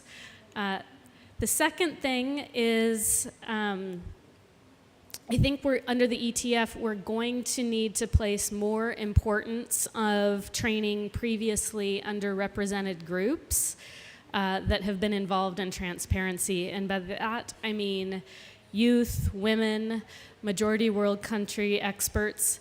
And the reason for this is there's been a lot of focus, again, under Kyoto, that we need to train and develop the capacities of just national governments to report internationally. And under the ETF, while we were still going to need to do that, the other groups that we're going to need to also train are the individuals working in countries domestically to understand those reports, to understand the activity data that are used within those reports so that they can better manage the mitigation actions, the adaptation actions that they need to take in countries. So what we're going to see, in my opinion, is this almost expansion in 2 ways. And that's a little bit different than what we saw originally in a lot of capacity development projects around the world in the past 20 years. The third thing is we really need to create spaces for applied learning. And what do I mean by applied learning? I mean we need areas where individuals can have trial and error. They can mess up. They can use actual data. They can use actual, research that's being developed in their countries. They can engage in stakeholder consultation processes by raising their hands, speaking up, and seeing what ideas come of that. Because that trial and error is important because it means it leads one step towards improvement. And that's when I think of enhancement. That's where enhancement takes place, is when we all take steps to improve. And that leads to better decision making. So those applied spaces, those areas where you can collaborate and cooperate, that's where we exercise our decision making skills. So maybe I'll pause there. Those are my three. And I'll give the floor back to Carrie. Thank you. Fantastic, Molly. Thank you. Those are, I think, are really good suggestions. I'm going to turn to you, Benice. Molly spoke about creating spaces for applied learning. You've worked on MRV for St. Lucia, a small island in Caribbean. So what models of applied learning have you worked on or that have worked for your perspective? On. Thanks, Gary. So I'm going to speak not only for St. Lucia, but I've spent some time working with the Caribbean Cooperative MRV Hub as well, and looking at the Caribbean region. And we found that a combination of applied learning models has worked well in the region, using a variety of teaching and learning methods and hands-on learning experience. Molly spoke to that as well. Some of those include the need to start learning from a bottom-up approach, where we teach courses from initial learning, from baby stages, about the different courses, and also applying the bottom-up approach in targeting not only government officers, but the data collectors and those who are directly involved in the process, helping them understand the reason why the data is required. We've also used some top-down approaches as well, where your high-level ministry officials are trained and sensitized about issues and understand what is required for the technical officers to complete the courses or to complete the work that needs to be done. Also, top-down approach in the training, where we start from the output and then go down to the source. So these are some of the examples. We know that theory is not enough, and it is essential that we speak on hands-on learning experiences and peer-to-peer learning. So to meet this, at the MRV Hub, we designed case studies and carried learners on field trips during these times where they could understand exactly what's going on in the field, understand what the practitioners have to go through in their daily work activities. So visiting sites like solid waste sites, going through what's required in the measurements for the forestry area for inventory. In addition, a similar aspect of what we've done, as I indicated, for forestry, doing the plotting with the practitioners in the field and helping them understand what you're going to use the data for and why is it important that you need that data as well. So these are some of the learning experiences that we have, the applied learning that we have done. Just speaking on the modeling experience, hands-on training and learning by doing approach has worked well in the Caribbean region, where students benefit from learning the theory, then applying this theory in actual practical experiences. So building models and using regional data to get results and being able to interpret those results. Because it's one thing to build the models, get the results, but being able to understand what those results are. So these are all part of our trainings and our learning experiences and what we've done in the region. As I indicated, peer-to-peer learning is essential, where students learn from projects of what their peers are doing, basically making learning relevant to the participants. How is the learning experience relevant to your day-to-day work? And so we can talk all about learning, applied learning models, but when it came to the COVID-19 pandemic, there was a need to adjust the ways we taught courses and how capacity building was done and adapting to different situations. So we've done both asynchronous and a hybrid approach to those learning courses, where in the asynchronous training, participants were able to do it at their own pace. So you have all that training available to you, but you work at your own pace. And then we have the hybrid approach. And we found that with asynchronous training, for some reason, it suited the female participants better. And with the hybrid training, the male participants were more inclined to do those kind of training courses. But these are just an example, so I'll stop here, Carrie, and for you to continue. Thank you. So Benice, actually as a follow-up, so under the ETF, you mentioned cooperation. What value do you think cooperation brings under the ETF?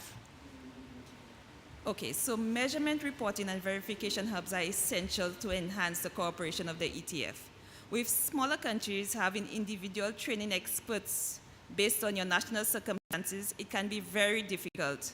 And if we consider economies of scale as well, this becomes difficult in very small islands like the Caribbean islands, like St. Lucia.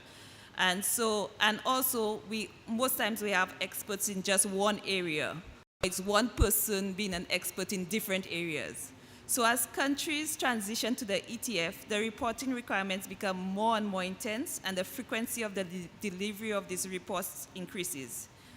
So therefore, it's essential for many regions to have these regional cooperation hubs to assist with training of pool of experts, helping reporting requirements where human resource capacity is small or lacking, reducing the learning curve for countries by learning from past experience.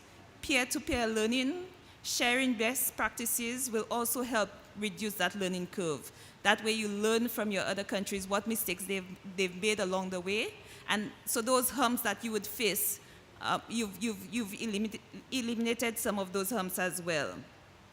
The hub helps bring technical experts for common reporting tables, common tabular format, and will build capacity in the region, facilitating continued exchanges as we begin our biennial transparency reporting process. And of course, the ability to archive data and potentially no loss of institutional memory, because we've had those cases in the region, and I think that's where cooperation comes hand in hand with the ETF process. Thanks, Gary. Great, thank you, Benice. So Mate, one place where multi-country cooperation took place under the Kyoto was with expert review teams. Can you describe in these cooperative spaces how capacity building takes place? Thank you, Karim. Okay, that's, I believe, but, oh, good. Yeah, I mean, a review process, I mean, being Kyoto Protocol or Paris Agreement, I mean, the review process is an essential element of, keeping environmental integrity of the process. And it's also important, a kind of framework for experts and to share their knowledge and to, through the review process, also build their capacities.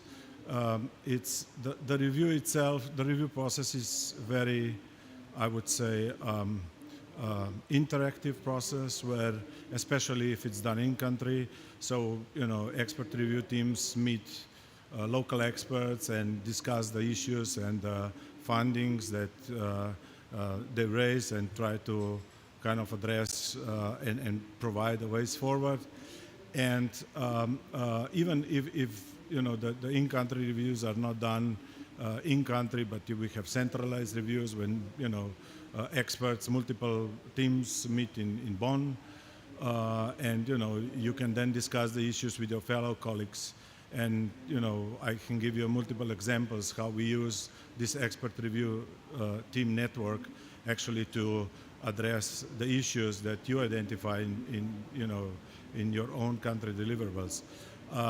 We need to understand that, expert review teams are, in principle, when they come back home, they are inventory compilers, they are, doing the national communications, biannual reports, biannual update reports, and every review cycle is for the everyone involved actually a kind of a learning exercise. Sometimes you come to a country where, in principle, at the end of review, you as a reviewer learn more than before you arrived, which is an excellent way how you can actually see how countries are, which kind of approaches are using, being for the inventories, being for policies and measures, being for projections. So it's a very, very valuable, I would say, process in general. So, and as I said, in my experience, whenever I came back from a review, I found, even during the review, you can identify kind of the ways forward and the improvements for your own deliverables, and you come back actually home with additional knowledge. And that's why, countries go even beyond mandatory UNFCCC reviews, and they are doing also peer reviews as a part of their quality assurance process, where they exchange, views and, also the good practices, also the mistakes, because it's important that we learn from mistakes. The only reason is that, we need to make sure that our subsequent deliverables will be even more transparent, more accurate, more complete, if you like, and more consistent. Yeah, that would be. Thank you. Great, thank you, Mate.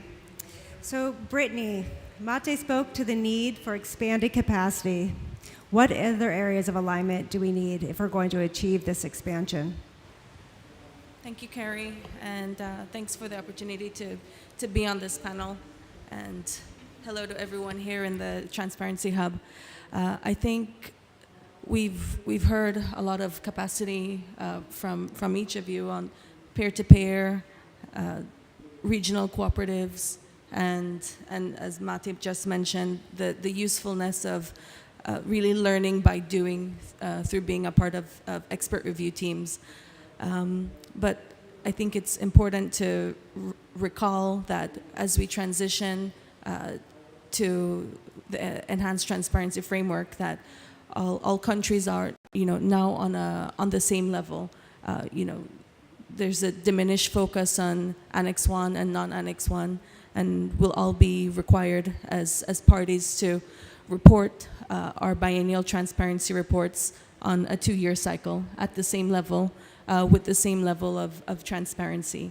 And there is some, disparity between those countries who have been able to get practice by doing and by reporting regularly, whether through biennial reports yearly or biennial update reports from non-Annex 1 parties, which are also 2-year cycles. But in doing so, we need to recognize that not everyone has matched at the same level of frequency of reporting, and my colleagues here have all spoken to some of the reasons why in capacity. So in going forward,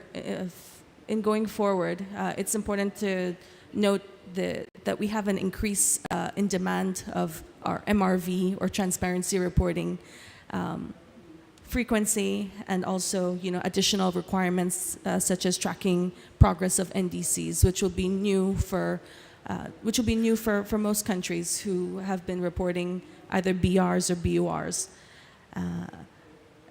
So a big part of the missing of the puzzle is to ensure that we have sustainable financing to continue to report on a regular basis, to give the support to the countries at an individual level and also as a team to do and develop transparency reporting and also implement transparency on the ground. Benice mentioned the word practitioners, and it's quite often that without sustainable financing, without the right utilization of GEF funds or a compiled blend of different existing financing, that countries and parties without strong teams will not be able to meet the new requirements of BTRs under the ETF. So that's quite a gap to fill, and I'm glad maybe for some of you all here who were here in the previous session, our colleague from Jeff mentioned there are 3 different modalities to access financing, but what we see on the ground at the practitioner level is that if your institutions are ready to take on more frequent reporting, it will continue to be a challenge. So it will require that parties, the practitioners, the climate change directors, really get creative in pulling from different different streams of existing financing, but also recognizing that that also might not be enough. Great, thank you, Brittany. Those are really sage, insightful thoughts. I'm going to pause with my questions and see if the audience has any questions. I think we have a mic that we can distribute. Are there any questions from the audience? While we wait for you to think some up, I do have a couple additional questions. So I know we've been talking about the ETF, and so far when I walk through the halls of COP, and there's a focus on implementation, but maybe Mate, you can speak to the value of transparency in implementing action, and mention for our audience any gaps you see from your perspective. Thank you very much, Kerry. I think this COP is all about implementation, right? Together for implementation. And close. Okay, sorry. And you know the transparent. Thank you. The transparent implementation actually, needs to be. It's like a follow-up of the transparent process of planning of all the actions that are in the NDC. And now it's pretty much time for parties to deliver what we have promised. And usually what parties promised is part of a kind of modeling activities. And what we've seen so far is that kind of transition from what is on the paper to the real action, it's kind of crucial steps, especially for developing countries to do. In that respect, I mean, making sure that all the stakeholders are included in the implementation, right, phase, it's a very, I would say, very important element. And what we are seeing, from our support to the developing countries is that we identify the gap between kind of what is promised and the real action. So what we identify is a kind of a gap in the policy instruments, in the designing policies and measures, and in bringing those policy instruments and adapting those policy instruments to the national circumstances, which is essential for the successful implementation. I mean, in front of us we have like a next round of global stocktake. We are expecting that parties will, increase their ambition, and definitely, the new level of policies and measures and actions will be needed together with appropriate policy instruments that will drive those measures really to happen. And if this capacity will not be fully, let's say, delivered to developing countries, we might be facing in 2030 with a gap between what parties have pledged and what will be delivered.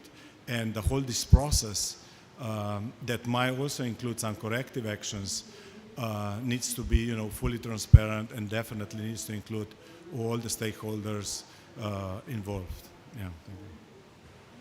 Great, thank you, Mate. Any questions from the audience? It looks like there's a woman in the back, the very, very back. And please say your name and your organization or country. My name is Ruth Spencer. I'm from Antigua, and I work with local community groups. I don't mean to be critical, but I keep hearing about the implementation gaps. I know in our small countries, HR is limited. But if you really care about the people, you would build partnerships and networks in the local groups. For we don't have no set of money, but we get things done because we have to piggyback, you have to partner, you have to build coalitions. Sometimes I think government people maybe think it's not their thing to come and ask at the local level for the knowledge, but we have lots of knowledge, lots of capabilities. We have a lot of educated people in our churches, in our groups. And unless we really come together and form these partnerships, you know, the implementation gap is going to be there. But it's high time that we, you know, really take some serious action. Sometimes I think the passion in people's work is not there because working with local community groups is not an 8 to 4 job. They normally would meet afternoons, evenings, you know, after the normal day. But if you really want to succeed in your work and get these reports done, get the data, you got to change how you think. You got to connect with the people. And I see local knowledge as a gold mine waiting to be tapped. I am one person. I work with about 25 groups. And I can document the case studies. I can write articles. And I do that and send them to the different conventions because if I don't do it, the reporting for the local groups is not going to take place. So it's just a wake-up call that we all need to do more. We need to change how we think if we are going to really implement. Thank you. Thank you for your comments. Benice, I don't know if you have thoughts on some of the comments that she's provided. No, thanks, Carrie, and thanks, Ruth, for your intervention. And I do agree with you. I do believe that we really need to get into our local communities, get down on the ground and speak to the local experts on the ground. I would have to call you definitely experts. You said the government officers are experts, but you are the experts. You are the ones who would be able to tell the officers, especially those who collect the data, exactly what's going on, what's missing, what's happening in your communities, and you're able to bring that in light. And I think that's important in everywhere that we go, especially in the Caribbean region. And I'll always speak to the Caribbean region because that's where I'm from. Getting down to our local people, speaking to them, helping them out, helping them understand when we ask for the data, where it goes, how it is useful to you, how can you use that data in the future as well? Why are we reporting? Why it's so important that we as countries, as small island developing states and countries and developing countries all around do the reporting and report up to the UNFCCC on what's going on in our countries. So thank you again, and we look forward to having more engagements with our local communities. Thanks, Benice. Any other questions from the audience right here in the front?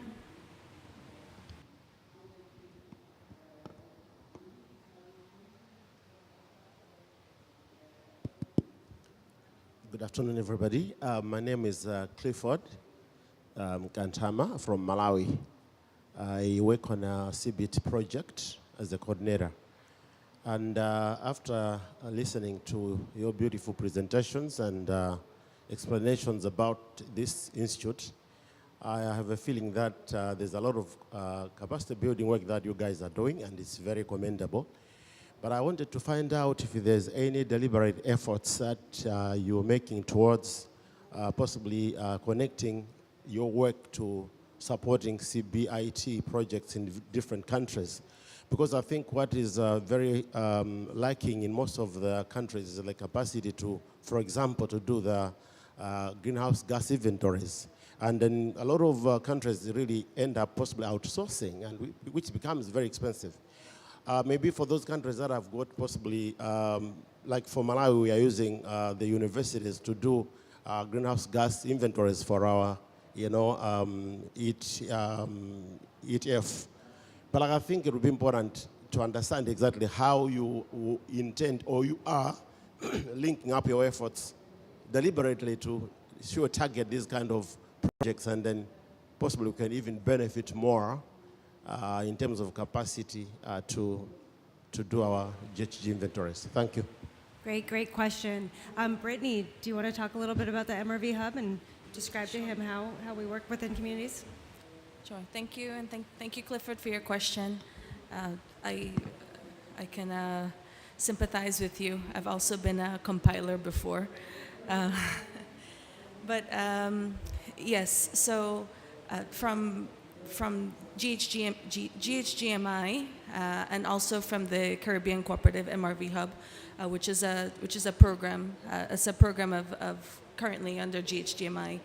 We do engage with other countries, partners, other institutions in the region and internationally, outside of just the Caribbean, to really map the I should say bridge the theory, for example, IPCC guidelines, GHG inventory work, MRV assessments, mitigation assessments, as my colleague Benis was referring to, and really bridge it with the how-to, the actual practitioner type of work, how to do it, how to compile, and we do so through various different types of capacity building exercises. So one would be through the online learning platform, but also through requests, and this is something that we welcome from the region that we work in, which is primarily Caribbean, but also through CBIT projects and other existing funds that countries or organizations may tap into, that we'd be able to lend that support. Because we have our existing network of experts that have both the theoretical knowledge and the practical knowledge, and so definitely it's not limited to just the Caribbean region. We're very open to working with other institutions and countries to support on that behalf. And Molly, can you add to that as well with what some of the work you're doing? Yeah, I'll just add to the funding mechanism itself, and I'm not familiar myself with Malawi's CBIT PIF, but just to say that a lot of what CBIT is trying to catalyze is for those projects to work with a local university, and then that university can work with an entity, an institute like GHGMI, so they can get the benefit of getting the GHG management training in-house locally. So just one idea there that I've seen a lot of CBIT projects starting to do. Let's go over here and then we'll go to the center.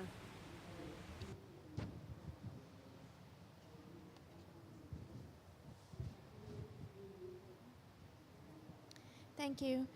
My name is Cindy. Well, I'm on the Marshall Islands delegation, but I'm from Trinidad and Tobago, and I had sort of a question, but also wanted to hear your reflections on the adaptation side of things. So I think we've focused quite a lot on, when we think about transparency, about doing our greenhouse gas inventories and tracking progress on our mitigation actions and so forth. But the link with the transparency and tracking progress in relation to adaptation, and I ask this from the perspective of us currently trying to figure out how we will assess progress towards the GGA when we get to the end of the Glasgow Sharm el-Sheikh work program on the GGA. So just to hear your reflections, one, from what your I guess support might be to help countries in relation to scaling up their capacity to do that. So what might they be doing in relation to their systems to do that? And then what your experience might be. I recognize Benis and Brittany both work in the Caribbean. What countries might be thinking about already and how to incorporate that into their transparency systems that they're building. Thank you.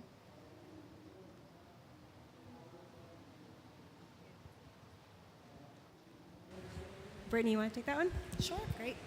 Thank you very much, Cindy, for your question. Yeah, definitely the less spoken about branch of transparency is adaptation, just by the focus on the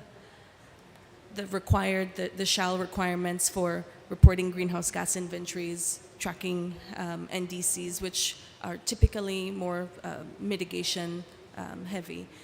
But especially from the small island developing state perspective, from the Caribbean region, and also you mentioned Marshall Islands, the entire SIDS region, adaptation is the priority, because it is the effects of climate change that we already have to face and deal with. and so reporting on that through, transparency reporting, whether it's BTR or NAPS, etc., and tracking especially is quite challenging. Also, with existing, with negotiations underway for, defining, metrics for adaptation tracking, especially as it's not a shall requirement under transparency reporting. So we would be able to support on mapping and tracking of adaptation actions. It's something generally that the Institute and the MRV Hub is growing. It's an area that we're growing into, recognizing the needs of and the priorities of the countries that we serve primarily.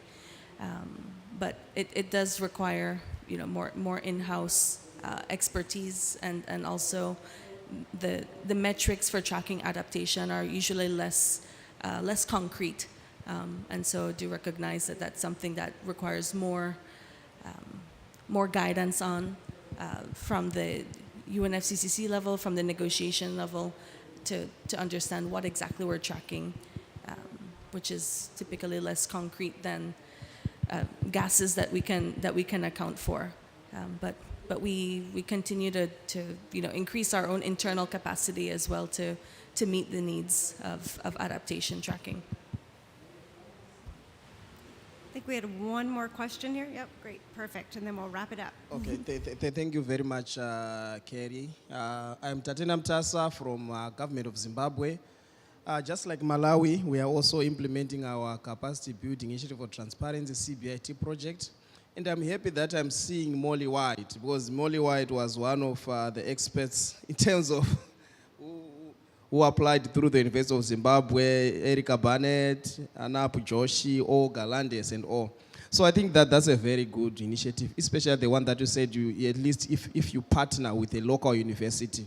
So on this one, we are working with the local university, University of Zimbabwe, in implementing one of the project outputs. So maybe I just wanted to find out, do you have a focal person like for Africa whom we can also work with in implementing the CBIT project? Because it has a lot of trainings. And do you have a local person in Africa whom we can work with in terms of coordinating, also maybe implementing some of the activities, especially trainings? We have a lot of trainings, inventory trainings. We want to have as many as we can, inventory compilers, a lot of issues and trainings. So do you have a focal person in terms of carrying out this work? Thank you. Well, there's a couple of focal points. So you have your UNFCCC focal point that should help in terms of the trainings that are happening out of the UNFCCC. And there's a number of programs at the UNFCCC that are doing training and capacity work, and that focal point at your country level should be able to help guide you into which area of training is most useful. In terms of, say, the CBIT work, your implementing agency would be familiar with the other countries in Africa that are also at a similar point in time in their project cycle. And I would suggest asking that person if you can contact the person of that other CBIT project so that you can learn the lessons from the first phases of another project and then carry those forward in your own project.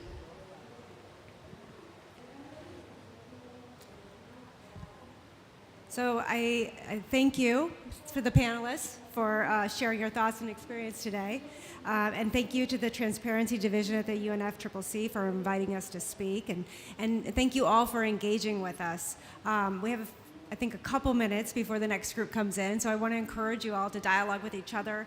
Feel free to dialogue with our panelists and continue this conversation, because I think there's a lot of good that comes out of continuous dialogue. So thank you again. Have a good rest of the day. Thank you. 5 minutes.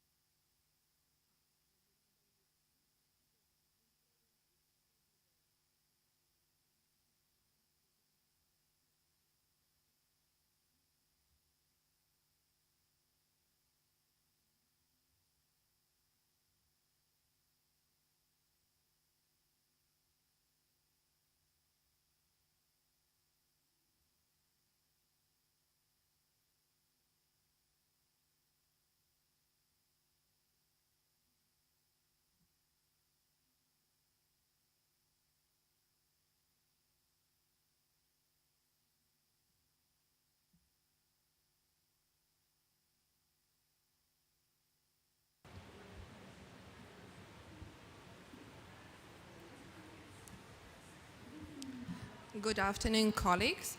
May I invite those who are still standing to take your seats. And I would like to welcome you all to this last event before closing event of this series of event on transparency organized by the UNFCCC Secretariat under the banner Together for Transparency. The initiative Together for Transparency unites stakeholders involved in supporting the transition from the existing reporting review arrangements to the enhanced transparency framework under the Paris Agreement. This 2 weeks series of events covers a range of transparency issues from achievements over the past 30 years to showcasing successes and best practices and paving the way towards the implementation of the Paris Agreement. So this 45 minutes we will dedicate to research which lessons we have learned from the current MRV arrangements and how we can transit smoothly to the ETF. And today on the panel, as you notice, we have two panelists today with me. On my right, we have Nila Kamil, who is a PhD researcher at the Environmental Policy Group, Department of Social Science at the Wageningen University in the Netherlands. And her research focuses on climate governance, in particular climate transparency and mitigation in developing countries. And on my left, I have my former colleague, Fatima Zarata Ibi, who is senior advisor at the UN Environmental Program Copenhagen Climate Center. She's also the global coordinator of the Capacity Building Initiative for Transparency, CIBIT, which is a global program that provides support to countries on transparency. And now, without further ado, let me give the floor to Nila. Nila, please.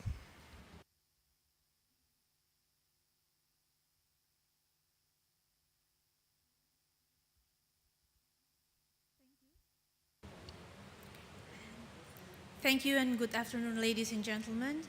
I will now present, also on behalf of my co-author, Dr. Sylvia Carlson-Finkhuizen, our research on the link between multilateral climate transparency and mitigation policy in emerging economies with case studies of Brazil, China, India, Indonesia, and Mexico. So in environmental governance, transparency is widely assumed to enhance environmental performance. In climate governance, this assumption translates into a linear link between enhanced transparency and enhanced climate actions through, presumably, enabling holding countries to account. However, there's lack of empirical evidence on how transparency does so, particularly in developing countries. Our study focusing on developing countries since they are faced with an evolving transparency arrangement from the national communication systems to the differentiated MRV for developed and developing countries, the IAR for the first and the ICA for the second, to the ETF or Enhanced Transparency Framework under the Paris Agreement that is applicable to all. With this background, we systematically analyze the assumed link and question if and how the ICA, as the manifestation of current transparency mechanism for developing countries, influences climate change mitigation action policy in certain developing countries.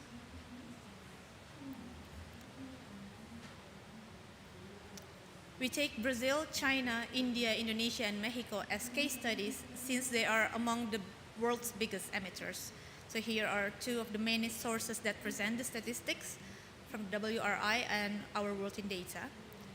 And being among the biggest GHG emitters, on the one hand, these countries are faced with an increased pressure to uptake more ambitious action, or their fair share in mitigating climate change. And they are also required to be transparent about it, to provide robust reporting on the mitigation target and how to achieve it. With these reports are being closely scrutinized and evaluated than those of other developing countries. On the other hand, these countries are also faced with a diminishing eligibility to a differentiated treatment. The Paris Agreement has a nuanced approach to the principle of CBDRRC, or common but differentiated responsibility and respective capacities, with attributes such as the agreement takes into account parties' different capacities, or the agreement provides flexibility in light of different national circumstances. However, there are ongoing questions over these emerging economy status as developing countries, or whether they should be allowed to graduate within this binary grouping of developed and developing countries, and thus they are not quite eligible to flexibility anymore. In our systematic analysis, we use the conceptual lens of reflexive capacity. This concept takes its roots from the theories of reflexive governance that in sum refers to a mode of governance that applies self-critical reflection, open to questioning assumptions and existing practice in given situation, and geared towards continuous learning. In the broader context of reflexivity, generation, disclosure, and distribution of information, knowledge, and experience is considered crucial in decision-making process. Reflexivity is thus deemed as the virtue in environmental governance, since it shifts the focus from mere conservation of natural resources, for example, to the ability of governance actors and institutions to anticipate environmental crises and become far-sighted in their visions to overcome or to respond to such crises.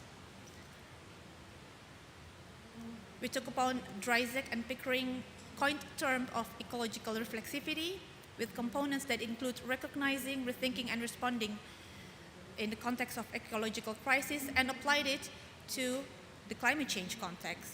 So our conceptual framework of reflexive capacity includes three components, which are recognizing of climate change adverse effects, and in turn recognizing developmental path that is unsustainable and contribute to global GHG emissions.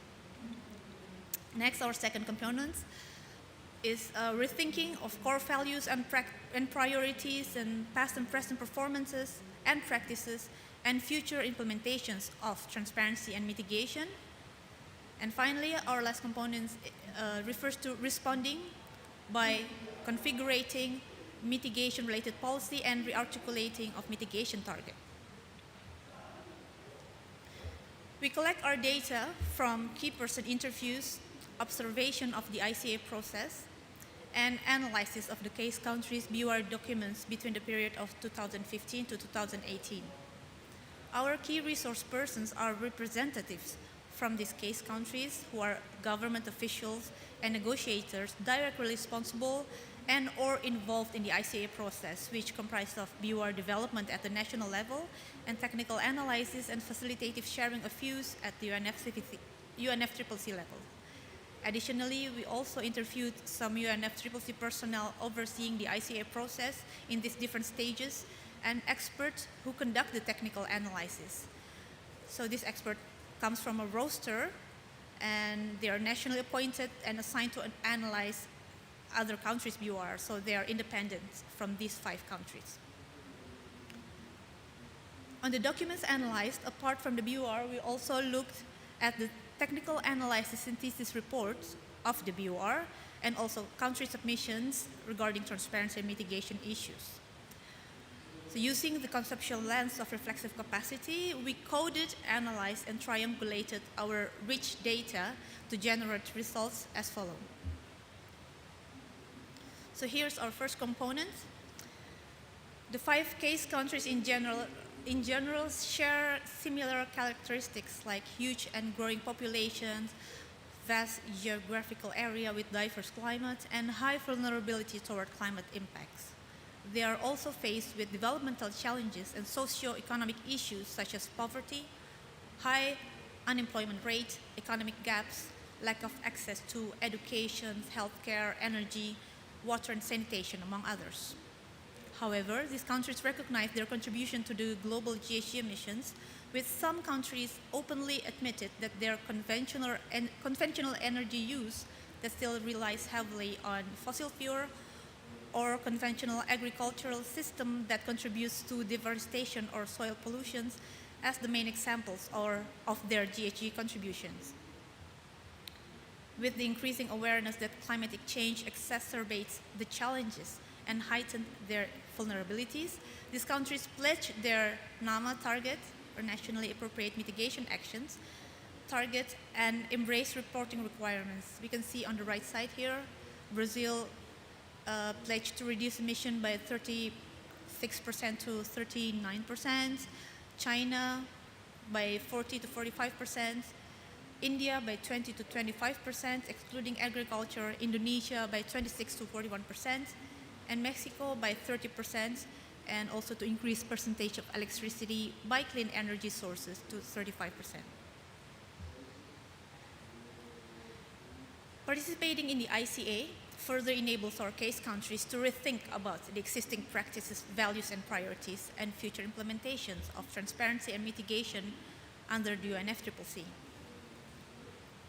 So on the values and priorities, the case countries are mostly in unison in stating that they value the ICA, since the learning and sharing of experiences and best practices in the FSV forums and the exchange during the technical analysis have enabled them to improve their interministerial coordination domestically in terms of which institutions or agencies are responsible to take which activities or provide what data or to develop what regulations and so on. And then participation in the ICA also raised domestic awareness and technical capacities, primarily in conducting greenhouse gas inventory, and also to better identify mitigation potentials, areas in need of support, and to develop a robust domestic MRV system. Disclosure of information during the FSV also leads to acknowledgements on efforts made, with some of these countries stated that they hope to gain international, regional, and bilateral cooperation and support. Finally, these countries revealed that it is their priority to improve transparency, understanding, and actionability of each of their BOR reports. Meanwhile, rethinking on existing practices yield in various responses and can be divided into reflection over the ICA process itself and on domestic circumstances. 2 of the 5 case countries said that the FSV process often has conflicting schedules with negotiation meetings, so that there is lack of participation from developing countries with smaller delegates. And this has hindered the process of learning and sharing of experiences. There's also language constraints and limitations in providing answer to certain technical questions in the FSV, where the technical resource person are not native English speakers, or they could not attend and accompany negotiators entirely. One country is concerned about the lack of dedicated expert in conducting the technical analysis, and that the input given is too prescriptive. And 2 other countries highlight the late disbursement of and lesser fund provided to the BOR development. Meanwhile, domestic limitations include lack of ministerial staff who are tasked specifically to supervise, implement, and reporting of mitigation activities, and existing insufficiency of resources to move climate change mitigation action forward. On the future implementation, almost all countries stated that they would like to maintain the enhanced transparency framework as a consultative learning by doing process, which upheld the CBDR and agility principles, or flexibility as is now manifested under the Paris Agreement. And some also demands for an equally stringent transparency of support from developed countries, and linked to this is the demand for more availability and accessibility of the support itself. So following the recognition and rethinking process, the case countries indeed reconfigured and rearticulated their mitigation policy and targets. This table summarizes the changes made by the 5 countries on the national institutional arrangements, national greenhouse gas inventory, mitigation actions and effects including MRV, identification of support needed and received, and on their NDC targets.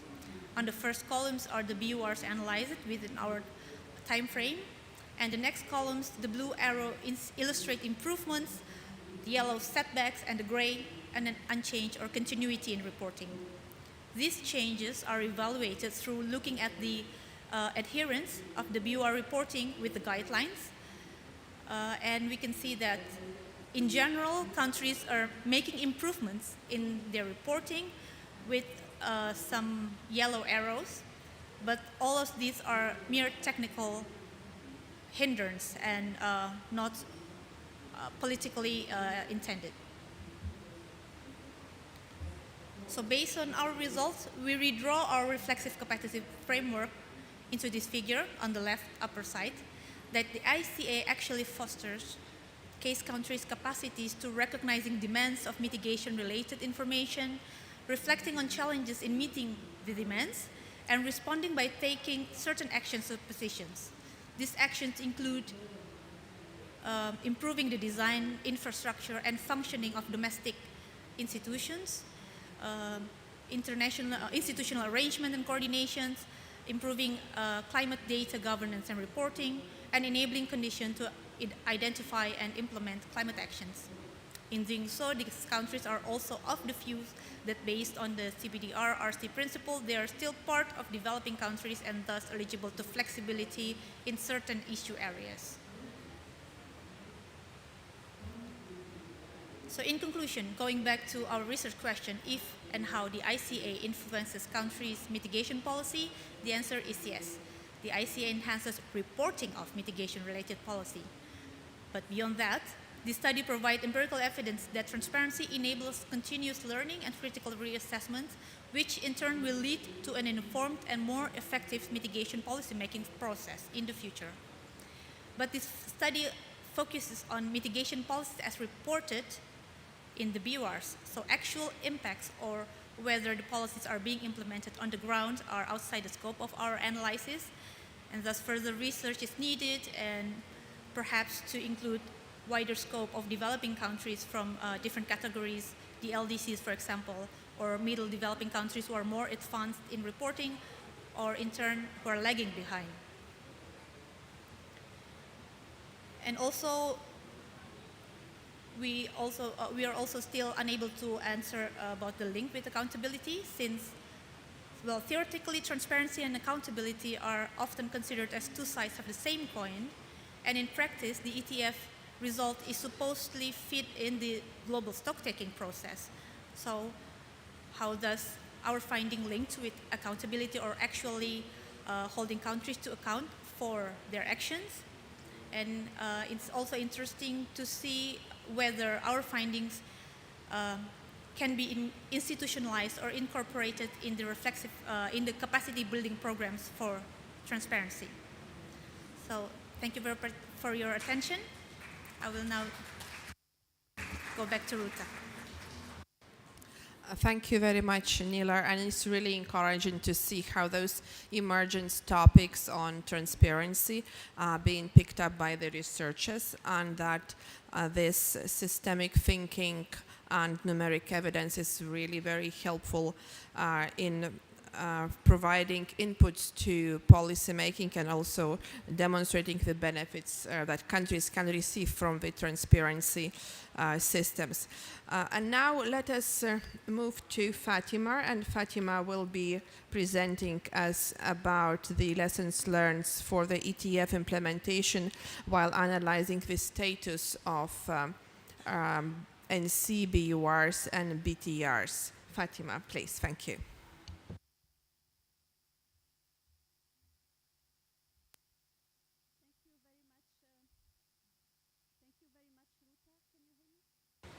Yeah, thank you very much, Ruta, and thank you to UNFCCC for the kind invitation to participate in this event.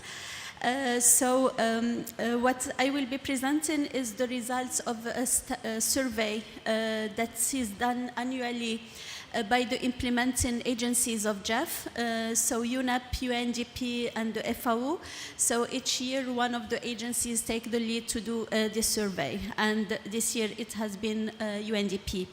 So the survey basically looks at the status and all the challenges that countries are having in the implementation or in the submission of the BURs and the national communications. And now I think from next year or onwards, we will be including also more questions on the BTR. So here we will see a bit the status of submissions. As we can see, for the national communications that are supposed to be every 2 years, we see that most countries have already, this is for developing countries, just to clarify. So most countries have submitted 100 or 154 countries have submitted their first national communications. And you see this number dwindle as we go through the communications until we have six national communications that have been submitted. So as you can see, as we know, the frequency is 4 years. So we know that many countries actually have not been able to submit, or half the countries were not able to submit their fourth communications. And there is a need for further capacity for that number to increase.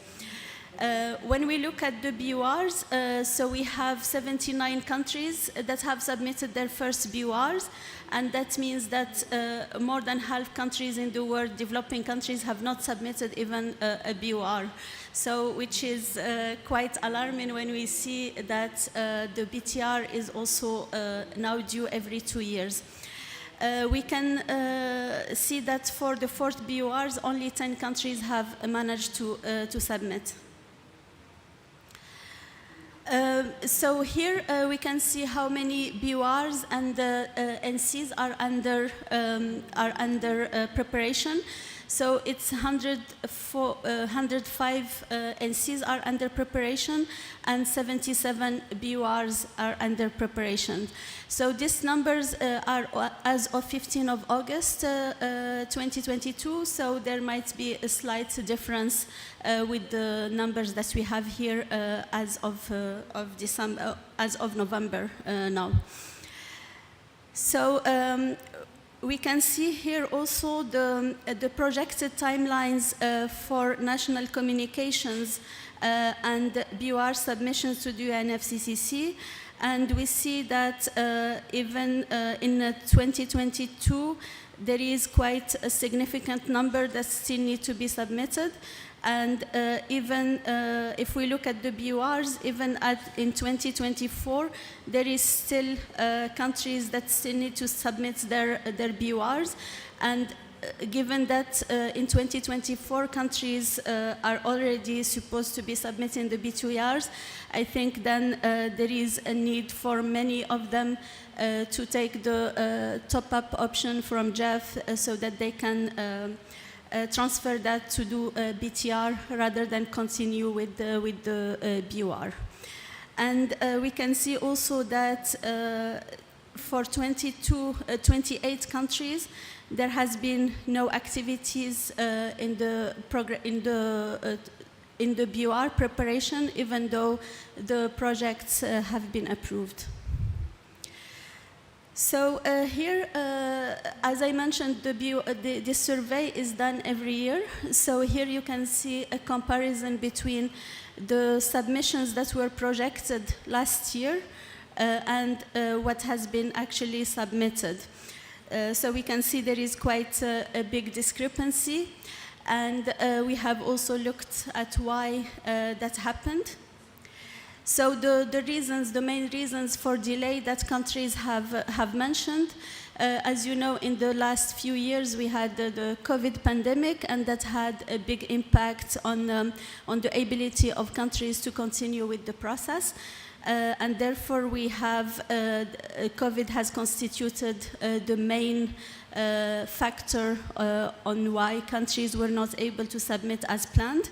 There is also other non-COVID related, which could be grouped into political instability, change and turnover in the government, lack of stakeholder engagements, staff turnover and technical capacity, so the validation processes that take long, and also the availability of data, and some recommendations from UNFCCC review so that they improve before submitting, and other administrative constraints. So other challenges that have been identified that's also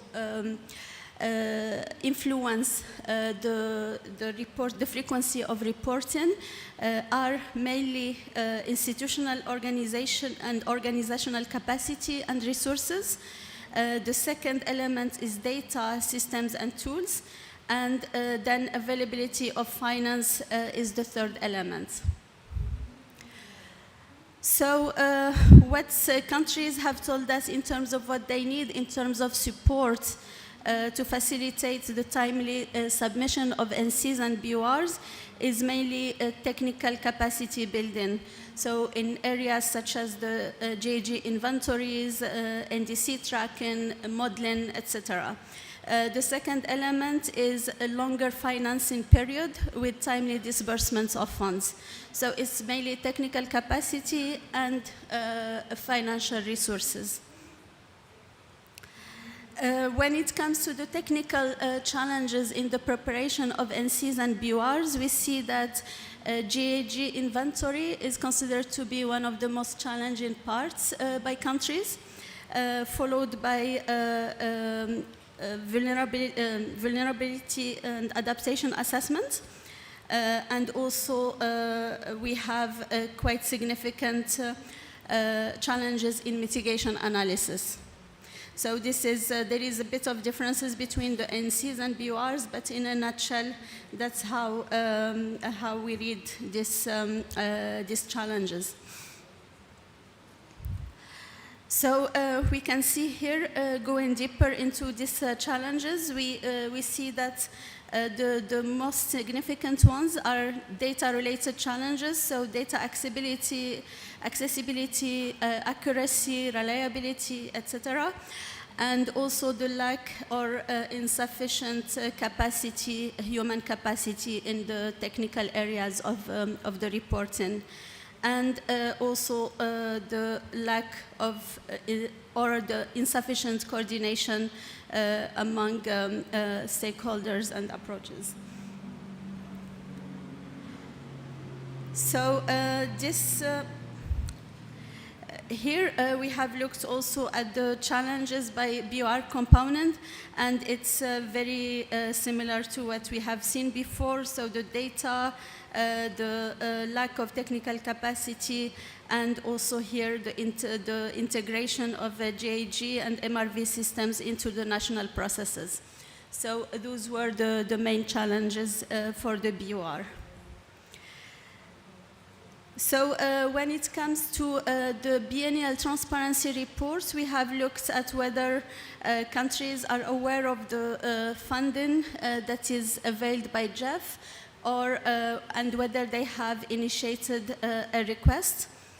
And we found out that 35% of 99 countries are not familiar with the GEF guidelines for the BTR financing. I think that probably has improved by now after this COP and all the discussions on the support by GEF. But I think all of us need to make a little bit more effort to make countries aware, and so that they can request this funding from GEF to do their first BTR. So we have also looked at what are the areas of technical supports that countries would need for the transition from the BOR to the BTR preparation. And familiarity with the guidelines and the reporting requirements was one of the most important. So countries really need to have more technical trainings on the requirements of the new requirements under the ETF, and also the GAG inventories and system, NDC tracking, and also the BTR modalities and access to financial support. So those were the main elements where countries have requested support from the implementing agencies.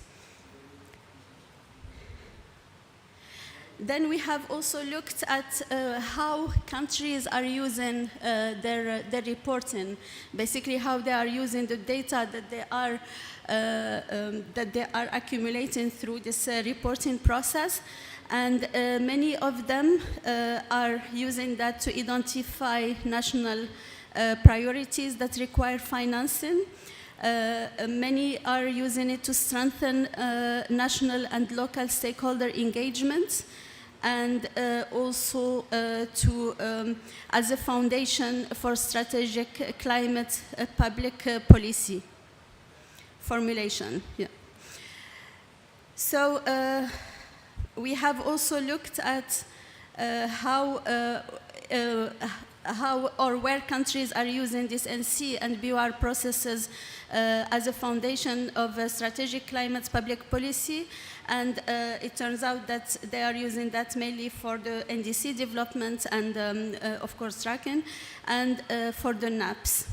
And to a certain extent also in national climate strategy documents and action plans. We have also asked about the MRV and the transparency systems in the countries.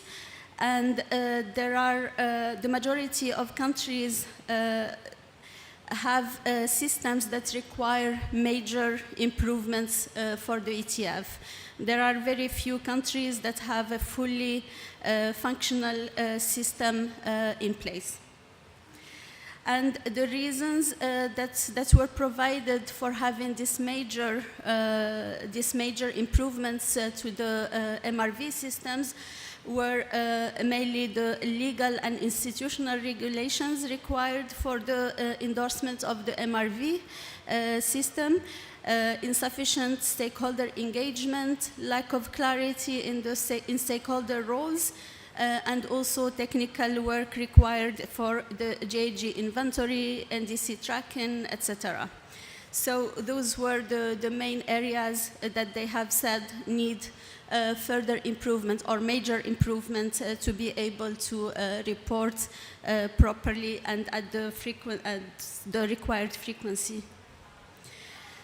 So we have also tried to look at what are the key success criteria that could enable countries to move forward with the transparency framework and with reporting through the BTRs.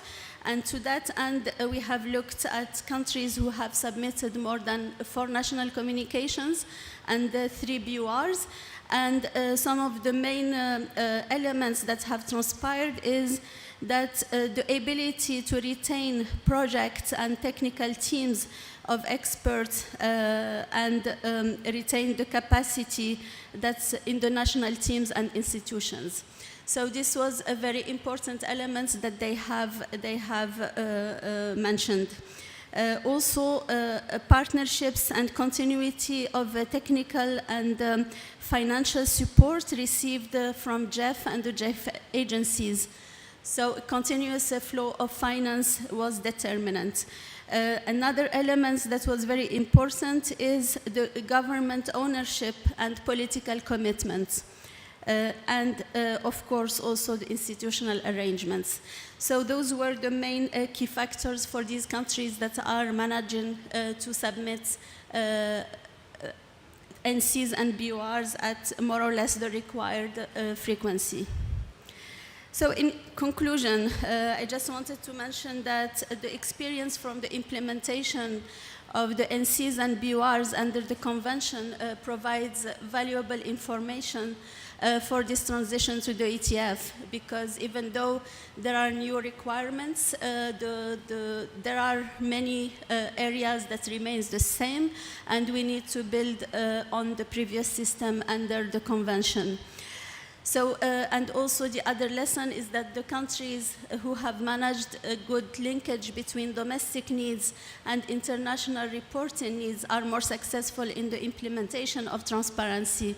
So transparency shouldn't be looked at the national level as just reporting to UNFCCC, but also as an enabler for evidence-based policy at the national level.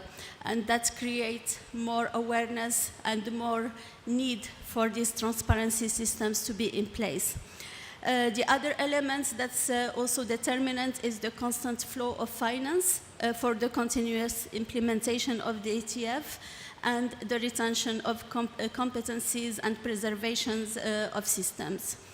And also what transpires is that the needs for support are significant and require that we all work together as both implementing agencies and support initiatives so that we can make this transition happen. So I just wanted to mention that in the CBIT Global Support Program, we are helping countries accelerate the submission of the national communications and BURs and help them transition to the BTRs through provision of capacity building and technical support. So if any of your countries need support, please don't hesitate to get in touch with me. Thank you very much. Thank you very much, Fatima. I take that, although it is alarming that only 2/3 of the parties are familiar with GEF, and we need another 1/3 to apply to GEF and for support for reporting in order to have global participation in transparency. But we do have some success factors that includes retaining competencies, continuing support and political will. So now I would like to open the floor for questions for Fatima and Nila. And while you are thinking, I will ask a question, if you allow. So, what would be your one ask that you would ask parties that have not yet started preparing their biannual update report or biannual transparency report? What would be your message to them?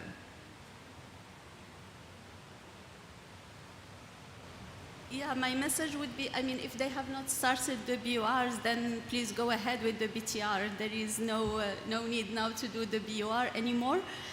And don't get yourself overwhelmed. When you look at the requirements, there is quite a lot that one needs to put in place, and it can be overwhelming at times. However, I think like one should just take it one requirement at a time and not try to submit something perfect, but just something good enough to be submitted and improve as you go along. And also to take advantage of the flexibility provisions that are provided in the ETF for developing countries.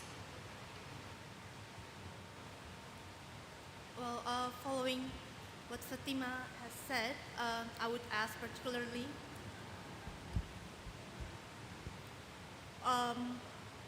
these countries must have at least participated in the ICA process or the facilitating sharing of views, and whether participating in these workshops enabled them to identify what are the challenges that they face domestically, not only technical, because this is the actual, one of the findings of my research is that barriers are not only technicals, but also institutional, coordinations, structural design, and well, conflicting interests perhaps. So they need to first identify these challenges and what are the ways to overcome it, and what kind of support they need from existing bodies to and internationally to overcome these challenges. If I may just add a very important element. So GEF has funding. So the first step is to get in touch with one of the implementing agencies of GEF and request the funding for the BTR, or the top up if you have a BUR that you think would take longer time to be submitted. Thank you very much. Any questions from the audience? Yes, please go ahead, and my colleague would pass the microphone to you.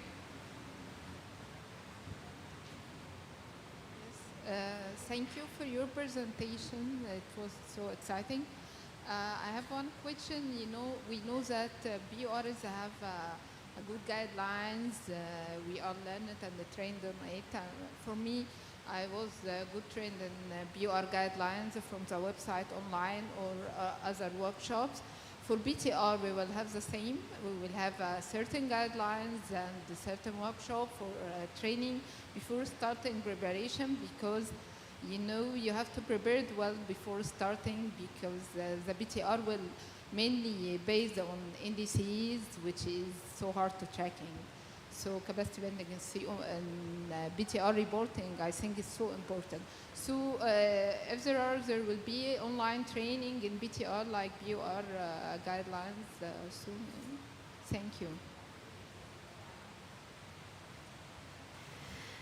Yes, many support organizations have already started, have developed courses. So they are not online courses to my knowledge, but workshops and trainings for the different countries. And I think the CGE as well is rolling out a program in the different regions. And I think in December it will be for Africa and Latin America. I think it has been already done for Asia. I'm looking at Michael. And I think for the other regions there is a rollout that will come up. From the CBIT Global Support Program as well, we are planning to start with a series of webinars in the different regions to familiarize countries with the provisions of the Enhanced Transparency Framework first. And we are also organizing regional workshops in each of the regions or each of the networks. We have 10 networks that we have established, so that to be closer to countries and support them also in their own language. So we are rolling out a program as of next year to help countries with this transition to the BTR and familiarize them with the BTR requirements. Just I have one comment because I'm one of the roster of experts in the UNFCCC. So if yes, I am one of the roster of the UNFCCC. So the online platform is so important for us. So if it will be opportunity for training online, it's easy to access, because not all experts have to access to workshop, physical or webinars. So it would be so good to have online program like the BUR. This would be a very good opportunity. Thank you. Thank you very much for your question. Could you present yourself? Yes, I am Rania Bad. I am a climate change advisor in GIZ, and my previous position it was in climate change unit in the Egyptian government. Yes. Thank you very much for your comment and the question. And I see that our colleague in the audience would like to comment or answer to your question. No? No, I don't want to answer the question. I want to ask a question, if I can. My name is Mikhail Vartanian. I don't know with which hat to present myself here. I will just say that I'm a CGA member. I'm not really covering transparency at this conference, but when I do come to transparency rooms, I'm always asking the same question, looking for an answer to the same question. The BUR story cannot be really called a success. We have 25% of BURs, or like around a quarter of BURs that we should have received. With BTRs, we have more complex reporting, more reporting, electronic reporting, new guidelines, lots of additional complications. I see a lot of activity to enable developing countries to cope with it. But even in the baseline, we need to be 4 times better than we need to do 4 times better than we did in the past. What is our secret sauce? Thank you. Thank you very much, Mikhail. You're asking how we can do the magic, and that's, I believe, that our scientists can answer about the magic, how we can go with, how can we be more efficient and more successful in even more complex system.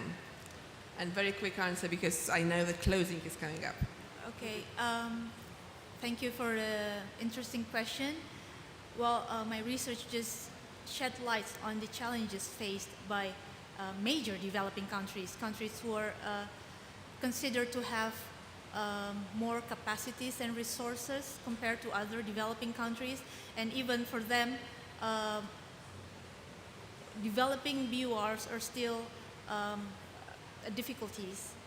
It's an honors task that requires internal coordinations and sufficient resources and retentions of skilled personnel to make data available. So yeah, it's also a question actually, how can these findings fit into the enhanced transparency framework? How much flexibility we would like to apply, but is it feasible to have a stringent and standardized ETF for all, considering these different capacities? So well, that's not exactly an answer, but it's just to shed lights on the challenges. Well, I think there is no magic wand, that's for sure. However, I think from what we have seen in the results of the survey, when countries are able to really link what they are doing in transparency with their policy making at the national level, it makes it a little bit easier to convince the various stakeholders to participate in the process. So I think something that we can do is really to highlight other benefits, the domestic benefits that come in from transparency at the national level. This could be one enabler. The other thing is that I think the system now is a bit different from before, because now everyone has this obligation to submit the BTR, which I know it's not a reason good enough on itself, but I think countries, usually it's no one wants to be left behind, that they are not complying with the Paris Agreement and their provisions. So I think that could be a good incentive. And what we have seen in many countries, once they are aware of the sources of funding and once they are aware what they need to do, they are actually really motivated to start the process. So I think it's probably incremental steps that needs to be done. And there is a big role for all the support initiatives and the UNFCCC in raising this awareness and helping countries so that we can all make it together for the deadline, which I mean, not necessarily 2024 for many countries, LDCs and SIDS, but at least to be able to submit a first BTR in the next few years. Thank you very much. And let us give a round of applause for Fatima and Nilar for their presentations. And to close up, I would like to say that it's really encouraging to see how the research starts to provide inputs to the transparency process and to the climate change policy making. And I'm sure that although it is the first time that we meet together, that would not be our last time. So I'm looking forward to see you both in the next COPs. Thank you very much.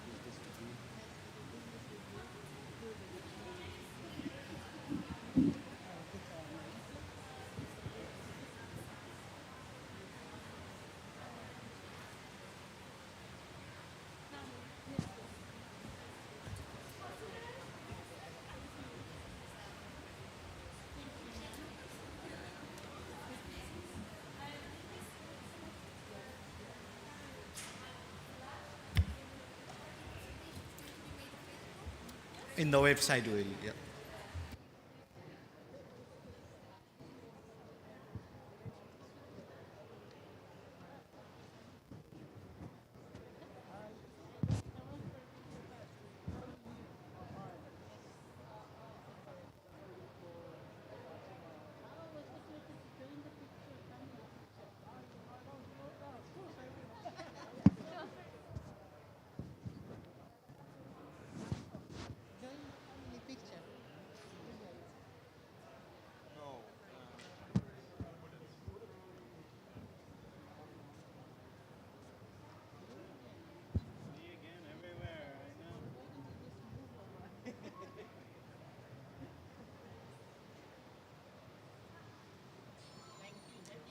Okay.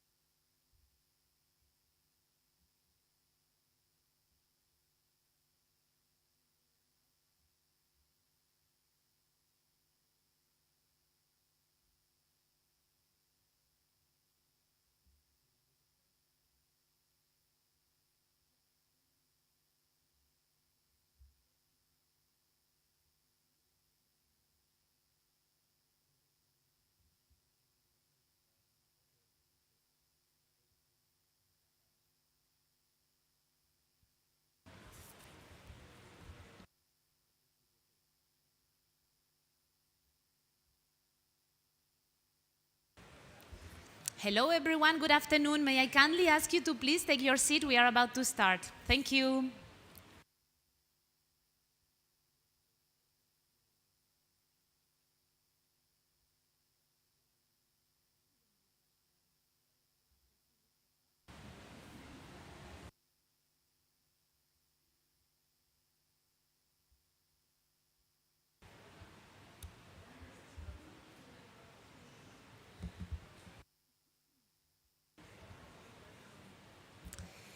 Hello everyone and welcome to the closing ceremony of the Together for Transparency series of events at COP27. My name is Mariana Castaño Cano, climate communication expert, and it is my pleasure to be today moderating this event as I have the chance of moderating the opening and the high-level event.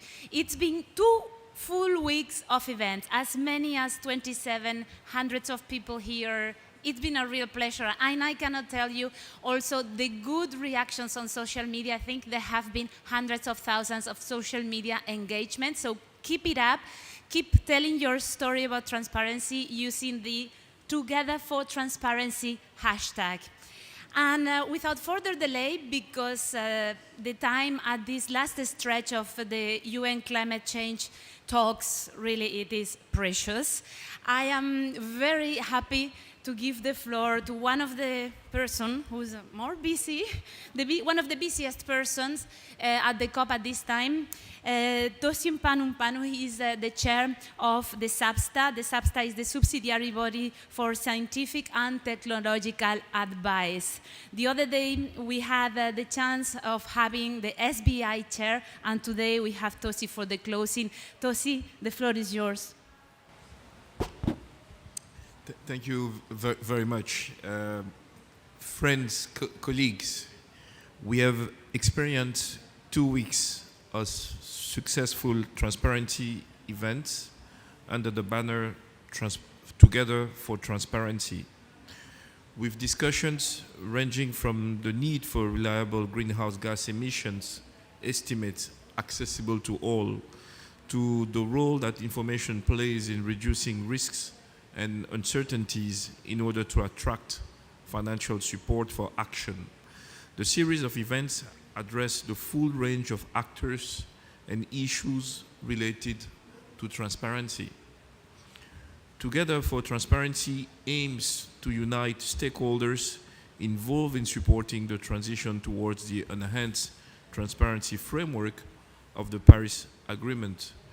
The 2-week series of events covered a range of transparency issues, from celebrating the progress and achievements made over the past 30 years to showcasing successes and best practices in the reporting and review processes and paving the way for full implementation of the Paris Agreement by all parties.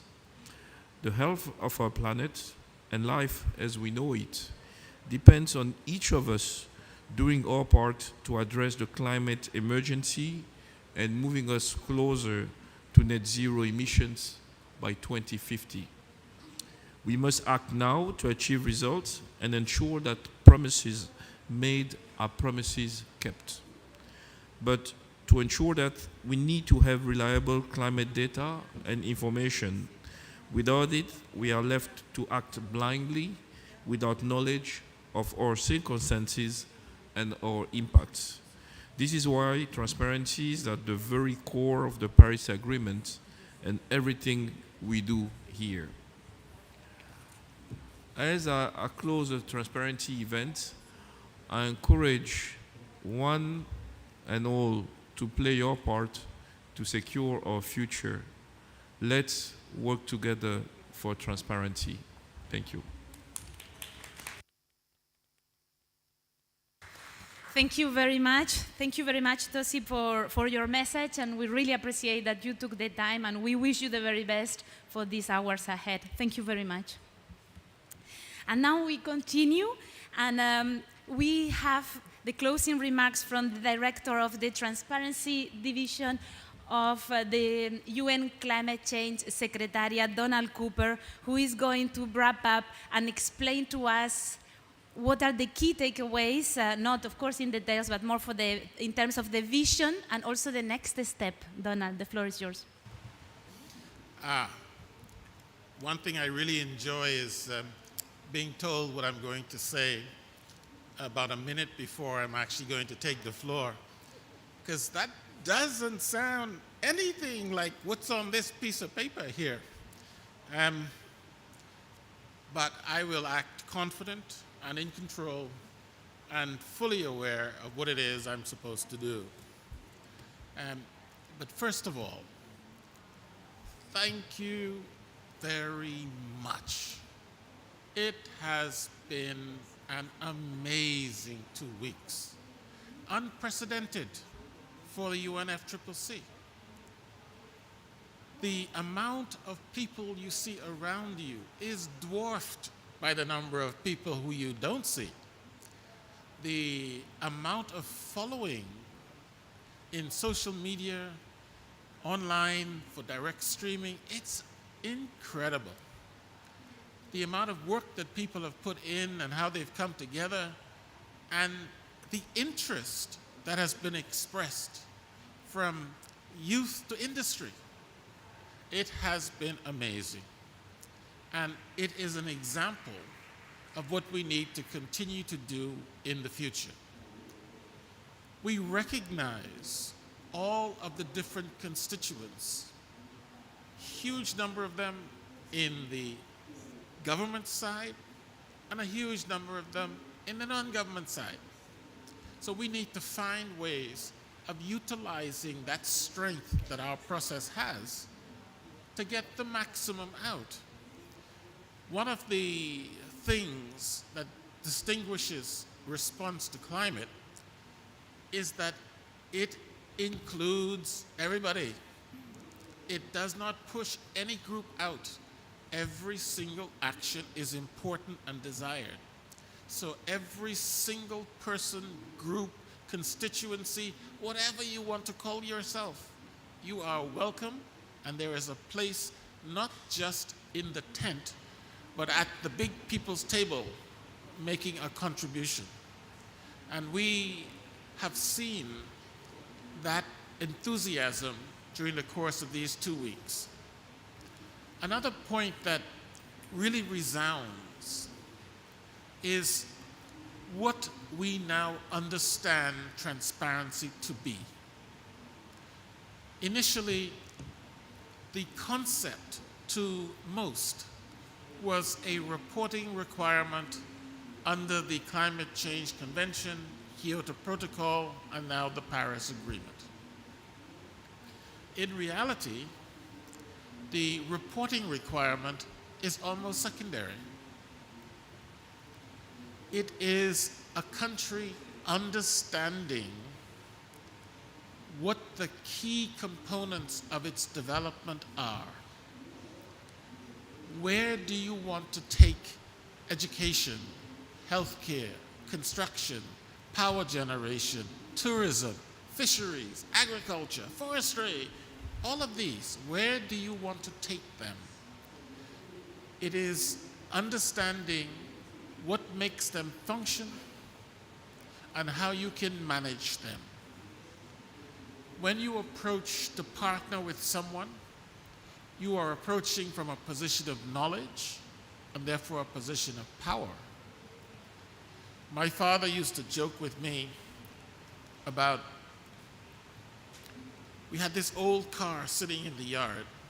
My father was a mechanic, and he said, "Don't worry, I'm going to fix that." 3-4 years, don't worry, I'm going to fix that car. And I told him, "Well, why don't you just get rid of it?" And he said, "That car is worth a considerable amount of money," right? And he asked me, "How much do I think it's worth?" And I told him, maybe $500. And he told me, no, it was worth over $35,000.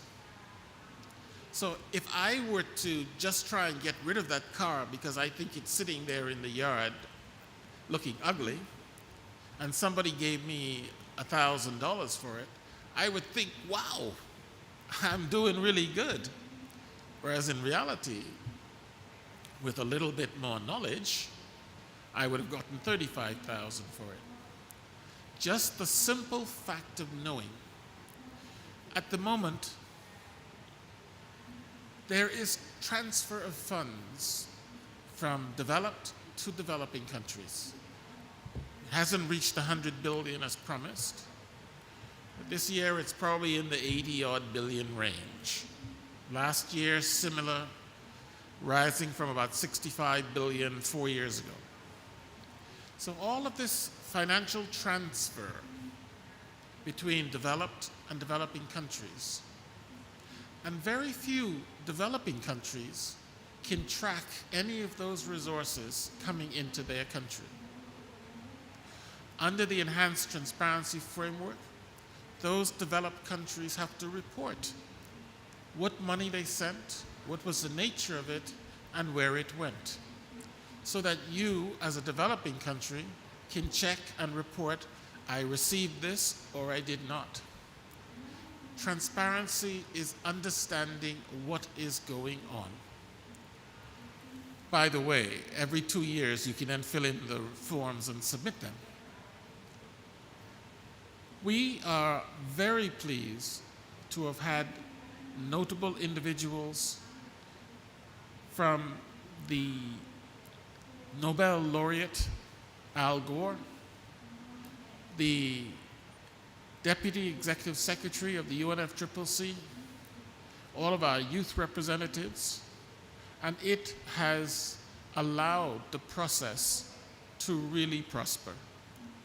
So I want to extend congratulations to everyone, to the staff of the Transparency Division, who have utilized not just their tenacity, but their vision. And I am really looking forward to what you're going to do next year. Thank you all very much, and I look forward to tomorrow. Thank you. Thank you very much, Donald. Thanks a lot. And we just received our distinguished delegate from Antigua and Barbuda, Krista Joy Burton from the Ministry of the Environment. We are very happy to have you with us, and we would very much like to hear what is transparency for you and what Together for Transparency mean to you. Thank you for having me. So I will be speaking on behalf of Ambassador Diane Blacklane, who unfortunately she wasn't able to be here this evening, just to share some brief remarks on what transparency is for us. So when we think about transparency, it provides us with a snapshot of our progress so far. And it helps us to identify gaps for targeting the necessary attention and international support. It is central to keeping us on track and to help us to reach our objectives. It is an opportunity to bring all on board to ensure universal participation. Through transparency, parties will gain the ability to prepare and regularly submit transparent national reports on climate action and support, as mentioned previously by my colleague next to me. In turn, this will help us to identify, communicate, as well as direct support to our needs, while playing a very critical role in monitoring the health of our planet. Furthermore, through transparency, we will be able to access more funding for implementing climate actions. As parties succeed in establishing new and strengthening existing institutional arrangements, a transparent framework for action and support can be sustained. Such actions will enable parties to be better positioned to develop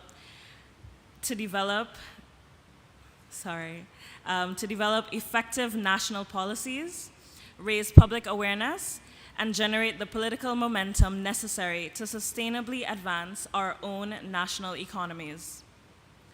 The support received and the information and data generated will allow us to be more ambitious, creating a platform to implement enhanced climate action.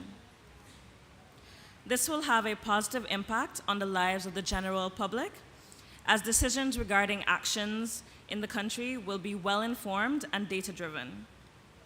Finally, the support received will be targeted to the actual financial and technical needs of parties as we stand together for transparency. Thank you. Thank you very much, Krista. Thanks a lot, and all the best for the last stretch of the negotiations. I hope that there are not too many hours before you. All the best. Thank you very much. Thanks.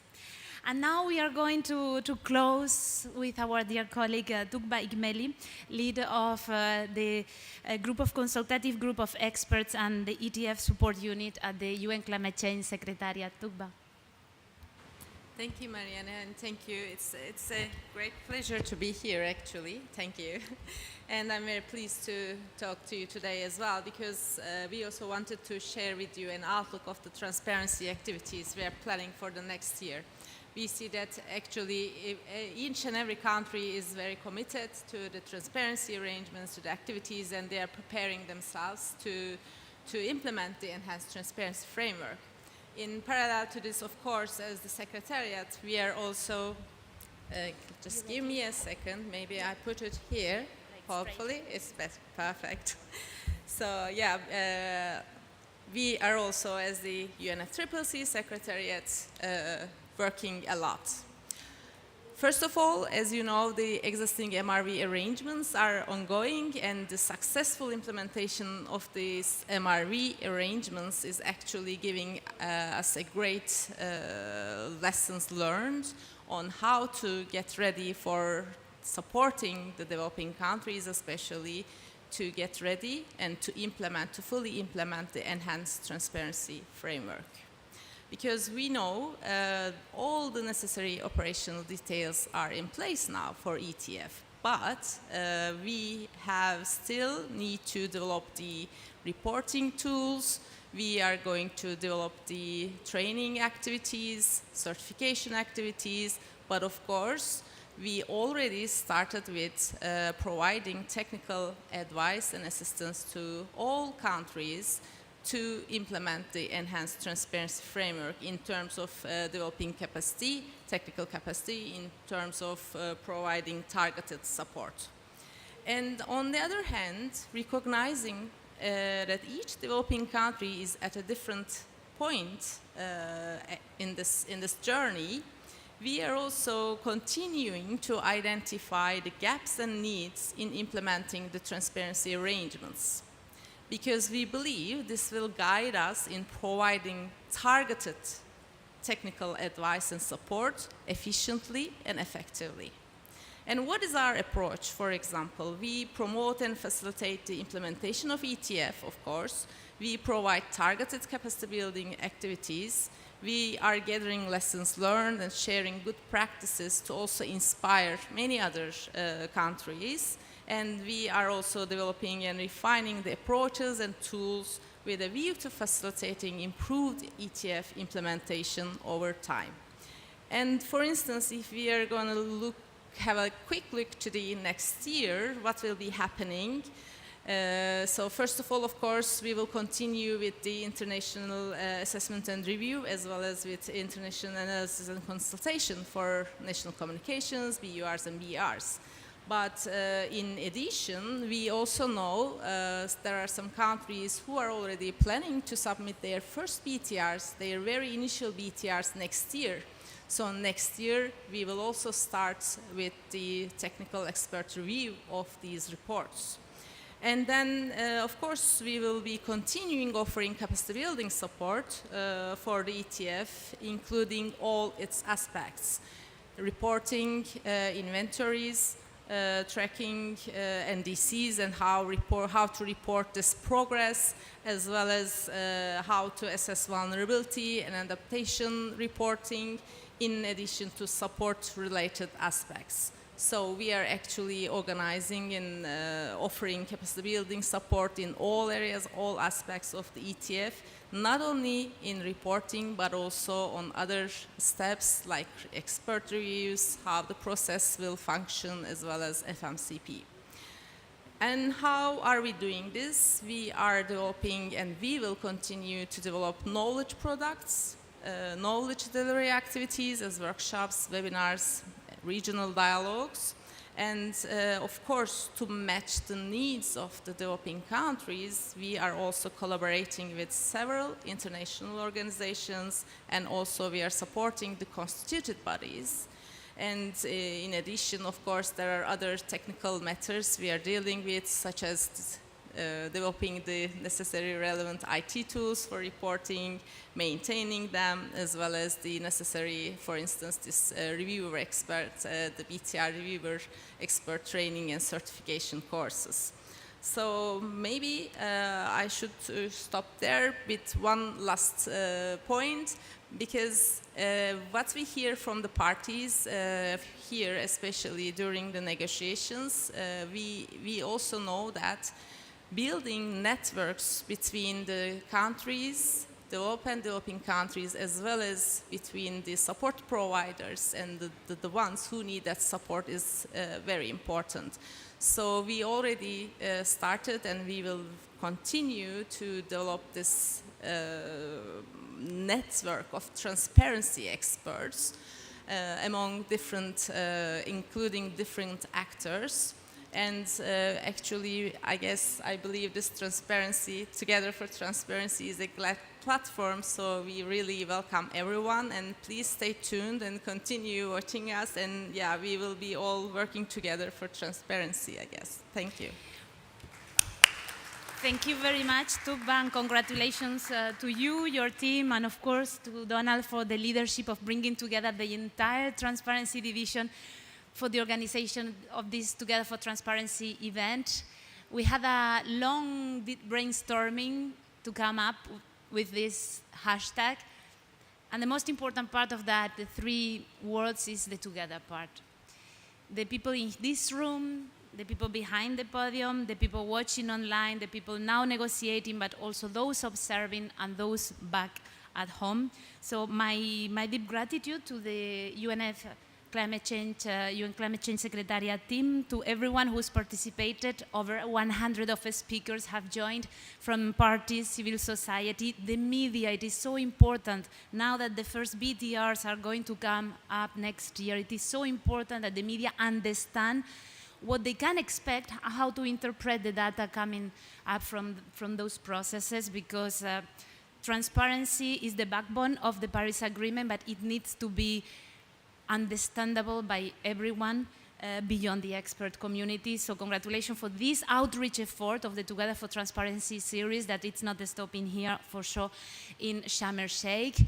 And to everyone, please enjoy the coffee break now outside and have a lovely rest of the day and a good weekend. Thank you.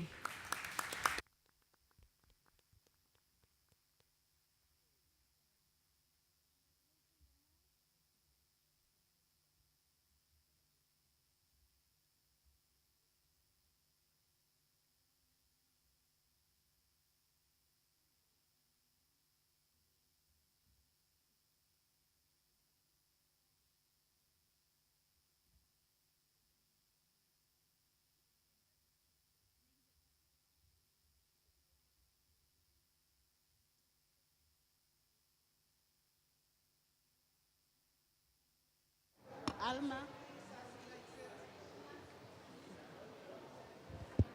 So the coffee break is on your right as you exit. Please enjoy. And thanks so much for coming and for supporting us. It was so interesting. Yes. But I have a question. You hear me? Yes. We need to beat our guideline like BUR and line to have the certificate, because not all of people will have access to the work.